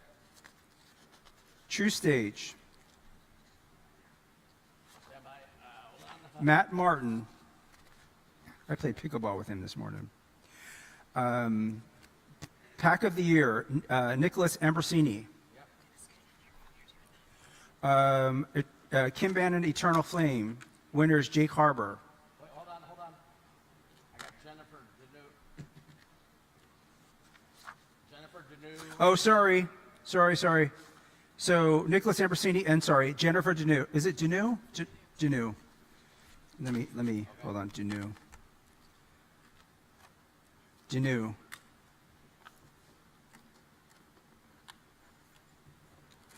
Okay, Kim Bannon, right, is going to be Jake Harbor, right? Yes. Aloya is, and then I've got, do you have names on those slides coming up? No. So there's no names of the slides.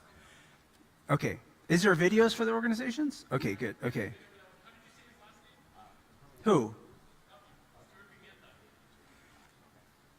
Hold on, I'm not there yet, Damien. Pimienta.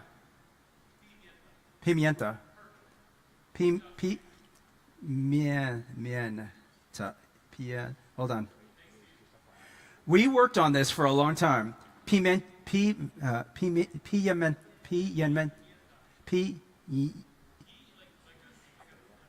Right?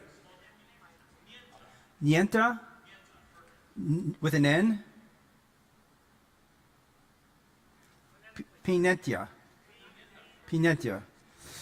Lordy, it'll be what it'll be. Okay, here we go. You're welcome. He's not here tonight. Tyler Sanger Boyett. Got it? Okay, now on to the J. Alvin George. That's going to be Gary Burton. And Mitch Fox. Got it? over to the Social Impact Award. Doron Neumann, right? Social Impact Award, Patelco Credit Union. Got it. Organizational Social Impact Award, Connecta. And then Chafee Federal Credit Union. Got it. And then Jennifer Oliver. Got it. And then Scott will be introducing Gary Perez. Do you have any Gary? Scott Simpson, our CEO. So I'm going to introduce Scott at the end after that final award of Jennifer Oliver. I'll be introducing Scott. So wait for Scott to come up and introduce the Leo Shapiro Lifetime Perfect. Award. And if Scott wants to review that process, we'll do that right after this next session. Yeah, if he's available. He may not be available. We may, Okay. He doesn't practice. He doesn't practice. Okay, no We're problem. going to wing it. Wing it. Wing it. Pinienta. Steve, I gotta. Okay. Okay. Crew, please reset you want for to. House Open. FinTech Solutions, Yeah, I'm good. graphics. All right. Thank you very Thank much. you. Thank you Appreciate very your much. help. Yeah, of That's course. great. Thank you. Reset for Wednesday PM session with FinTech Solutions, graphics, and videos. Thank you. And we'll be opening house. If anybody needs a quick bio break, please do. Thank you.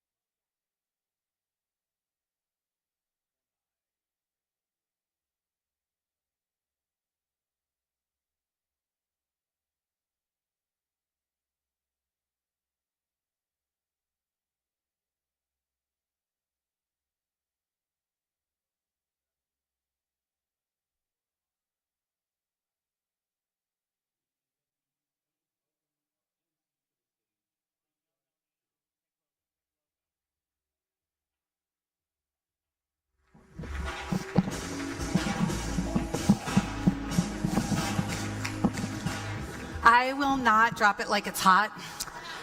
10 years ago, I got married, and Nicki Minaj was playing.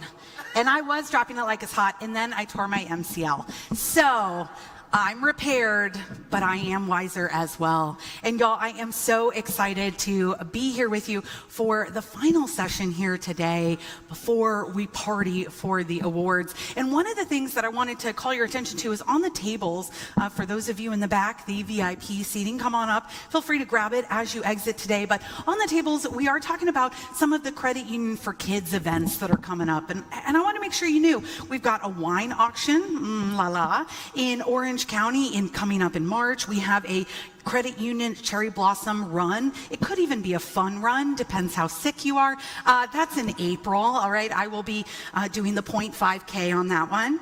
Then, of course, the Sacktown Run, that's in Sacramento, which, if you haven't been, interestingly enough, Sacramento has some of the highest rated James Beard award-winning restaurants on the West Coast, just hanging out there in Sacramento. So go for the run and then stay for the food, both before and after. And then, of course, we have the walk coming up in August in Orange County. So feel free to see me for one of these cards, or go ahead and check it out on the table. And of course, you can learn more by visiting the website or emailing at the bottom as well.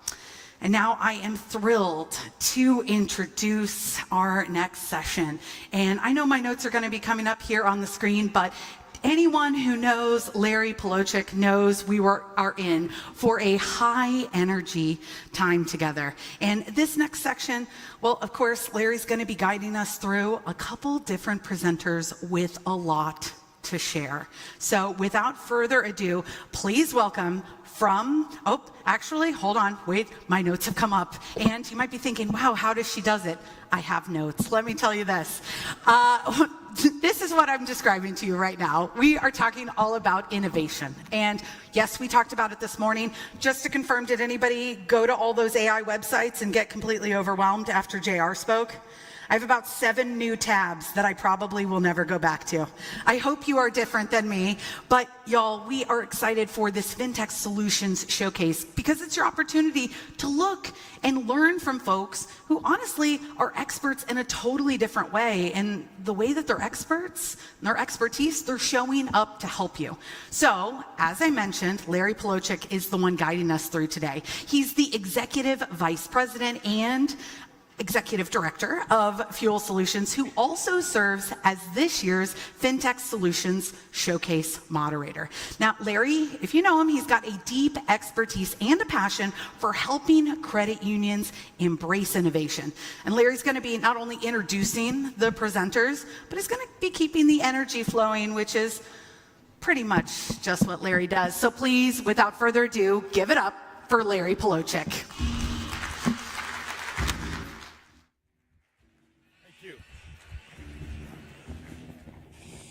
Man, she pumps you up. I mean, that's just not fair. I mean, especially coming off those first 2 speakers before lunch. But I want to welcome you guys to the FinTech Solutions Showcase. This is actually our FinTech Solutions Showcase 5th annual for this event. And we go through this process every year. We curate multiple submissions. I think this year we looked at close to 30 different submissions. And we selected 6 for you guys to look at today. These leaders are bringing together innovations, and they're really looking to help shape the future of financial services. Today is about exploration and connection. We really want you to discover how new technologies can help your credit union create greater value, enhance your member experience, strengthen operational efficiency. Each of the fintechs that you'll see today are offering practical solutions that are forward-thinking, designed to help your credit unions compete, thrive in an ever-increasing digital landscape. As you listen, I want you to think about how these solutions can help your credit union and help you achieve your strategic priorities. You'll hear from everything from member experience to digital investing, account opening and lending, and how to support members when they retire. This is your opportunity to discover what's possible and what's possible for your members and your credit union. Each presenter will have 7 minutes to come out on stage to present their ideas and their solutions. I will come back out and join each of them for just a little bit of a Q&A session to kind of unpack a little bit of what they said, and then we'll go on to the next one. At the end, you all get to vote for the best of show. So I want to make sure that you've got your iPads or your phones, your tablets ready, and at the end we'll put up a QR code and you can vote for your favorite of the FinTech Showcase presenters. Sound like a plan? All right, you guys ready? Fantastic. We're going to invite out our first presenter, Glia. Glia delivers purpose-built AI for financial institutions, enabling credit unions to provide the best possible experience, actually lowering costs with a digital workforce that lets you improve interactions without increasing headcount. Please welcome to the stage Jake Tyler, Head of GTM Strategy.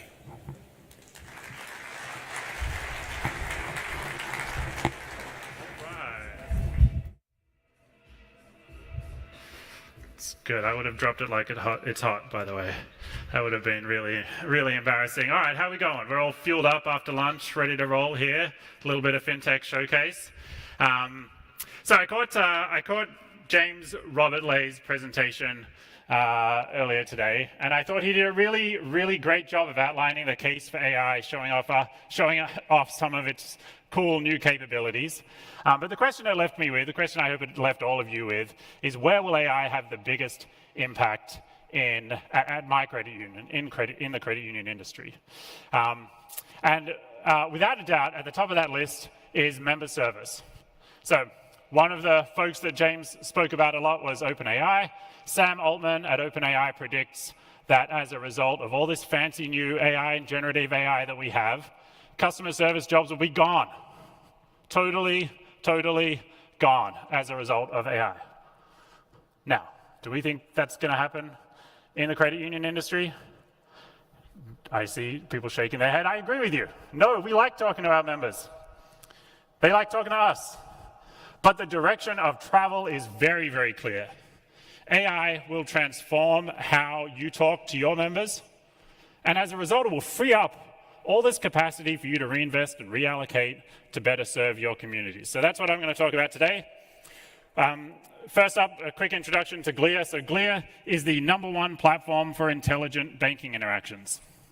Our purpose, our reason for being, it's to help you build thriving communities, to help you interact with your members, talk to your members, to help you better serve the communities that you're in. We do this exclusively for folks like you in this room. We exclusively work in the banking industry. We have over 700 clients, of which over half are already using our AI agents. So we're a member service platform. We're a way for, we would handle all of your inbound and outbound phone calls. We handle all of your digital interactions, chat, video, co-browsing, and we embed AI throughout the journey, automating customer calls and helping your team work when they're handling an interaction as well. So let's go back to our mate Sam. Why will AI have such a big impact in customer service? It's because we all love to talk. We're doing it right now. You've been doing it at lunchtime. You all spend an enormous amount of money handling those calls. Your customer care team, your member care team, is a huge part of your operation. So if we dig into this, where is all this time all this time and effort and money that we spend on member care, where is it all going? If we dig into the data, what we can see is most of that time, most of those calls, they're for simple, routine, repetitive things, the same things again and again. Check balance, get transactions, where's an ATM, what's my routing number? This is real data from our customers, our hundreds of customers, on what members call about. So we spend all of our time on these simple green things, and when people come in with a more complex issue, they want a mortgage, they have a fraud issue, they're stuck in queue, they've got to wait. What happens if AI could do half of this work? What else could you do? It would free up an enormous amount of resources and capacity for you to reinvest and reallocate back into better serving your members and your community. So if AI could 2x, if AI could do half the work, if it could 2x your team's capacity, what more could you do? I came from our conference recently, our customer conference here at Glia, and we had a bunch of our customers sharing stories about things that they have done once they've introduced our AI and voice AI solutions. And one of these was from Heritage Federal Credit Union. What they said was our AI had enabled them to double their team's capacity. They acquired another credit union, so doubled their team's capacity, and they reduced their team size by 20 through natural attrition. So they took some of that extra capacity that they gained, and they reinvested those headcount, those FTEs, into their lending team. They reallocated into their lending team and grew their loan production by 63%. And they invested, for the folks that remained, they invested more time in training and development, and they're able to reduce their team attrition as a result. A very common story, we heard a lot of these at our conference recently. So then I hope you're all in the audience are thinking, well, that sounds great, Jake, but can AI actually do half the work? That's a very good question. We do this today for hundreds of your peers. So our AI today handles about 50% of calls. Everything in the green in this chart, we automate over 65% of everything in the green. And then those purple things, they're the things that we want to make sure we're transferring off to an agent seamlessly with context, all that good stuff. When it does go to an agent, we have another suite of AI tools that can help agents with data entry and do things a bit more efficiently. So it improves the experience and it helps your reps be more efficient. So that's enough. Let's take a quick listen to an example of a call where someone's calling up, checking their balance, doing something pretty straightforward.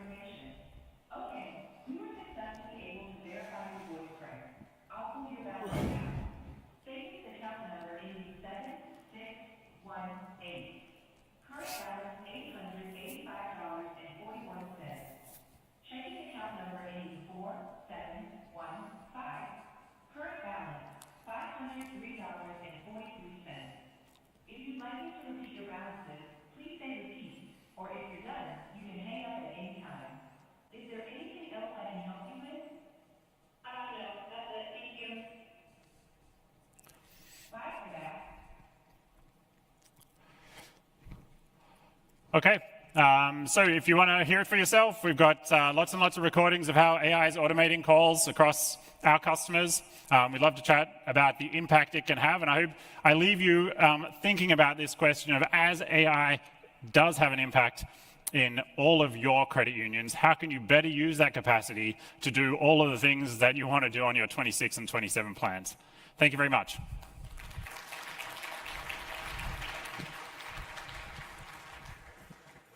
Oh, Jake, hold on. Come here, buddy. We practiced this well. So, Jake, just want to kind of unpack a couple quick things. How is the rate of consumer adoption going to affect the rate of business adoption of AI? Yeah, so one thing that you saw from James's presentation, right? This whole AI wave is not being driven by businesses. It's like the iPhone wave. We're all using it. I can't remember who it was in the audience, but you're going to be, making tunes using AI. I'm sure you're going home making birthday tunes right now. We're all using it for writing birthday cards. We're all using it in our day-to-day lives, and that is going to drive our expectation. I don't know who's using ChatGPT voice mode. You also are an example of it. It's awesome. It's like that is the sort of experience consumers are going to be getting used to, and they're going to expect to interact with you in the same way, just as they did in the mobile phone revolution. It was consumer adoption that drove all of you really to have mobile banking. This wave, as James said, is happening way faster, way bigger.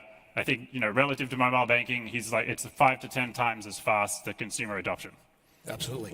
You mentioned, this gives, credit unions and business the opportunity to then re-leverage their workforce, right? So if you're helping to assist those easier transactions, those simple balance inquiries and so forth, where do you see this in 5 years? How do you see this evolving, the call center operations for credit unions? Yeah, so it's a very common question we get, which is like, what impact is AI going to have on the workforce? I like my customer care team. I don't want to see them go anywhere. And I think for credit unions in particular, the answer is one, you do have a lot of natural attrition. You probably all have open recs today for headcount. And so there's a question of where do you allocate that spending? Is it hiring new headcount, or is it investing in technology that can do similar work? I think the way to think about it, though, is hopefully as I framed it here, which is we need to think about where's the best way and place for you to spend your limited resources. Is it answering calls about people's balances and what's your routing number and finding branches, which is where you're spending a lot of time and a lot of money today? Or is it moving those headcount into your branch, into your loan department, into your fraud team, into your collections team, focusing on literacy? So how can you better serve your community with efficiency gains from AI? Right. Fantastic. All right. Well, thanks again. Give it up for Jake again. Thank you. Thank you very much.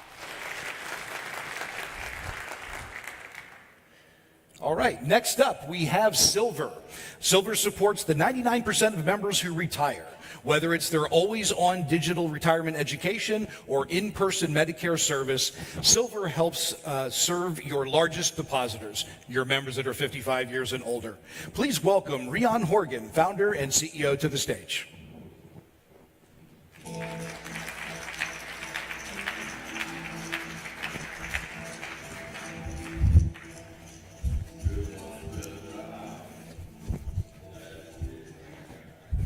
All right, it's great to see everyone here today. I want to first of all just ask a question for the audience. Can everyone put up their hand who is paying 6.2% in tax every 2 weeks into Social Security? Okay, that is everyone, because I think everyone in this room is gainfully employed. So we're going to talk about Social Security and Medicare and what that means for your retirement, as well as your members' retirement. As most of you realize, your members and most of us in this room no longer have pensions. We're part of a self-saving retirement economy. I call it an experiment because we are the first people putting money into our 401ks, and we're also the first generation of members that are taking savings out of 401ks. And I will tell you that your members are not really feeling great about this experiment. And in fact, only 17% of them are confident that their savings are going to last in retirement. So what are they doing? They are working longer. 60% of your members plan to work after the age of 65 so they can save more for retirement. Now, when I said the word retirement, some of you in this room might have thought, I got this covered, I've got financial advisors at the credit union. But what I would tell you is that the average credit union only has 2 to 3% of their members being served by their financial advisors, but 99% of your members retire. So let's talk about some of the topics that members really care about. We're going to start with Social Security. Can I ask the audience again to hands up, which is how much do you think the average 65-year-old member's Social Security benefit is? Is it $100,000? Hands up. $250,000? $500,000? $850,000? Or $1 million?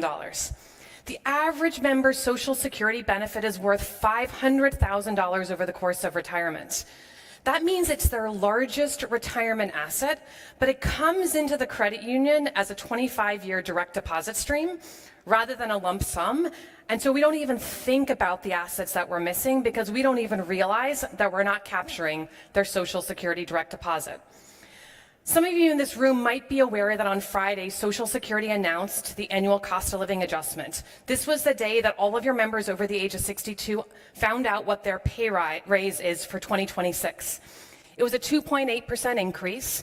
Not enough for a lot of folks. On average, it was a $57 increase. And it's one of the many changes that members are trying to navigate every year. If you want to learn what percentage of Social Security direct deposit you're capturing at the credit union, take a picture of this QR code and you can find the transaction details that you need to look for to understand what percent you're capturing. I say this because the average credit union that we work with today is only capturing 25% of the Social Security direct deposit. So the second big decision that members make around retirement is retirement health care. Many of you may be listening to the radio or driving home hearing the advertisements for Medicare right now. Retirement health care is complicated and it's also really expensive. I'm going to just do another quick poll of the room on what Medicare costs. How many of you in the room feel like it's free because you pay taxes every 2 weeks? All right, good. You know that's not true. Is it $100,000 over the course of retirement? Is it $250,000? $300,000? $600,000? Maybe a couple of you don't really know the answer. The average couple spends $300,000 over the course of retirement on health care, and that is if they are lucky enough not to need time in a nursing home. That is just Medicare premiums and out-of-pocket costs. Think about that for a second. Do you think your average member can afford to pay $300,000 in health care costs in retirement? They are overwhelmed by the complexity, the costs, and the constant change. But the good news is there's someone who's standing up for them. That's AARP. AARP steals your members starting at the age of 50 because they are there to help members navigate Social Security, navigate Medicare, and when members turn 65, they become the place that members enroll in Medicare.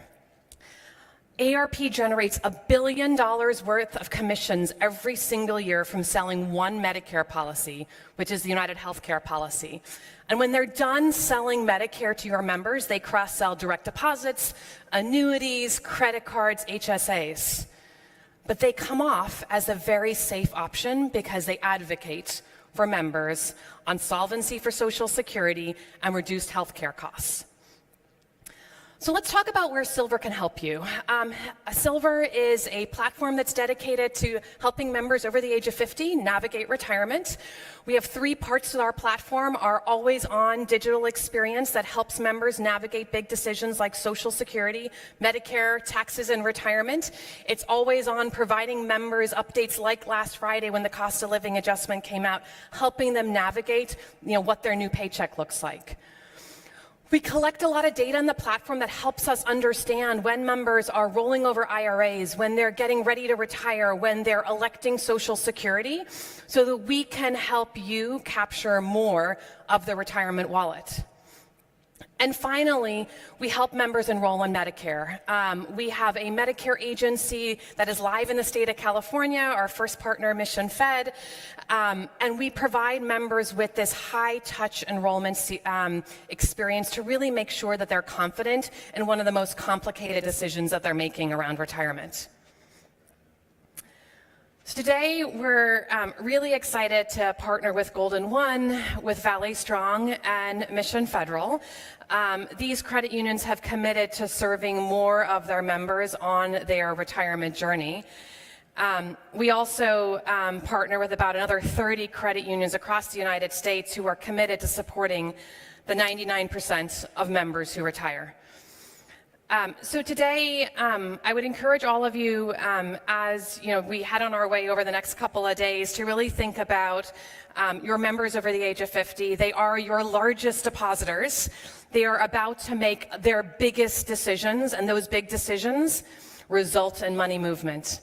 And the question is, are you content just to capture 25% of their Social Security deposit? Or do you want to make a bigger impact on those members and capture more of their retirement wallet? Thank you very much.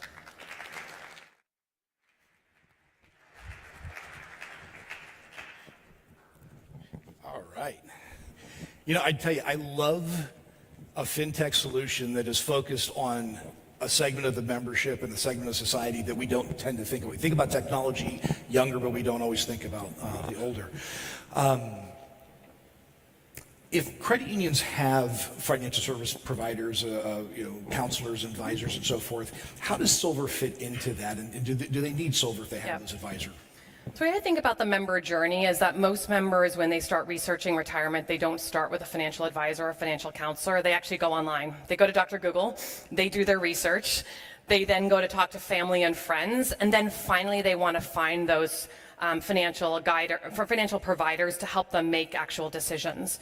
I really think about Silver as being that upper part of the funnel, which is a safer place than Dr. Google to do your research, and perhaps a slightly more accurate source of information than the crowdsourcing amongst your family and friends. But ultimately, our goal is to connect.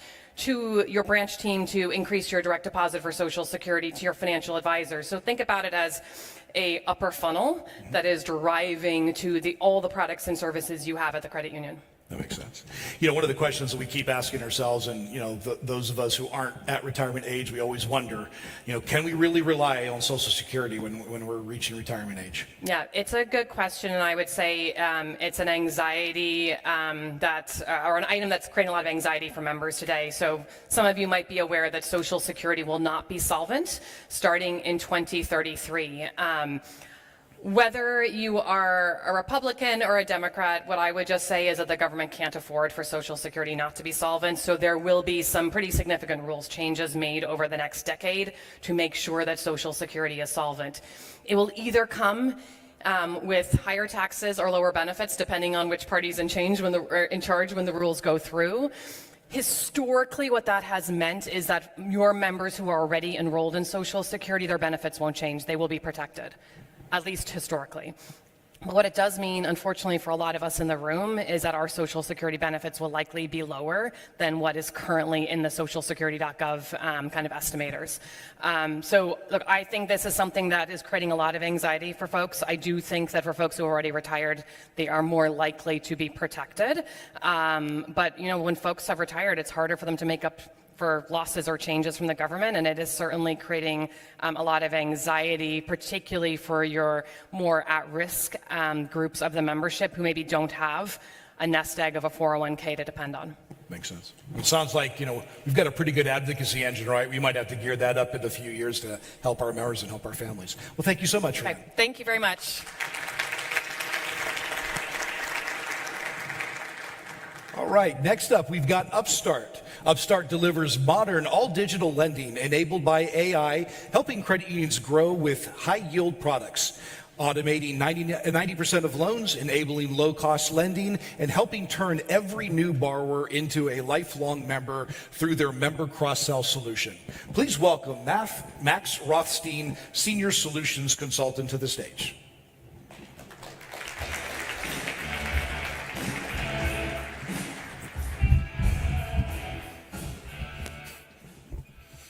Hey folks, very excited to talk to you today. About a year ago, our leadership team challenged me with solving one of the hardest problems that the industry faces.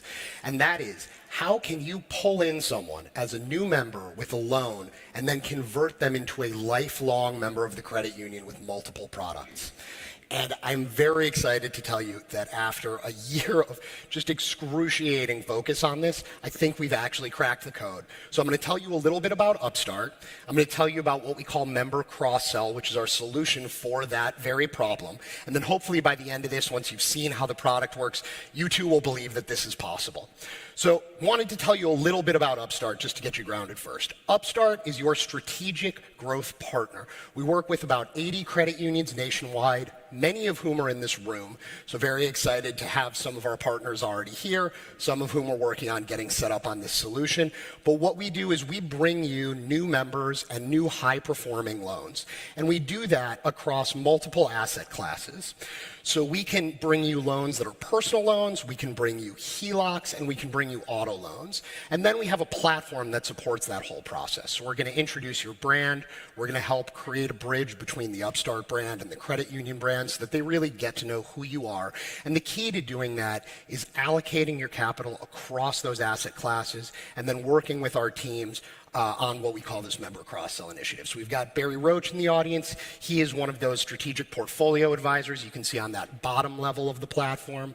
On average, he's got about 20 years of experience in the industry. They're going to help you figure out, do I want to put this into personal, HELOC, auto, where do I want to grow? How am I going to balance my risk appetite? And how am I going to ensure that I'm meeting my lending goals as well as my member growth goals? Then what we've got on top of that is sort of the most accurate AI models in the industry. So we've trained these models on 48 billion now in originations across those asset classes. And we've also trained them on millions of applications from a fraud perspective. So we're able to deliver you new Prime members where 92% of people are getting approved in a completely automated fashion. So they have a great experience as a new new member, and they're rife for that member cross-sell solution where you're going to become the hero in their financial journey and build a lifelong relationship, hopefully stealing them away from one of the big money center banks who they were probably banking with when they came in. So I want to tell you a little bit about how we're helping you do that. The goal of the Member Cross-Sell Initiative is really to help you deepen member relationships, so make it more than just an indirect loan, and to do that by expanding to additional products with a particular focus on deposits, but also introducing new and highly relevant credit products through targeting and individual messaging using the data that we provide you that we collected from that member when they applied. And then finally, the key that we're driving towards here is primacy. So helping you win that PFI status with them. And how are we helping you do that? Well, we've really got three key pieces of this program. We've got the Member Cross-Sell Playbook, which is about 65 pages of best practices on how you can deepen those relationships, do smart segmentation, figure out what their relevant financial need is, and introduce those great products that you all provide. And then when you're ready to put one of those plays in action, we've got the Member Marketing Hub, which is your tactical complement to that. And then finally, what we've got is on the tech side, what we call the Member Deposit Solution. And I'm going to show you how that works now, because I think that's, in many ways, the most exciting piece of this. So you're going to put yourself in the perspective of somebody who's just come into Upstart. You're probably looking to consolidate credit card debt. You've taken out, maybe an $18,000 loan. You're going through here. We've already introduced you to, in this case, our fictitious Premier Central Credit Union, and you're ready to view your promissory note and sign. You've also signed a member application at the same time. So we've introduced the idea of becoming a member of a credit union. And here is where you'll be able to see this member cross-sell offer. So we've found that the market clearing rate is about $400 to $500 if you secure that direct deposit, not just getting the checking account open, because obviously that becomes a cost center if you can't get them to actually transact out of it. So we're going to, support customizable offers here, and it's a really prime CTA right when they're seeing the congrats message and feeling good about resolving that debt consolidation problem that they came to us with. So once they've taken a look at the terms and they're interested in proceeding, they'll be able to go through and click out to your existing deposit account opening solution. So we're going to show them all of the steps that they need to complete to finish this journey and get that incentive. Opening the deposit account, as I said, with a click out to your existing deposit account opening solution. Then using Plaid in order to connect. Most of them, 95%, used Plaid in the process of getting set up, so they're all very familiar with that. So once they connect the new account from your institution, then we're going to have an automated direct deposit switching solution for them to go through. So in one session, they've gone from never having heard of your credit union to being introduced to the credit union brand and going through this whole flow to really make you the PFI for them. So you see they link out to your existing deposit account opening, very easy from a change management perspective. You don't have to set up a whole new deposit account opening process to use this solution. We want to make this very easy for you all to get live with so that you don't have to spend a ton of time worrying about anything other than the offer and how you're going to do follow-up with that member. Once they've completed that process, they get pulled back via email marketing or via a link out in your deposit account opening solution, and they'll see that they just have to go through that Plaid flow that we had described, connect that new account, and then switch over their payroll. And we found a lot of people were concerned about really using the new account if they couldn't automatically switch over their direct deposit, because then it's not going to be much use to them. So they'll go through the Plaid flow to connect the new account. They'll select the new Premier Central account because they're excited about getting everything changed over from that money center bank. And then they're going to go through the automated direct deposit switching. So with the PII we already have, we identify who their ERP platform is, where they're employed, and we allow them to authenticate into that platform without going and searching and looking for their password or their login name, because who wants to go log into Workday, if we're being honest about this? They get a text on their already set up 2FA with that platform.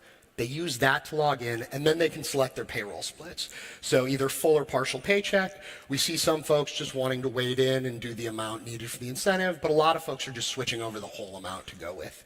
And then when they say this looks good, we automatically apply those changes on the back end with their payroll provider. So now they've done all the steps that they need to in order to complete that process. They've set up their new account, they've switched over their direct deposit, and you all have become their PFI. If they want at this point, they can add your Member account now is the funding source for that loan to make those payments on an ongoing basis.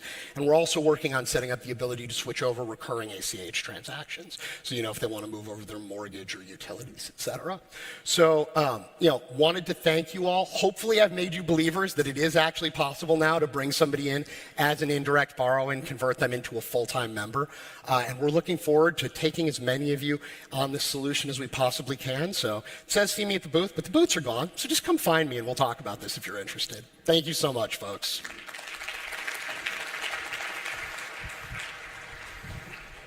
All right. Fantastic. Well, so a little bit of a follow-up. When you're onboarding a new member, how many intentional touch points should we really be focusing on to create deeper engagement? And which of those touch points tends to provide that deepest engagement? That's such a good question, because I think a lot of credit unions are reticent to have a lot of touch points in that first 30 days, but it's so important that you have between 6 and 12 touch points at a minimum, just to really reinforce the value proposition of becoming a member of a credit union, because many of the millennial and sort of Gen Z members that are coming in don't really fully understand how different they are from banks and the benefits that they can get from that. So the most impactful touch points can come from your welcome packet, as well as outreach from your member services representatives. Having that personal touch and providing that level of, sort of trust building that only credit unions know how to do is a really key piece of that. And those first 14 to 30 days are so crucial in that process. That's great. Thank you. That's very helpful. Converting indirect borrowers into multi-service loyal members has definitely been a long-standing challenge for credit unions. How does Upstart's member cross-sell module really help to do it differently? Yeah, it's another really good question. I appreciate that. I know a lot of people in this room have tried to convert indirect members and failed, and we spent a lot of time doing user research with them to figure out what some of the obstacles were to switching. And so much of it came down to two big things that this industry can solve. And one is just building trust. So building that bridge between the brands. They might not have heard of the credit union prior to coming into Upstart, and that's where the marketing piece of this is really important. And then the second piece of this is seamless technology. Consumer expectations from Amazon, DoorDash, et cetera, are so high, they're not willing to go through a frictionful process in order to switch their direct deposit. So you have to make the deposit account opening and the deposit switching up really easy for them to do. So we're really happy that I think we've delivered that. We're now seeing members actually go through that whole flow. Makes a lot of sense. Well, thank you so much. Thanks so much. Really appreciate it. Appreciate it. Thanks, folks.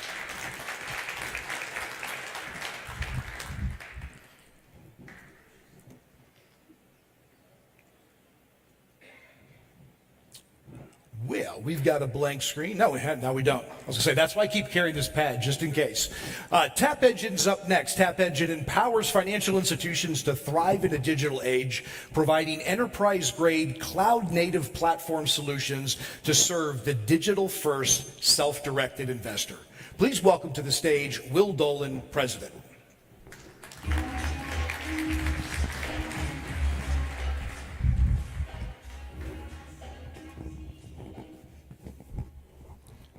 All right. Good afternoon, everybody. I hope the energy level is still strong today, and it's really a pleasure to be here among leaders who have really spent your careers focusing on financial inclusion and community trust. I'm here today with Deanne Figueres, who has joined Tap Engine recently as our Vice President of Marketing and Business Development. In a moment, as we go through our presentation today, she's going to give you a live demo of the solution that we've brought in place today. So thank you, Deanne, for joining us. And many of you may know her. She's been involved with the League for years and years, and we're very lucky to have her as part of our company. All right, let's do that. Thank you. So we're seeing a generational shift. You heard Sam speak yesterday on an excellent panel talking about all the things that were happening outside and what's changing in the demands of members.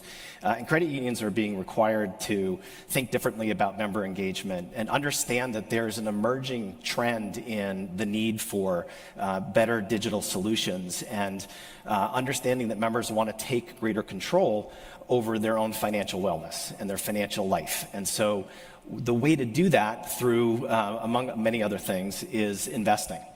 Investing is the new frontier for credit unions to continue the mission to empower members financially. And TapEngine is very happy to be a provider of solutions in the space that can help and really help the members engage and help credit unions move this initiative forward and take advantage of the new digital era that's among us. So we heard statistics. Some of them I believe, some of them I don't believe, but one of the ones that really stands out is the amount of outflows that are going to other digital platforms, leaving credit union deposits, deposit accounts, and going into a whole host of fintech solutions. And so what we are really focusing on here is how do you stop the flow of those deposits, but also more importantly, how do you create a solution that's going to help you take advantage of the market opportunity to grow your revenues, engage with members better. And so through our investing solution, our capabilities of self-directed investments, we have a way to help credit unions do that.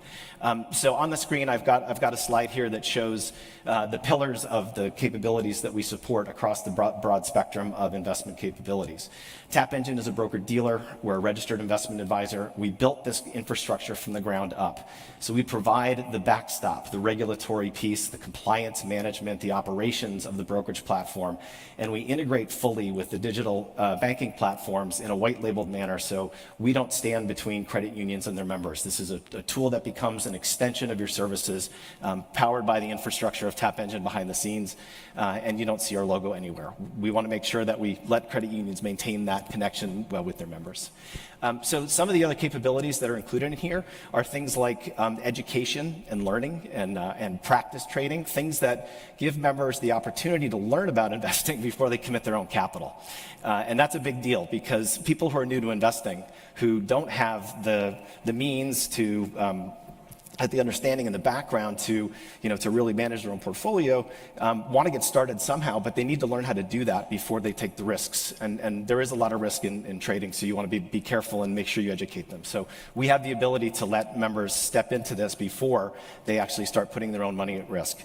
And it can be any amount of money. This product is available, and the solution should be available to all members. We want to make it accessible, we want to make it usable, and we want to make it available to people if they have $5 to spend, if they have $10 to spend a month, or if they have a couple $1,000s to spend. We want to make sure that it's available for everybody.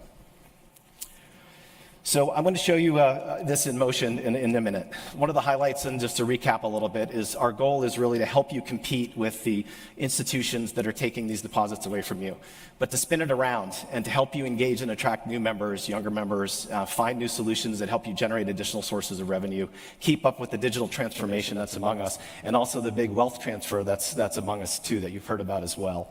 And promoting financial literacy is kind of at the heart of this thing. So what I'd like to do now is to have Deanne share with you our tool.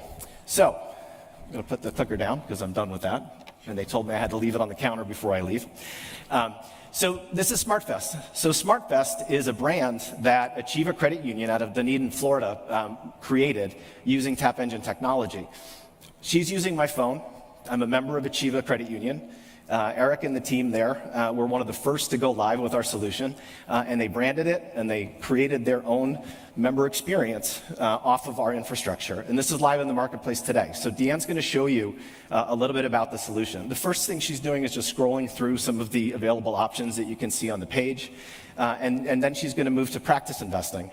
Practice investing is going to be where you get money that's given to you that's fake, but you're actually simulating trades and investments in with real live market data, so you can practice before you actually put your own money in play. So this is an example of the practice trading area. Looks exactly like the area where they do real investing, but it's very clearly identified that it is practice and it's fake. And when they get to open an account, which we'll show you in a little bit, the members have the ability to engage in the exact same interface with just a much clearer label that you're actually trading with live money at this point. Thank you.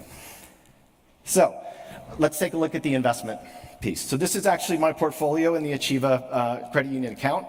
I've got $468.67, and I'm up 5%. All right, thank you, Deanne. I've done this presentation on stage a number of times, and Deanne places live trades with my account. Fortunately, the markets are closed right now, so we can't actually spend any more of my money.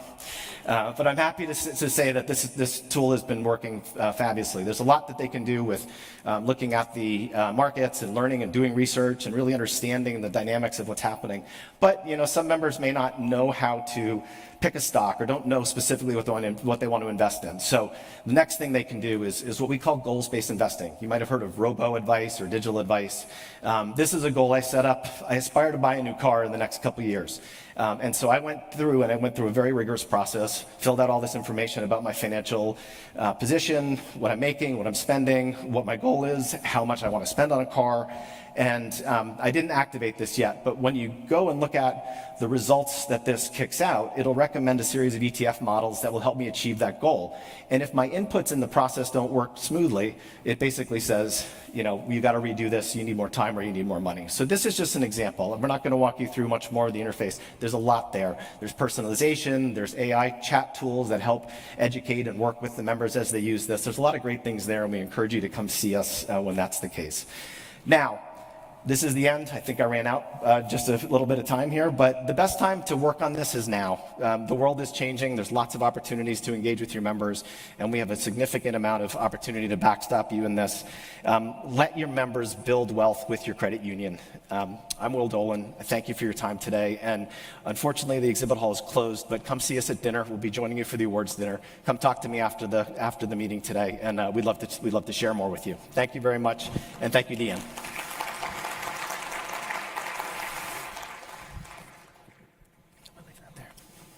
Will, I did place a phone call to the New York Stock Exchange trying to get them to stay open for your presentation. They declined, but wished you well. And you did well. So as we think about modernizing our digital platforms for self-investing, how do we really help credit unions compete with some bigger banks and some non-bank fintechs? How do we continue to maintain and build trust in this digital era of what can be very high dollar in investing in a mobile space? There's a couple key things there that we focus on to help credit unions and the members when they roll this solution out. Be really transparent about the fees and also make sure that they understand how much regulatory experience we have in this industry to support this and backstop this, to make sure that their assets are safe, to make sure that their information is privately held and secure, and also to understand that we have the expertise in the operations center behind this. We have decades of experience in working in a highly complex and regulated environment in the brokerage business. Personally, I spent 16 years as an executive of Fidelity Investments. I worked in early my career in the fintech space in the New York Stock Exchange, and we have a team that can really wrap around this in a very significant way and help credit unions make sure that the integrity of the offering is incredibly well supported for members. That's great. As digital investing becomes as ubiquitous as home banking and mobile banking, how does Tap Engine help credit unions stay relevant and stay in front of this great opportunity? So with the trends that are happening and the amount of time people spend on their mobile devices and the fact that digital engagement is a really primary way of engaging with folks, I think I heard a statistic recently that more than 55% of people who have deposit accounts with banks and credit unions do it through their mobile exclusively. And so by helping digitize and create a new experience for credit unions that looks like their brand, that keeps building the trust of that relationship and building on top of that with new services, we feel that we can help position credit unions really effectively in that manner. Fantastic. Thanks again, Will. Yeah, thank you.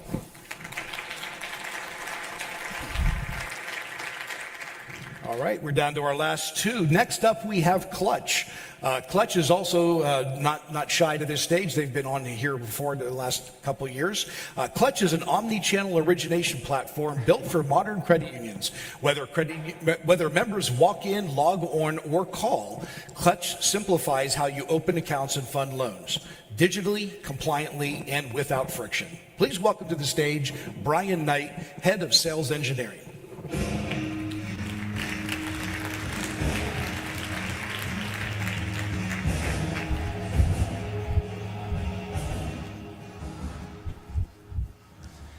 Well, good afternoon. As you probably have seen, my name is Brian Knight. I lead our solutions engineering function at Clutch, and I'm really excited to showcase our lending technology for you today. As you probably heard throughout the entire conference, you're not competing with other credit unions. You're actually competing with fintechs. What we didn't mention, as part of our opening is that our tagline at Clutch is that our goal in life really is to turn you all into fintechs. And we're powering that today, or that experience, for 150 plus institutions. I'm not going to bore you guys with a bunch of slides and data statistics and things of that nature, but figured I'd just get right into the solution. So I'm going to go ahead and we'll advance the slide here, and we'll run right into, if we can figure out how to advance it. There we go.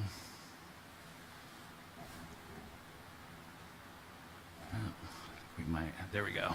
All right, so we're just going to jump right in. So how does Clutch actually simplify this process? Well, first and foremost, we remove the friction. So what you'll see on the screen is that with 5 pieces of information, starting with a cell phone lookup, a multi-factor code, and the last 4 of the member's social security number, we now create this very know-me type of experience where we pre-fill all of their personal data. We'll gather a couple of last pieces of information, such as their email address, as well as their stated financials. And then magically what you'll see in just a moment is we're going to pull a soft credit inquiry. We do that with the credit union's preferred bureau and scoring model. We marry that information up to our proprietary decisioning logic, which basically houses not just your underwriting criteria and rate tiers, but also has the ability to intake other data, like, for example, from your core systems. And what that does is it allows us to create, again, this curated experience of debts that the member net new debt opportunities they're pre-qualified for, as well as opportunities for saving should they elect to refinance their debt with the credit union. Now, in this experience, we're going to show you how a member or non-member can go through the process of obtaining a credit card, as well as becoming a member and refinancing their auto, all in under 4 minutes. So you'll see here with that enhanced decisioning logic, we're powering these very personalized offers, guiding the member to, again, that opportunity we know with the highest degree of certainty that they're going to be approved for. So with one click, we're now going to take them into those required disclosures, followed by any sort of ancillary protection products that they may qualify for, thus enhancing your non-interest income. Now, once we present those opportunities to the member, again, we're going to facilitate a core lookup to determine if this person has an existing relationship. But before we do that, we'll gather any last pieces of detail that we may need. Our enhanced logic actually allows for us to automate this process, even servicing things like income and employment verification, instead of asking the member to manually enter the data. Now, once we've completed this, as I mentioned, we'll do that core lookup. And if this person does not have a current relationship with you, we'll actually even automate the process of helping them become a member. So we'll surface things like field of membership if we need to, and then ultimately take them into the required disclosures that they'll accept. And then again, we'll automatically open that requisite share account just like that. We'll allow for them to track the status of their application in session, but we don't require it. We leverage advanced AI that will actually reach out to the member where they want to be met, which is on their mobile device, letting them know the status of their application as well as any stipulations they may need. We then take them into a cross-sell experience that's completely personalized. So those pictures of the autos that you saw are actually their cars. We'll guide them to various options that they can choose from based on rate and payment combinations that work with their budget. And then ultimately, once they've made that selection, again, we'll surface those additional protection products, even going so far with many of our partners like TrueStage to offer a full quote and bind experience. So if the terms of your loan don't change, there's nothing else you all need to do to bind that product. Now, once that process has been completed, this is really where the magic happens. So through the advanced decisioning logic, this loan will require no touch from a human. So we'll submit our loan, receive an instant decision back, since all the documentation that was needed to approve the loan has been provided. We'll listen for a webhook for any documents that need to be executed to close the transaction, surface them up in a real-time fashion via DocuSign, and allow for the member to execute the documents, again, with no human intervention. Last but not least, you'll see once the documents have been completed, we'll be taken back to that home screen where the member can effectively self-serve additional cross-sell opportunities in perpetuity if they'd like. But ultimately, just like that, in 4 minutes, we've applied for a credit card, we've refinanced our car, and we've become a member of the credit union all at once. And that's my presentation. So thank you all very much. I appreciate your time.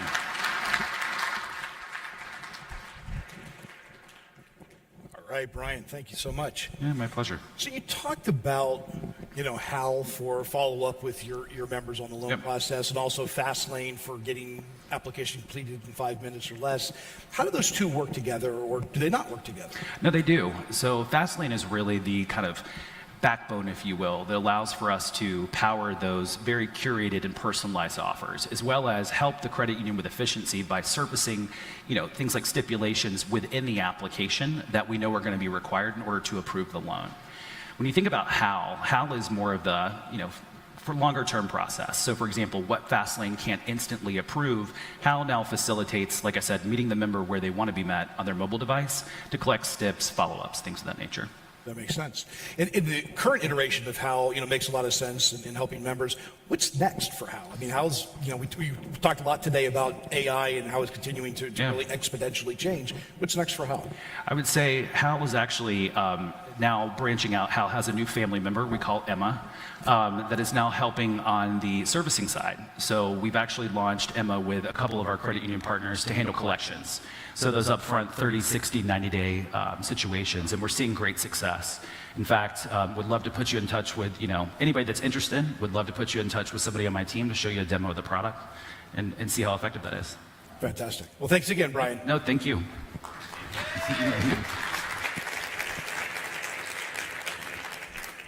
All right, and our last presenter today is Momentum. Momentum helps credit unions realize their full market potential by optimizing their branch network strategies, finding the best branch locations, and predicting a return on investment of these locations. Please welcome to the stage Mark Algard, President and Director of Client Strategy.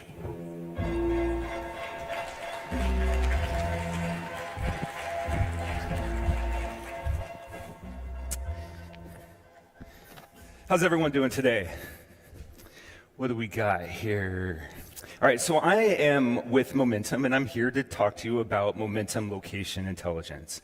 Momentum Location Intelligence is the most robust platform available to credit unions in placing branches in new and existing markets.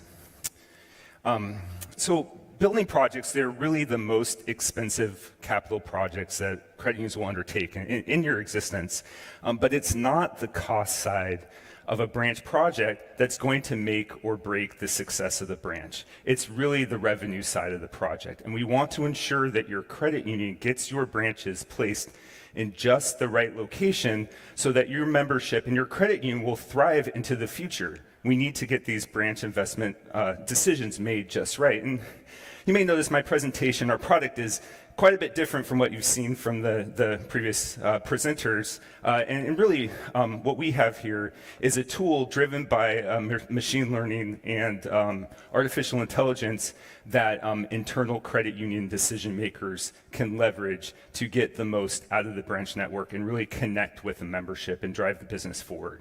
So Momentum Location Intelligence leverages a 20-year partnership with Precisely. Now, Precisely is a data provider that's actually used by 90% of the Fortune 100 companies. So, for example, McDonald's, their restaurants, they are using data from Precisely to find where their next restaurant is going to go. But it's through our lengthy partnership with Precisely that we're actually able to take this data and bring it down and make it available to small, medium-sized credit unions. I think we may have a couple of larger credit unions, very large credit unions in here as well. But it really is something that we're able to bring it to the credit union market because of this relationship. And so, for example, DoorDash, who uses Precisely, their contract is in the range of $2 to $3 million a year to access this data. We're able to make it available to credit unions at a mere fraction of the cost.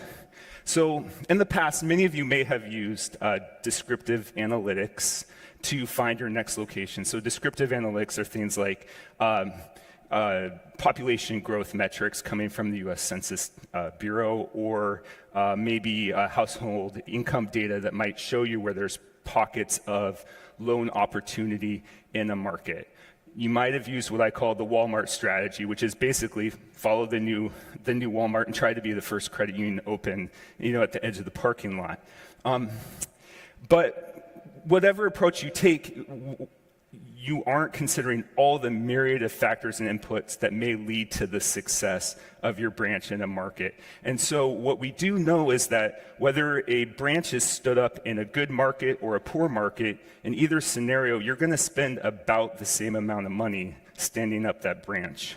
But the difference in revenue or return on investment between a good location and a bad location could be 3 to 4 times over the life cycle of a branch. So frankly, it's the difference between growth and stagnation for the credit union. So what we do is we bring in hundreds and hundreds of data points to help you understand much more precisely how you will perform in a market.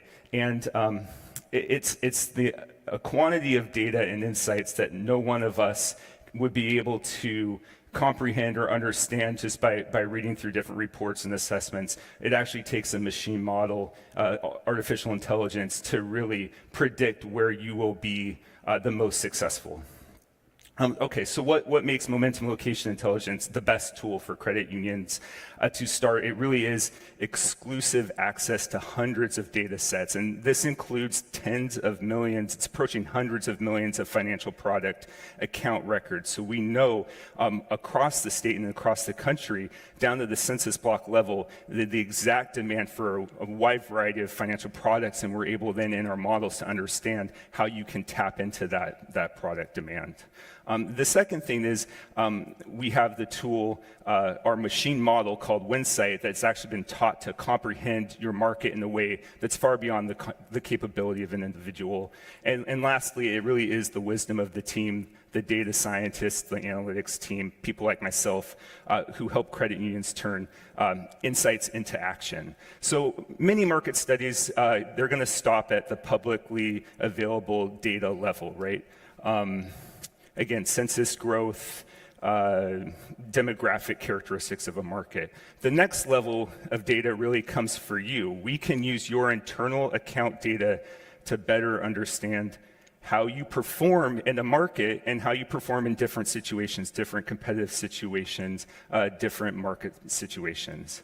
But it's your internal data plus hundreds of other data sources that we're able to aggregate that we can really then turn into prescriptive analytics. So where we can use this information to help you say, this is exactly where you will be the most successful in the market. So for example, one of our data sources, one of our models comes from the 45,000 branches that we've surveyed around the country, and we've surveyed the characteristics of these branches. And from that, now we have a model that can compare, say, a large freestanding hub branch to a grocery store branch, and we can place those both in exactly the same market and understand how each branch will perform differently, and they will perform quite differently in those two scenarios. Another example that I think is really important is looking at the relationship between where people live and who they hold accounts with, because through this we're able to understand the degree to which the physical presence of a branch drives the banking relationship. And what we find is that it really does, for many types of accounts, it drives it much more than you may think. So this is very important because of the impact of digital banking on branch locations. So what we end up with is a model that's underpinned and driven by hundreds of sub-models. So we can go through and literally weigh thousands of options within a market and help you find the best location. So the model can tell us your next 5, your next 10 best locations in a market down to the intersection level. We will be considering how different branches will cannibalize business from each other. We can look at the impact of opening a new branch, closing a branch, moving a branch. We'll start to understand things like what is the brand lift to the organization by placing a branch into a market.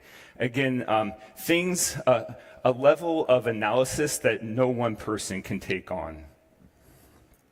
But there's still so many qualitative factors that go into branching decisions, and the model is quite robust, and so it really does kind of take our expertise as well to kind of help you run through the many iterations that are available to you in a market. So for example, here on the right, Boo Hisk Bank here, they they had the resources to go into a new market with several branches, 4 branches in fact. So we were able to look at a market and say, well, if we put 4 branches, what would be the network effect and the brand lift to such a strategy? Whereas on the credit union on the left, this is New Alliance Credit Union, and they're in Pittsburgh. We knew they had one shot to get a new branch in just the right location and have the biggest impact in the organization. And so we looked at this project a little bit differently, and we were able to find a regenerating market where there were no credit unions there yet, but we could see the insights that that market was about to take off, and it also had many characteristics that were similar to their previous successful locations. So Momentum takes a data-driven and a people-centric approach to delivering buildings that help credit unions thrive. And so even once a market's location is selected, we're able to leverage our location intelligence to better inform our branching decisions. And so what this does is it helps us understand things like the market demand in relationship to how your legacy branches perform, or the drive for products, and that then helps us align the branch and understand how many people do you need to work in the branch, what types of products or services you need to have in the branch, and that's going to then tell us what does the branch experience design look like, and how are we even going to staff this branch, which means how big's the footprint, how much space do we need as we go out into the market. And I'll just wrap up by saying, and you can connect with me on LinkedIn if you want to continue the conversation, but just want to wrap it up by reiterating that I believe the biggest challenge that credit unions, one of the biggest challenges you face, is that you are good at forecasting costs, but not so great at anticipating revenues in new branches. But it is the revenue of those branches that's going to ultimately lead to your long-term success. Thank you.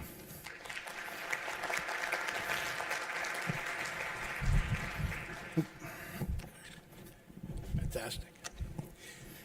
So talk about how your solution fundamentally differs from your competitors on the branch selection process. Sure. I think that it differs in quite a few ways, but I think one of the most important ways is our approach to calculating branch franchise value, or brand franchise value. And what that is an assessment of how your credit union actually competes and performs in the real world. So we're actually able to see how you do in competition with other credit unions and banks, or in different scenarios of different markets. So it's not just understanding what is the demand for a product in the market, but it's also understanding how well we think you're going to perform in that market. That's really then going to give you a realistic insight into how a branch will perform. Makes sense. Mobile banking, home banking, big transactors. Sure. How do you factor that into your branch selection process? Yeah, it's really important.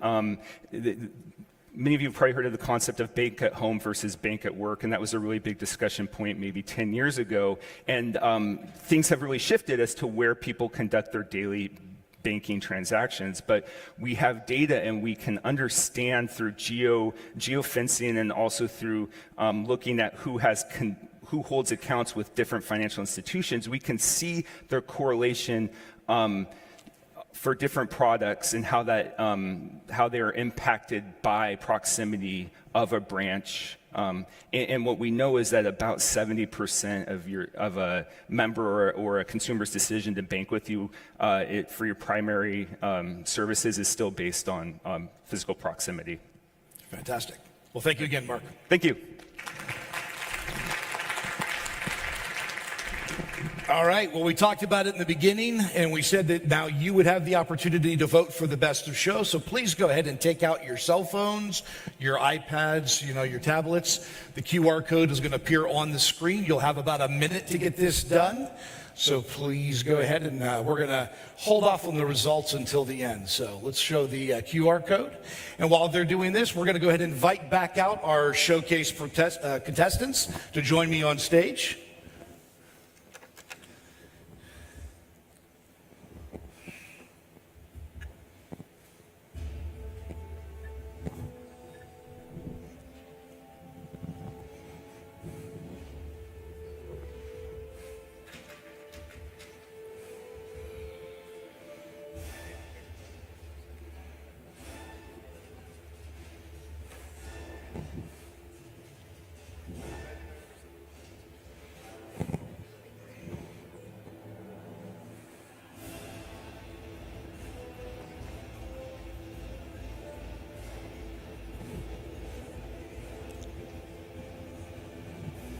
Max, Rian, Will, please join me back out on stage. I'm lonely. All right. We are boiling it down. Give you 20 more seconds.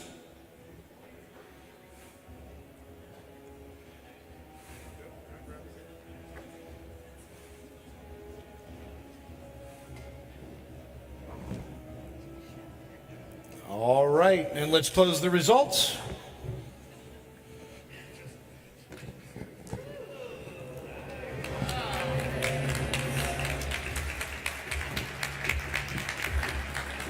All right, and I'm sorry, I was trying to read here. Silver is our winner, Rian Horgan. Congratulations, well done. Thank you. Fantastic.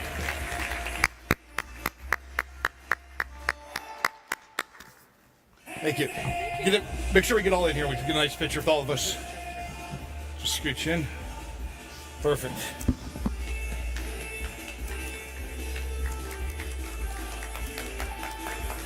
All right. Congratulations again. Thank you guys so much for sharing your great solutions with us. If you haven't had an opportunity to connect with them, they will be around after this. Please, touch base. All of them provided contact information as well on their slides. Thank you for joining us on this stage. I am very happy to invite back out to stage our two incredible leaders in our states, Scott Simpson and Lucy Ito. Please come out on the stage.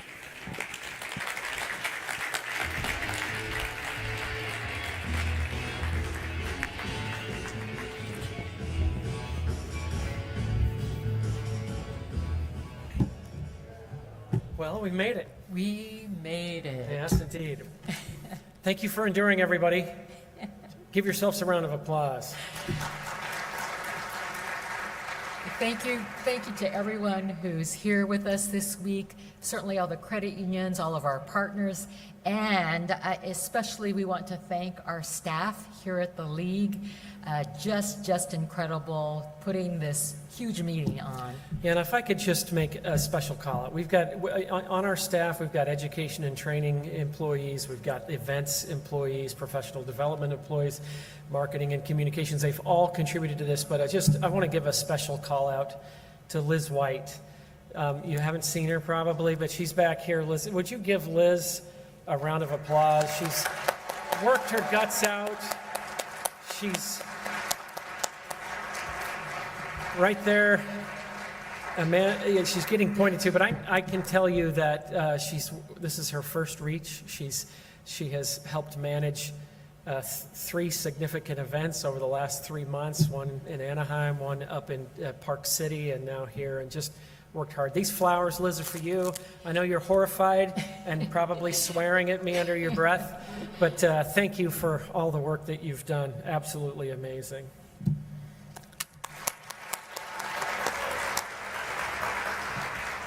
We'd also like to thank our sponsors. I think you could tell from our exhibition hall, we have like a who's who of credit union related organizations. So thank you, sponsors. Yes, indeed. They're here because they know you're here. They're just absolutely fantastic. That's exactly right. And we did have so many speakers. There's a dizzying number of speakers, but all the information that got shared and exchanged. Thank you, speakers, for your contributions this week. Yes, thank you. And I also want to, we want to congratulate this year's pitch winners. You remember Connecta Federal Credit Union awarded the $10,000 grand prize, as well as Sacramento Credit Union and Universal City Studios for participating and sharing their vision and just actually all being true champions for credit unions. Give them a round of applause. And our FinTech Showcase was just up. Silver, congratulations to you, and thank you to the others for sharing your wares. Silver. Yeah, very well done. There's been an unbelievable amount of generosity this week. We've seen, wine auction contributions, but you know, the RMJ silent auction raised $6,265 this week. Very nicely done. And then on the PAC fundraising front, our goal is $25,000. We have already raised $18,000. We still have time leading up to this evening's event. So come on, let's make our goal. Thank you, Lucy. You got to get there. I have renewed interest in America's Credit Union's Political Action Committee. So please be generous. We still need you there. You've also raised $9,030 for Children's Miracle Network hospitals through the Reach Golf and for the Refresh Cafe coffee cart. I saw lines all the time. Thank you for drinking coffee and getting it done. You know, I got to tell you, I love our little cafe. Yeah. Oh my gosh, it saved me. That's fantastic. And the little printed the art on the phone, fantastic. Yes. I did ask for a quadruple espresso this morning, and they looked at me, and I said, I've done it before. It hasn't killed me. So. Yeah, you were serious. Yeah, I was serious. Indeed. Also, we wanted to take this opportunity to congratulate our Leo H. Shapiro Lifetime Award winner for 2025. I don't know if Gary Perez is in the room. We'll be celebrating him tonight, but congratulations to Gary and all of the other award winners who will be recognized this evening. Yep, congratulations. Okay, it's time to save the date. Next year, Reach will be held right back here in Palm Desert. Please note the dates, put them in your calendars right now on your phones. November 2nd to 4th, 2026. Awesome, don't miss it. I just want to personally thank all of you for your generosity. The California, Nevada, Utah Credit Union family is absolutely spectacular. I'm grateful to the boards for the support that you've given and for the wisdom that they've shown in California and Nevada of selecting one of the best people on earth, Lucy Ito, for helping us guide through this transition. Thank you, Lucy. Thank you, Scott. And you know, we would all really, really be sad, except, you know, yes, you're moving to Washington, D.C., but wow, what we can do with our 3 states here and America's credit unions and all the other states. Couldn't be happier for you and couldn't be happier for ourselves that you're going to be leading our credit union system. Well, thank you so much. Continue to be the pace car that you are in government advocacy. We need it, and you are so good at it. So thank you all. Be safe. Enjoy your time, and we'll see you later tonight. Take care. Thank you. Thank you, Scott. Thank you so much, Scott and Lucy. Scott, you look great holding flowers. Y'all, I know it is the end of our time together for right now, but just a couple of housekeeping things and something I want to share with you. Lucy shared with me backstage. It struck her that when JR earlier said collaboration is co-creation, well, it's a big deal. And we are here to co-collaborate, you know, listening to Lucy, listening to JR, listening to Amanda, and of course our presenters today. Hopefully you have gotten and taken so much more of what you needed here. Now, we also have great news. You might have seen it in your email, an email from Scott. This is huge. This is about our new $1 million endowment. This is huge. It's a brand new program that we have collaborated and co-created on. Now, this is a partnership between California's credit unions and the California State University System, a $1 million endowment to send up to 14 students a year to intern on Capitol Hill in DC. And this is huge because they're going to make relationships that help the credit union movement now and for what is next too. So please, we are $250,000 away from our endowment goal. You'll see the email and details from Scott in your inbox, so take a look at it, but please help us be part of making these scholarships possible. Now, if you can't tell, I am absolutely ready to party. So please, whether you have sequins or you pack something more casual, please come and visit us tonight, celebrate with us at the awards. Write on the wall, tell us your credit union story, take the surveys. Is this the best look of all 3? I don't know. Who knows what I'll wear tomorrow? And the reality is, if you haven't checked out the app, we have great sessions tomorrow in the Springs Ballroom, including my keynote talking about burning at both ends, how to burn out and love your work and life again. So if this is the last time we see each other, I have been honored to be your MC. I hope to see you at the awards in bright and early tomorrow. Y'all be good, and if you can't be good, have fun. See ya.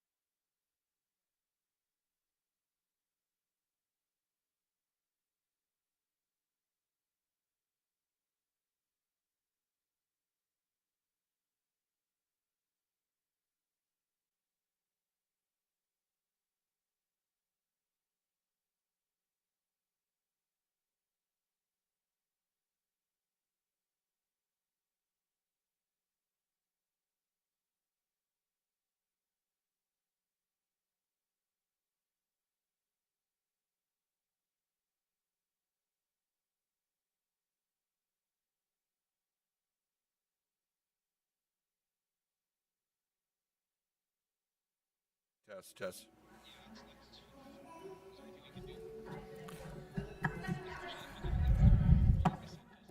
Right.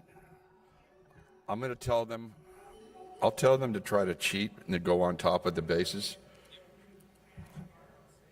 Let's test this, Lee. Tell me how it is. Test 1, 2. Testing 1, 2.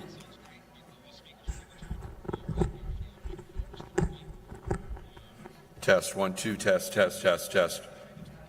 Okay. Well, yeah, I project a lot, so yeah. Okay. I'll have Rachel tell them not to be shy.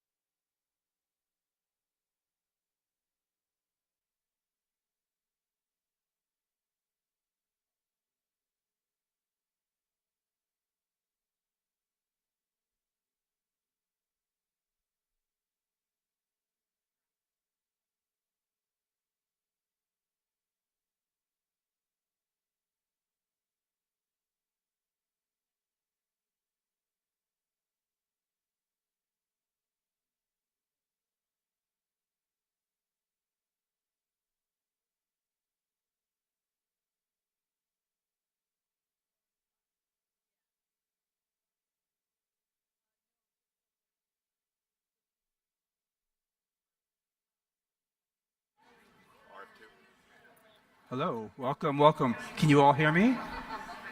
Good evening, everyone. Can you hear me? Thank you very much. Appreciate you. Okay, we're good. You can turn me off.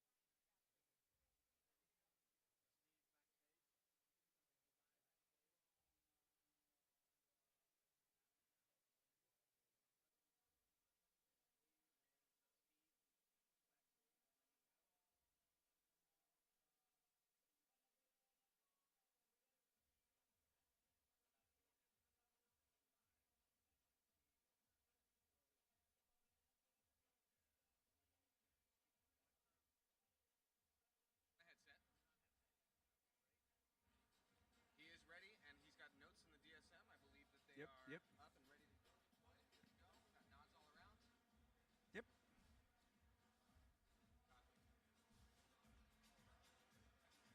Yep, I'm good.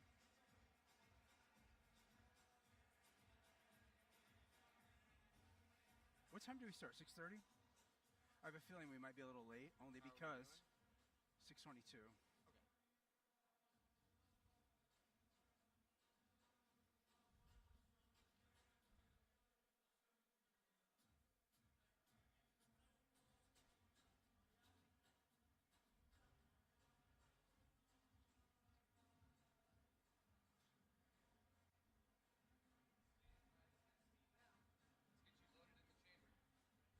Already? When are we going on? We're. Oh. Oh shit. Am I thing? Oh boy. Hello. Good evening. Hello. Hello. Y'all like to talk. All right, let's find our seats. Herding cats. That's what this is. Herding cats. All right, let's find our seats. There'll be plenty of time to talk later on. All right. We still have a lot of people out there.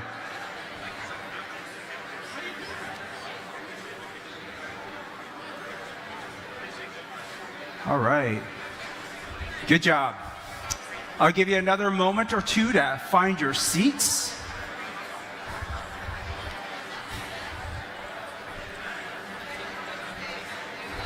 All right, people in the back. Let's go. Time to roll.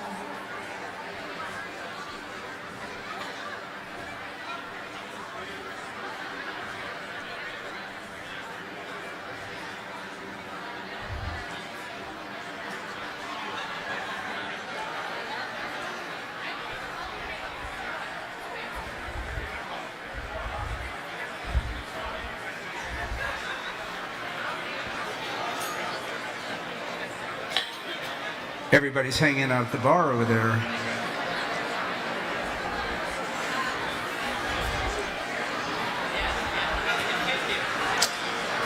All right. They turned my microphone up they turned my microphone up to get you to sit down. All right, everybody, let's sit down and get started.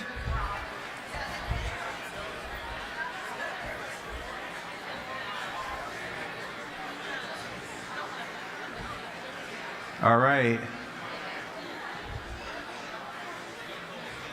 There we go. Okay, let's try this. Good evening. Not good enough. Good evening. How are you all doing tonight? Y'all look good. Have you looked around this room? They're like, no, we have not. All right. All right. You guys got your little cheering squad stuff. This is cool. I love it. Love it. All right.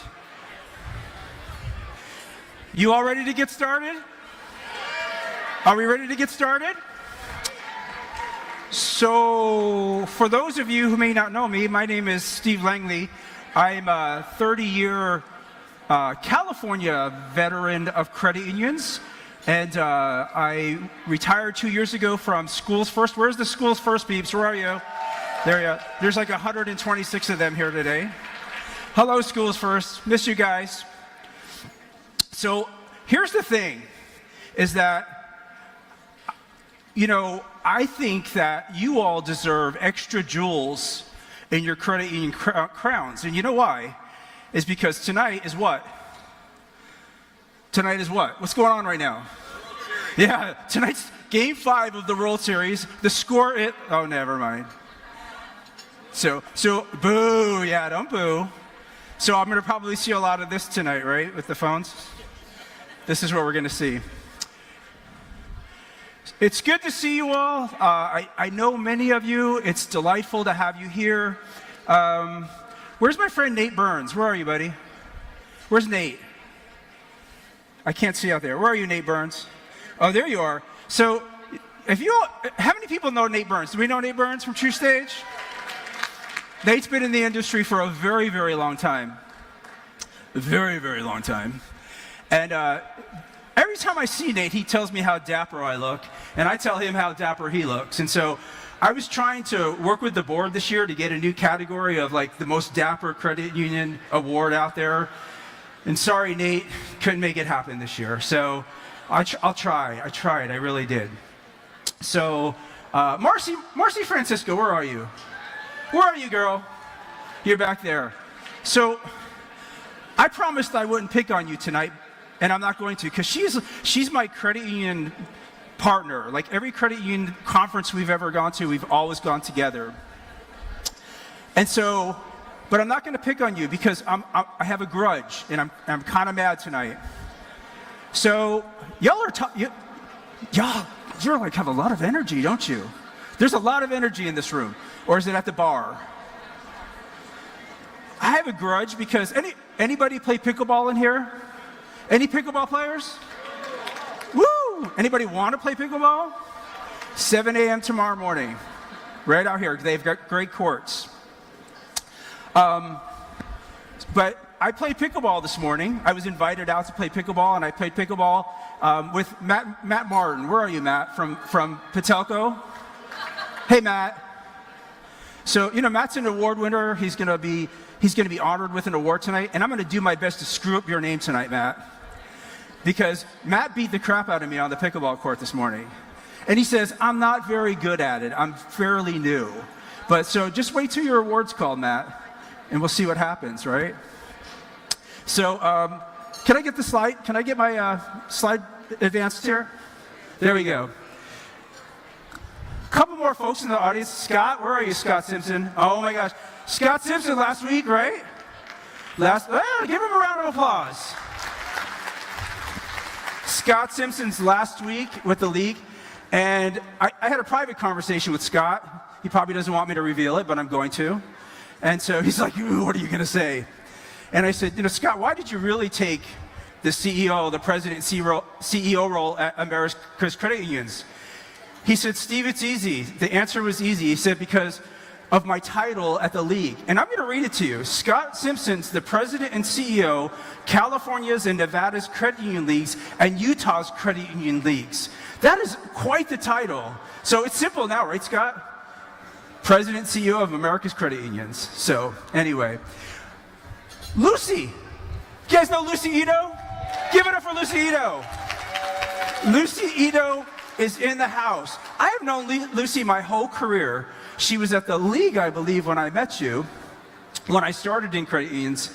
And here's the thing. I've been retired for 2 years, and I'm pretty retired. I do a couple things here and there. But Lucy, let me tell you, I'm going to give you a D- in retirement. Yeah. Right? Do we not agree? Yeah. So Lucy retired, right? And then she came back and became an interim CEO of a credit union. And then she retired. And guess what's happening next week? She's coming back to be the interim. Now, you now have the worst title in the world. She's now going to be the interim president and CEO of California and Nevada's credit union leagues and Utah's credit union leagues. So congratulate Lucy Ito. Give her a big hand. She is amazing. You are one of my very favorite people in this world. And so thank you for all you contribute to our world in the credit union world, Lucy. And Scott, we wish you all the best of luck. I know you had a reception earlier, and so we also thank you for all that you've done for our great league in California, Nevada, and Utah. So before we have dinner, we have a video for you to watch to kind of give you an overview of what tonight will look like. And so without further ado, let's play the video.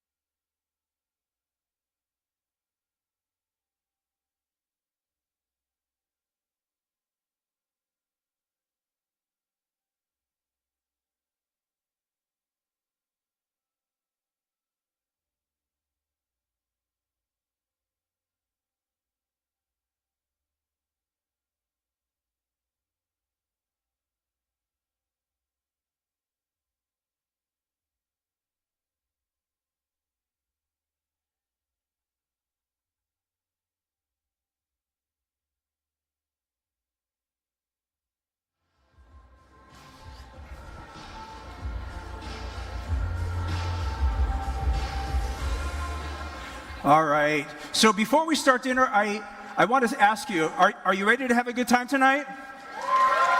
I want to hear hooting and hollering and clapping and yelling and stomping for these award winners tonight. Will you agree to do that? Yeah, let's do it. Let's do it. Before we get started with dinner, though, I would like to thank all the servers, the cooks, the bartenders, and all of those who've had their hands in making this wonderful dinner for you tonight. So let's thank them. Let's give them a resounding applause. Thank you, servers and cooks and bartenders and everyone else who's supporting this great dinner. I want you to enjoy your dinner, and we'll see you in a little while.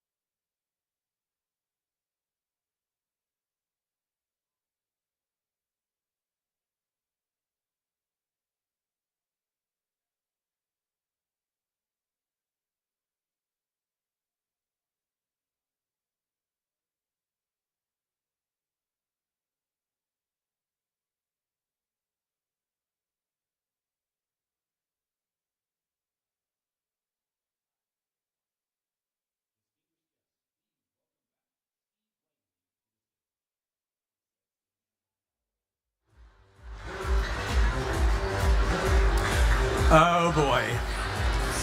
It's only going to go downhill from there, right? Welcome back. All right. It's going to get, Lucy's going to get everybody in shape. Get him in shape, Lucy. Buckle in.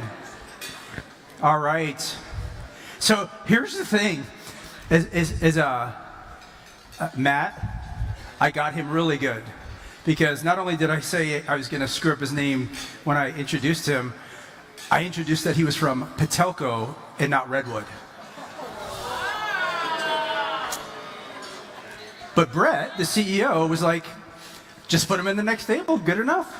So anyway, sorry, Matt, now you work for Patelco, okay? So, not true. But anyway, sorry, Matt, sorry, not sorry. But anyway, you guys get ready to get started? We have a lot of awards to give out tonight. We're so excited. We have a lifetime. Where's Gary Perez? Where are you? Where are you?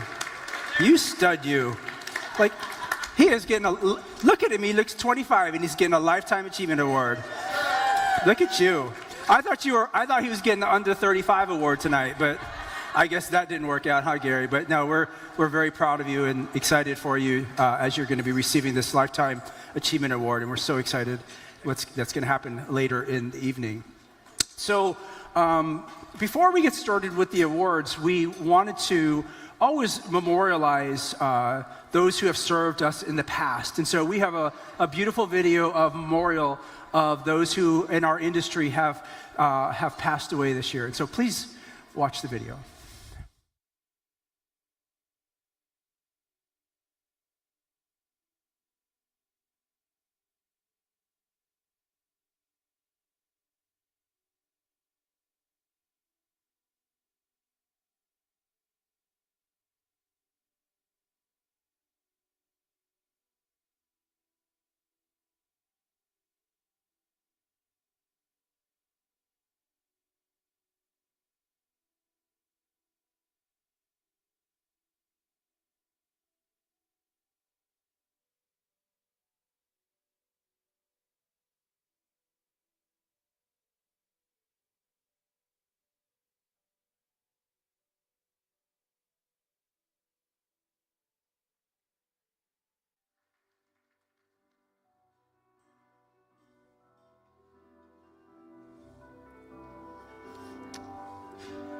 Let's give them a big round of applause. Yeah, Chuck was a staple in our industry. I knew him well. His son is here tonight, and so it's great to honor him in this way. So, you guys ready to give away some awards? What did I tell you earlier about giving away the awards? What are we going to do tonight? We're going to hoot and holler and cheer and let your hair down. Let your hair down. And so we're going to have a great time doing it. But to help me to do this, we have some folks that are going to come out from the back. And please welcome to the stage to present tonight's awards, Sarah Klein, your California Credit Union's Vice Board Chair. Yeah, Sarah. Scott Arkels, the Nevada Credit Union's Board Chair.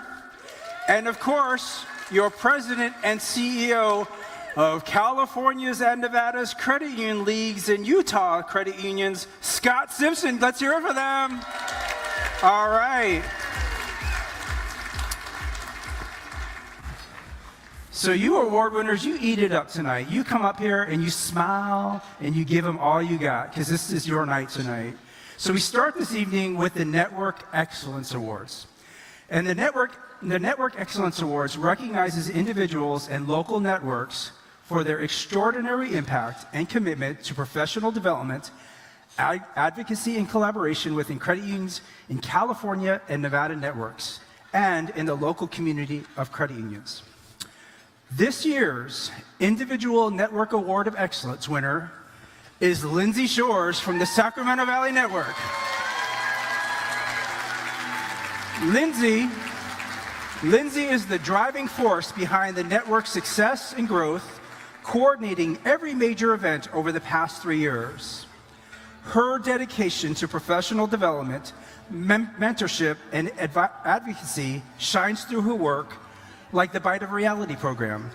Lindsay's unwavering commitment to collaboration continues to inspire and elevate everyone around her. So ladies and gentlemen, let's welcome Lindsay to the stage to accept her award.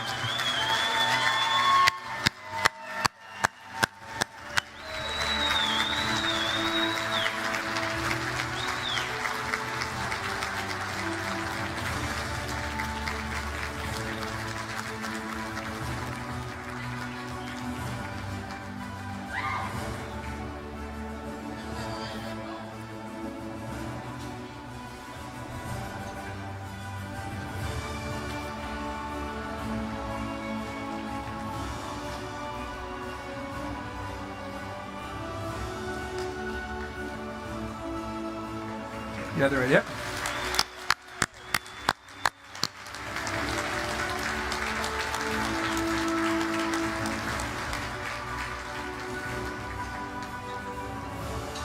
All right, give it up for Lindsay.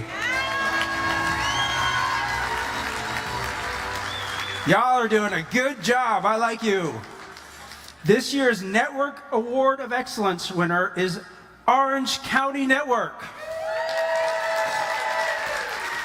The Orange County Network Board is a dynamic force of collaboration and innovation representing seven credit unions and 14 dedicated leaders. In the last year, they've hosted 7 impactful events to boost engagement, mentorship, and professional growth, especially for young credit union professionals. Their dedication makes them stand out as an example for excellence in our movement. Representing the Orange County Network are Chris Loy, Richard Pierce, David Cantar, Angela oh, help me here, I have tried, Capaucho, William Aguilar, Andrea Ortega, Mindy Mills, Nestor,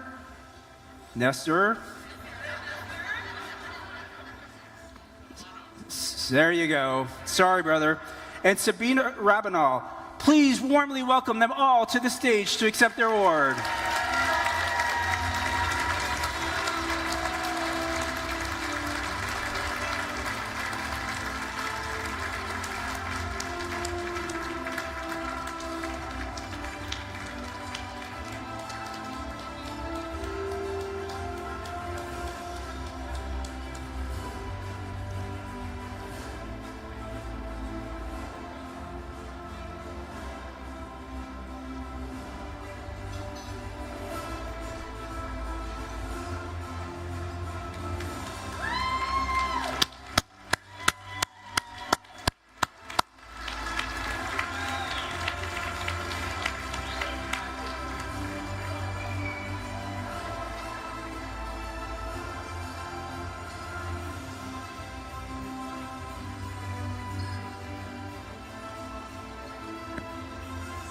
Awesome. Thank you. Hey. Congratulations.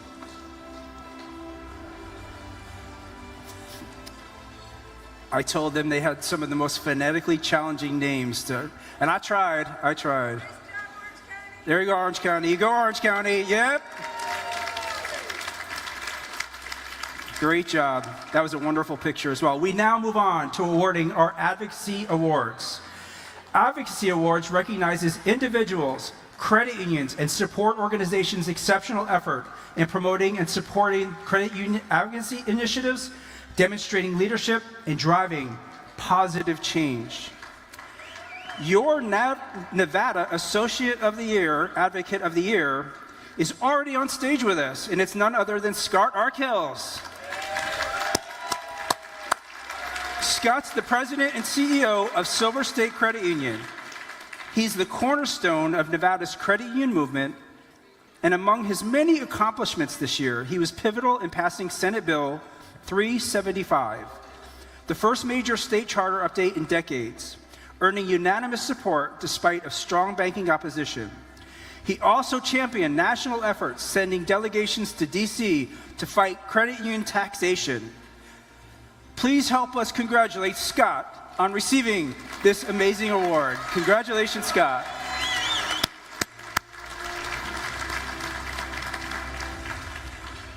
The Nevada Advocate Credit Union of the Year is Boulder Dam Credit Union.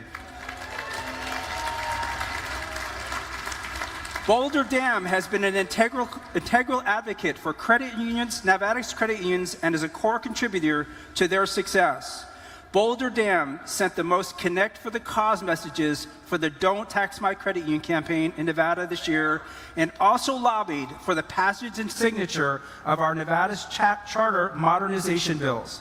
Accepting the award on behalf of Boulder Dam Credit Union is their president and CEO, Steele Hendricks. Please welcome Steele to the stage.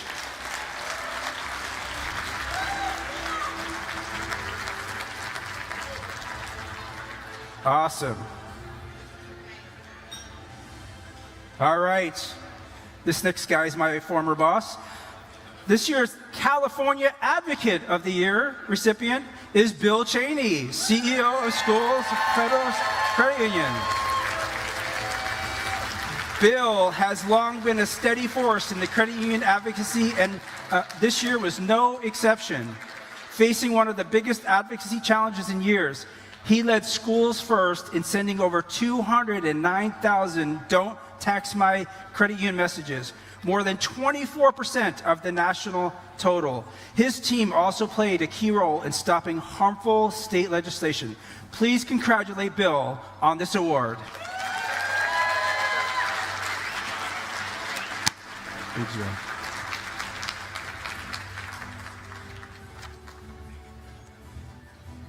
All right, you ready for the next one? Y'all are doing good. I love it, love the energy. Our Shapiro Advocate of the Year is Eric Bruin, CEO of Desert Valley Federal Credit Union. Woo! Eric is a respected leader in the Shapiro Credit Union community, known for his creativity and commitment to the movement. This year, he launched a compelling video that energized members to support the Don't Tax My Credit Union campaign and generously contributed to both the state and federal PAC levels to advance credit union causes. Please welcome Eric to the stage to accept his award.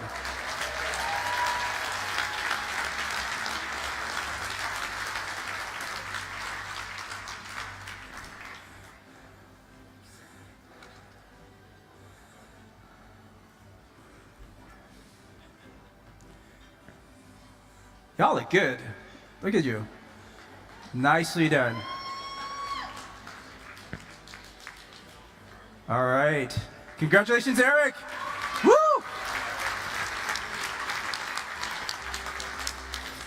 We love our volunteers, don't we? And the Volunteer of the Year recipient is Suzanne Curtin, Board Chair of Connecta Federal Credit Union.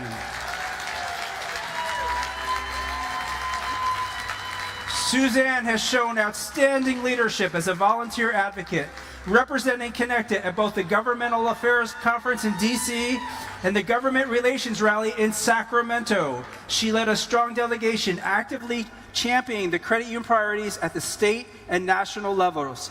Her dedication and passion make her a true credit union advocate. Please welcome Suzanne to the stage to accept her award.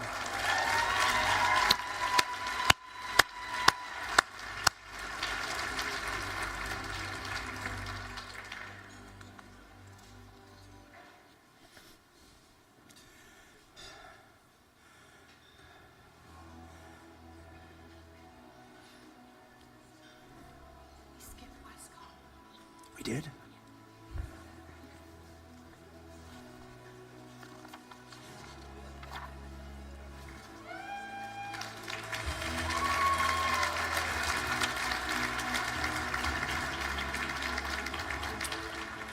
Liz just came up to me and whispered in my ear, we missed somebody. Are we okay with this? So we're going to announce our California Advocate Credit Union of the Year, which is Westcom Financial. Awesome.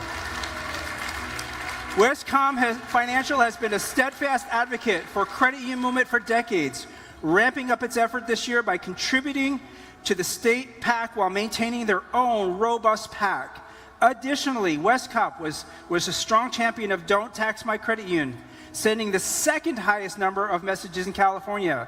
Accepting the award on behalf of Westcom Financial is their Senior Vice President and General Counsel, Karina Hollis. Karina, come to the stage.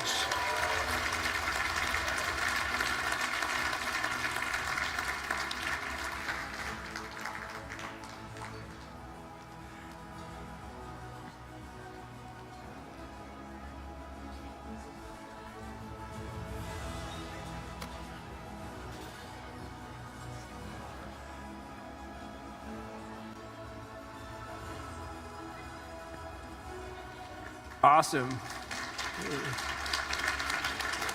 You ready for some more awards? I can't hear you. Are you ready for some more awards? Yeah, let's go. We love our partners and suppliers, don't we? And our Supplier of the Year recipient is TrueStage. Supplier doesn't even begin to describe TrueStage. They are a true partner at the core who stood shoulder to shoulder with credit unions nationwide in the Don't Tax My Credit Union fight. Beyond that, they partnered with California credit unions to successfully amend a damaging insurance privacy bill. We deeply appreciate their support, and accepting the award on behalf of TrueStage is their very dapper Vice President of Marketing, Nate Burns. Nate Burns, welcome to the stage. Looking good tonight, Matt. Nate. Look at him. Look at him come up. Look at the little pocket thing going on.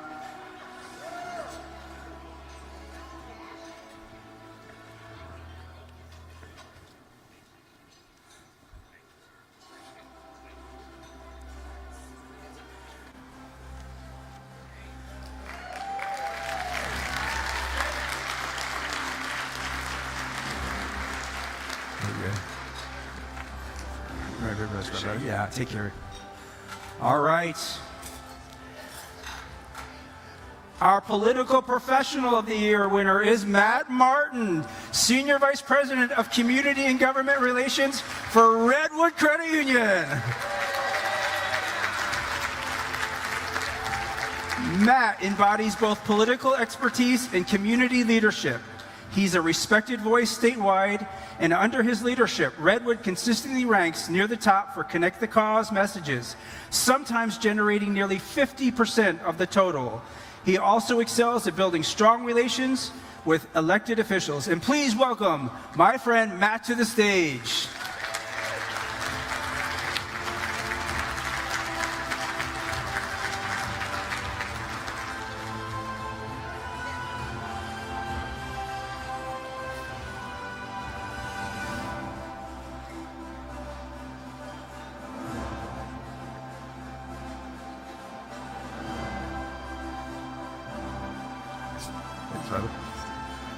Matt's even got that green Redwood tie on tonight, doesn't he? Awesome.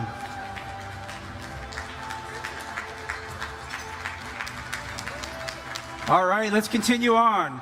This year's California PAC Advocate of the Year goes to Nicholas Ambrosini, President and CEO of Valley Strong Credit Union.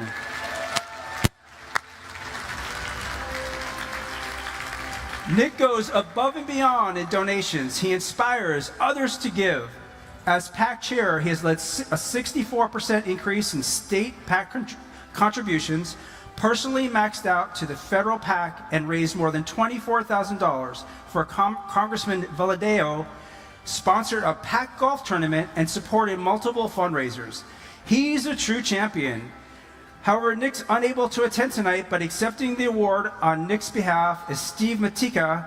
He's Valley Strong's Executive Vice President. So let's welcome Steve to the stage.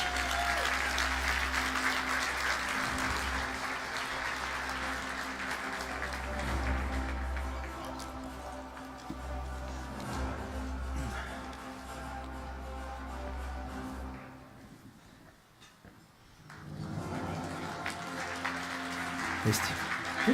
Good to see you, brother. Me too. Yeah. All right. Let's continue on. The Nevada PAC Advocate of the Year recipient is Jennifer Deneau, President and CEO of Great Basin Federal Credit Union.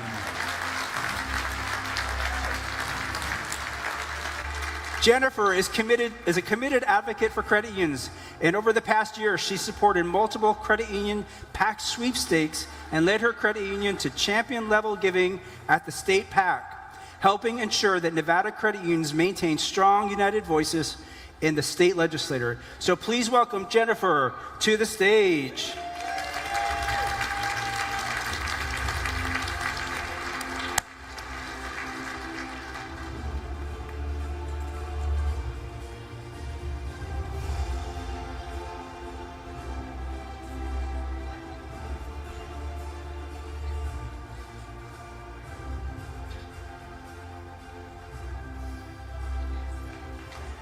Congratulations.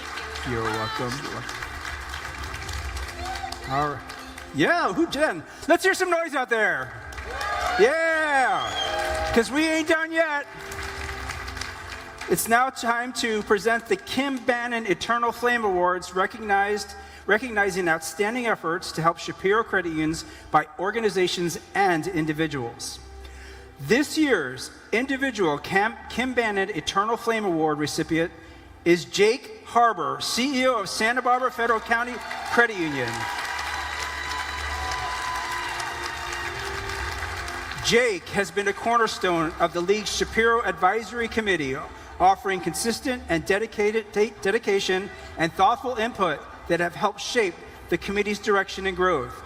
In addition, Jake actively champions political advocacy and is a vital tool in protecting and advancing credit unions' missions. Please welcome Jake to the stage to accept his award.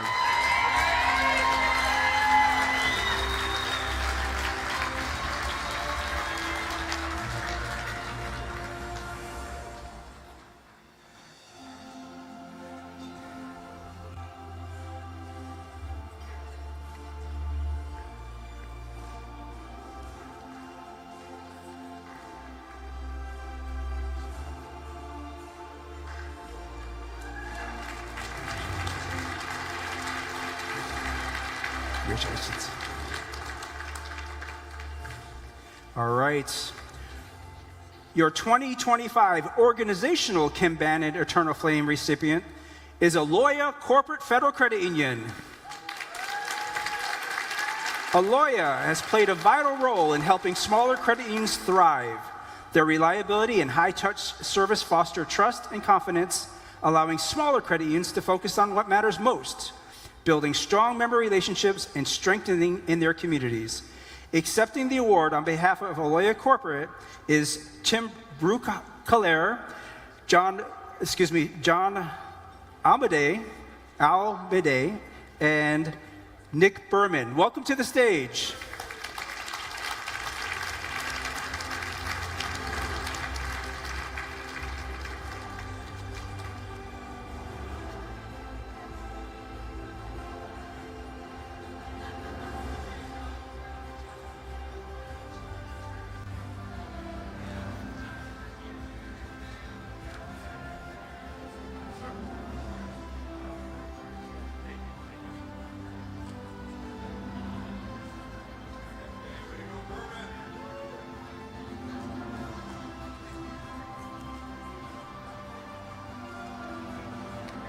Awesome.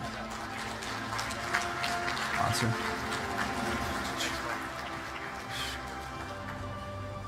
All right. So let's give away some awards to some younger folks. The Tomorrow Star Award recognizes achievements. Some of you are going, that ain't me. Wow, okay, that's okay. Tomorrow Star Award recognizes achievements by credit union professionals in the California and Nevada under the age of 35. This year, we celebrate two winners. Our first Tomorrow Star recipient is Stuart Pimienta, Senior Engagement Community Specialist for Travis Credit Union. We celebrate his outstanding, give him a round of applause. We celebrate him for his outstanding dedication to credit union advocacy and financial education. His efforts empower future generations, embody the people helping people philosophy, and extend beyond work through meaningful community volunteerism. While Stuart's unable to attend with us tonight, we do congratulate him on this award. So let's give him a congratulations, even though he's not here.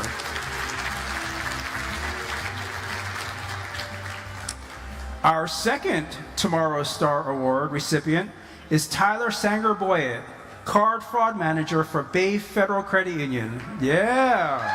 Woo! There you go. Tyler has established himself as an innovative, strategic, and results-driven leader in the payment space, delivering initiatives that have greatly enhanced member service. His clear vision for empowerment and operational excellence make him an exceptional asset to the future of the movement. Please welcome Tyler to the stage to accept his award.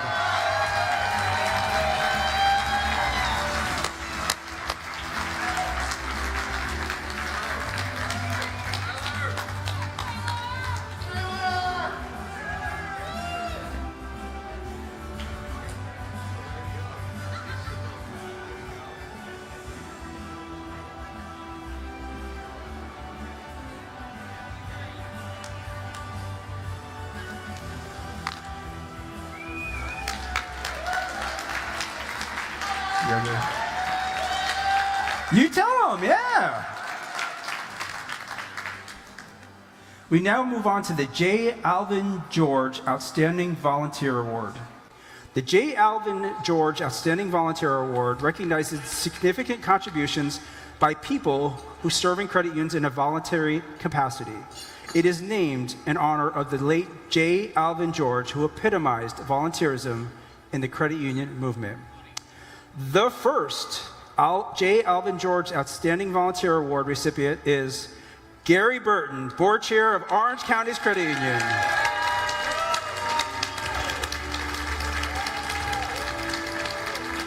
Gary's award recognizes his remarkable ability to lead with vision and resilience. Over 3 decades, he has been a steady force in guiding Orange County's credit union through financial challenges and turning obstacles into opportunities. By strengthening governance and focusing on long-term stability, Gary has set high standards for volunteer leadership that combines strategy with community commitment. So let's welcome Gary to the stage to accept his award.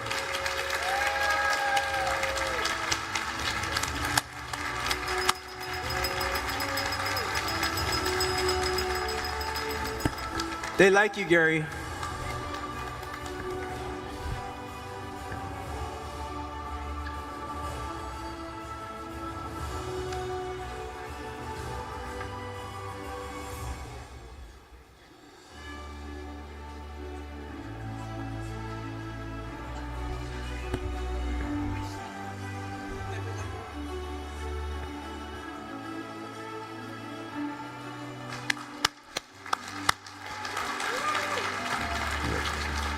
Congratulations.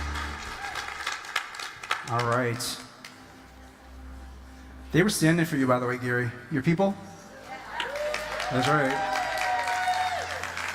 The second J. Alvin George Outstanding Volunteer Award recipient is Mitch Fox, Board Chair of Silver State Schools Credit Union. Mitch is recognized for nearly 25 years of dedicated leadership at Silver State Schools Credit Union.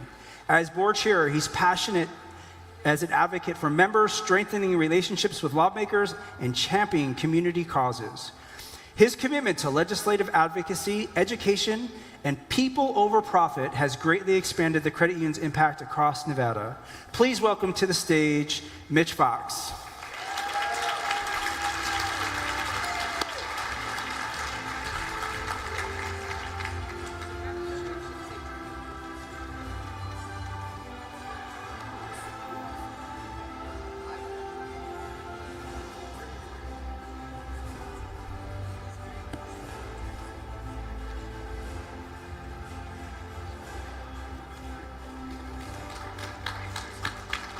Congratulations.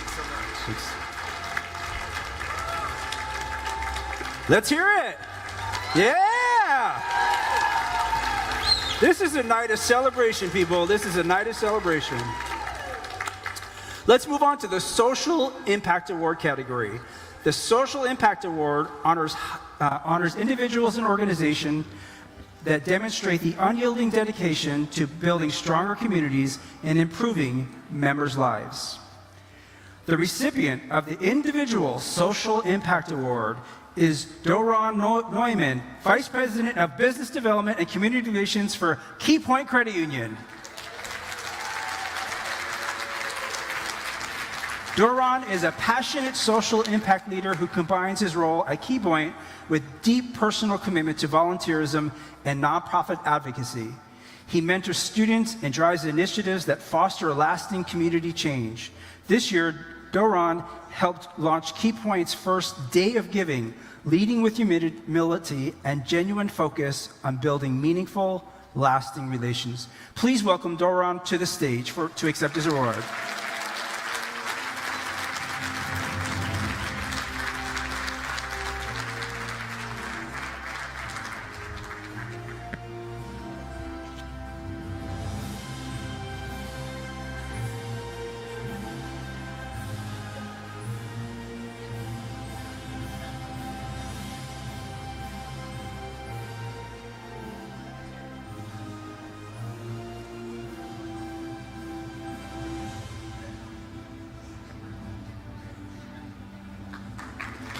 Congratulations.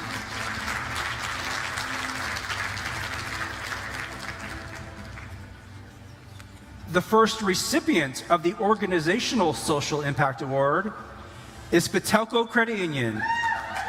Woo!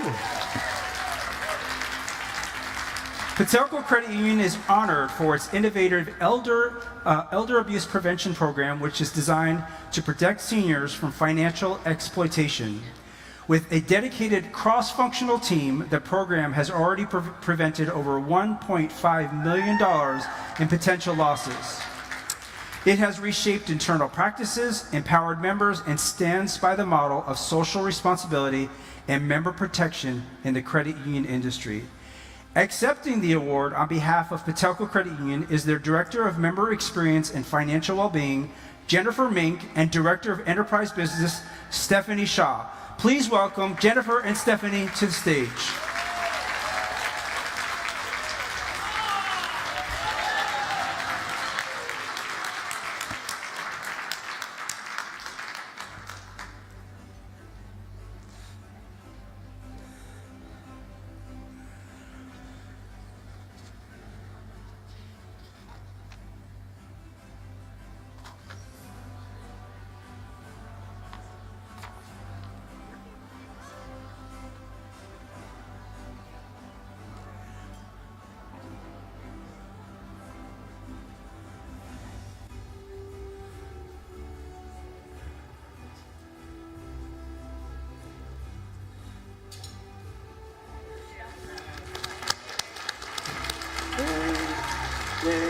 Yeah.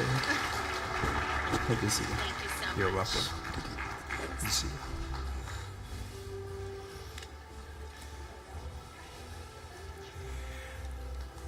The second recipient of the Organizational Social Impact Award is Connecta Federal Credit Union.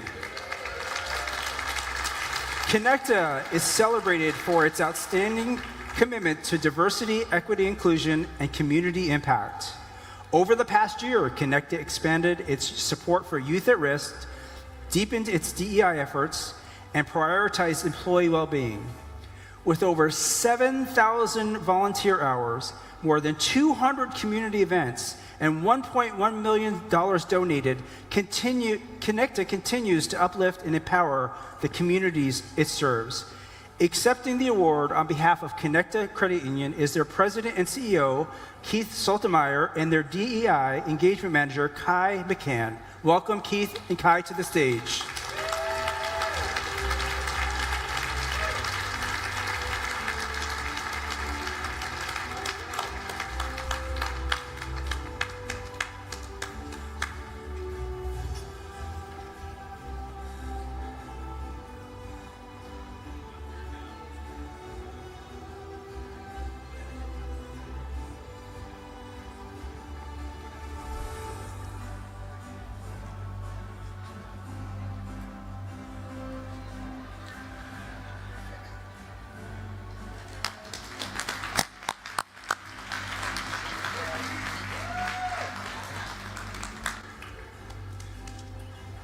We're almost done. Make some noise.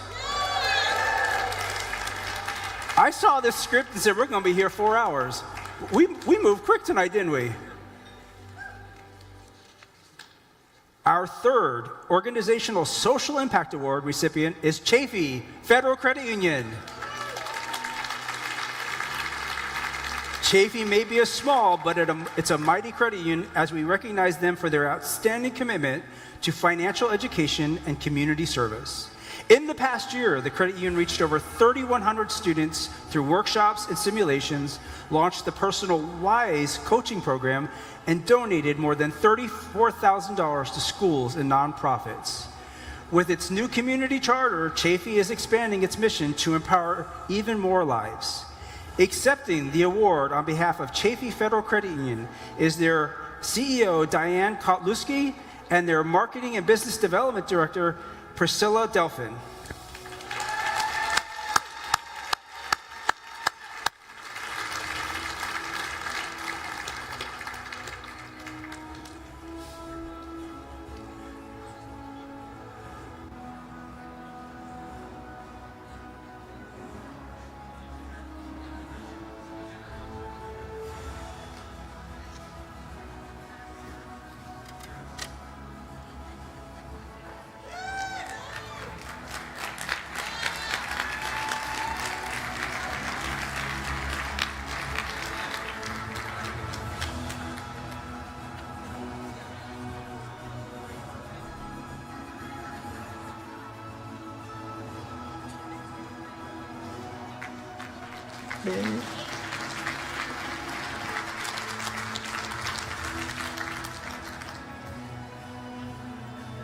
All right, let's move on to the Distinguished Service Award. The Distinguished Service Award honors credit union professionals for their service to the credit union community, especially within the past 3 years. This year's Distinguished Service Award recipient, is Jennifer Oliver, President and CEO of Rise Credit Union. Jennifer is celebrated for her transformative leadership and unwavering dedication to the credit union movement. From revitalizing struggling institutions to championing social impact, her career reflects innovation, resilience, and purpose. She advocates for the underserved communities, supports small credit unions, and builds relationships that advance financial empowerment, long-term systematic changes. Jennifer is a change maker that will impact the future of the credit union industry. Congratulations, Jennifer.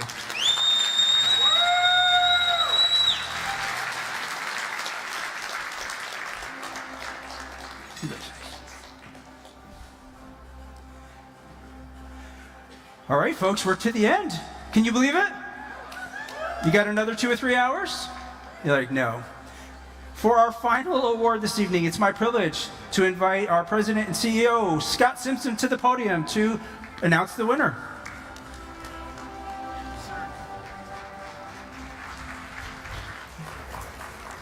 Good evening. The Leo H. Shapiro Lifetime Achievement Award is California Credit Union's and Nevada Credit Union's highest recognition, honoring excellence in credit union philosophy and a lifetime of contributions to the credit union movement. It is named after Leo H. Shapiro, the father of California credit union movement and the founder of California's credit unions. At this time, I would like to welcome past Leo H. Shapiro Lifetime Achievement Award recipients in attendance to the stage. Please.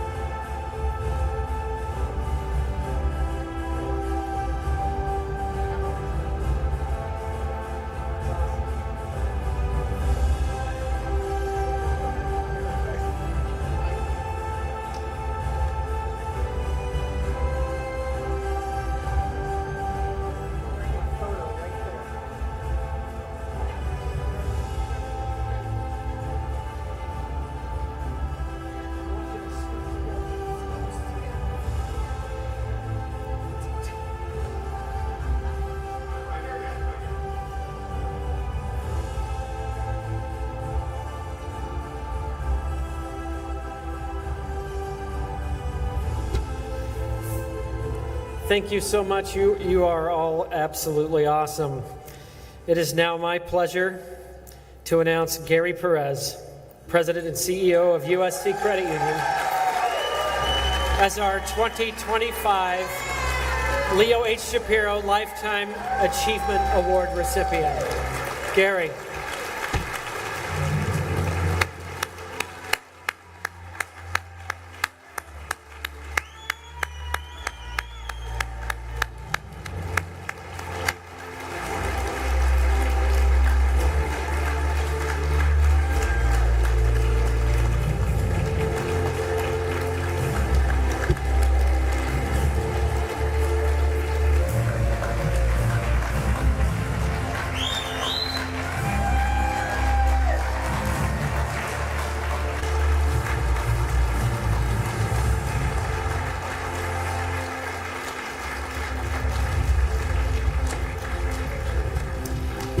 If you've ever had the pleasure of knowing Gary or spent even a few minutes talking to him, you likely have felt the energy, the sincerity, and the deep and abiding passion he brings to everything he does.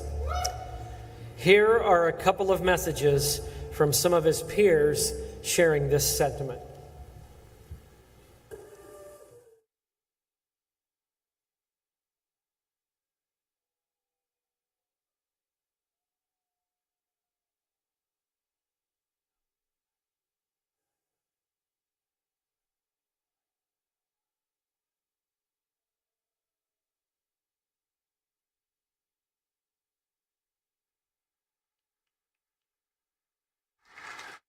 Gary is the very definition of a credit unionist, a tireless advocate and leader, and a true believer in the mission of people helping people.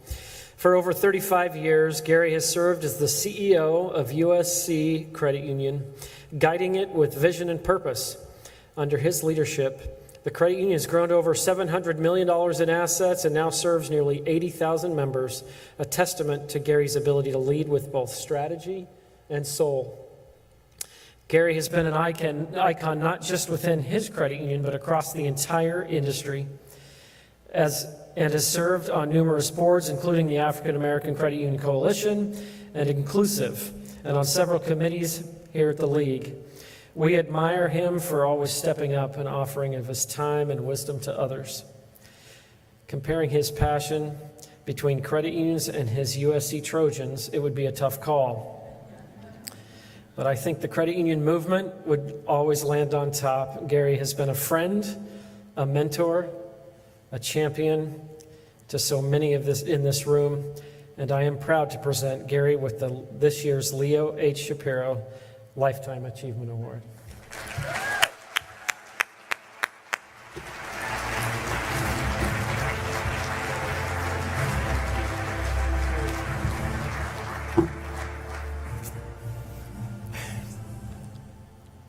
These people that just left the stage, they're my heroes, right? I am not worthy to be here in the presence of those great people, but I am so happy and humbled and appreciative of this honor tonight. Thank you all for the very warm welcome, for the very warm response. It means so much to me. And I got to tell Steve, right? So come, wow, that's a whole lot of Gary. That's, right? So about an hour before this, I was returning some emails, right? And Steve comes up, he goes, "You working on your speech?" I'm like, "Ooh, God, I gotta give a speech." Right? I said, "Well, I'll just wing it." And he said, "I don't think so." So I actually spent the last 15 minutes before this thing putting something together. So here it goes, right? So first off, I truly am humbled, honored, and deeply, deeply appreciative. I just can't begin to express what this honor means to me. So I'm not too sure about the achievement part of the Lifetime Achievement Award, but I'll accept the lifetime part, right? Yeah. It's 47 years that I've been in the credit union space. 47 years. I've been so blessed to spend my entire adult life in this incredible credit union movement, and for that, I am incredibly thankful. Truth be told, this movement has done so much more for me and my family and those in my community than I have done or could ever expect to do. It's given me purpose. It's given me lifelong friendships, and you have no idea what so many of you mean to me personally. Professionally is cool, but the personal, Gary, the personal friendships, truly extraordinary, truly. Speaking of lifetime and thankful, I'm so blown away. Mike Richards is here. Mike Richards gave me my first credit union job in 1979.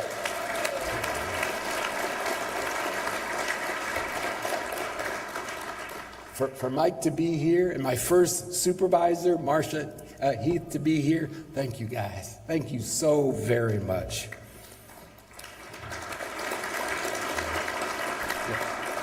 They took a chance on a 20-year-old, much like my dear friend, my great mentor, who's no longer with us, Jerry Jellison, the USC Credit Union Board Chair, that gave me my first credit union CEO job. He took a chance on a 28-year-old. And, I've told this story several times. When I got the job, first day on the job, I sat my team down. I'm the new CEO, right? And we were $15 million in assets. And I said, guys, if we work really hard, if we do all we can to do right and do well by our members, one day, I can feel it, we'll be a $50 million credit union.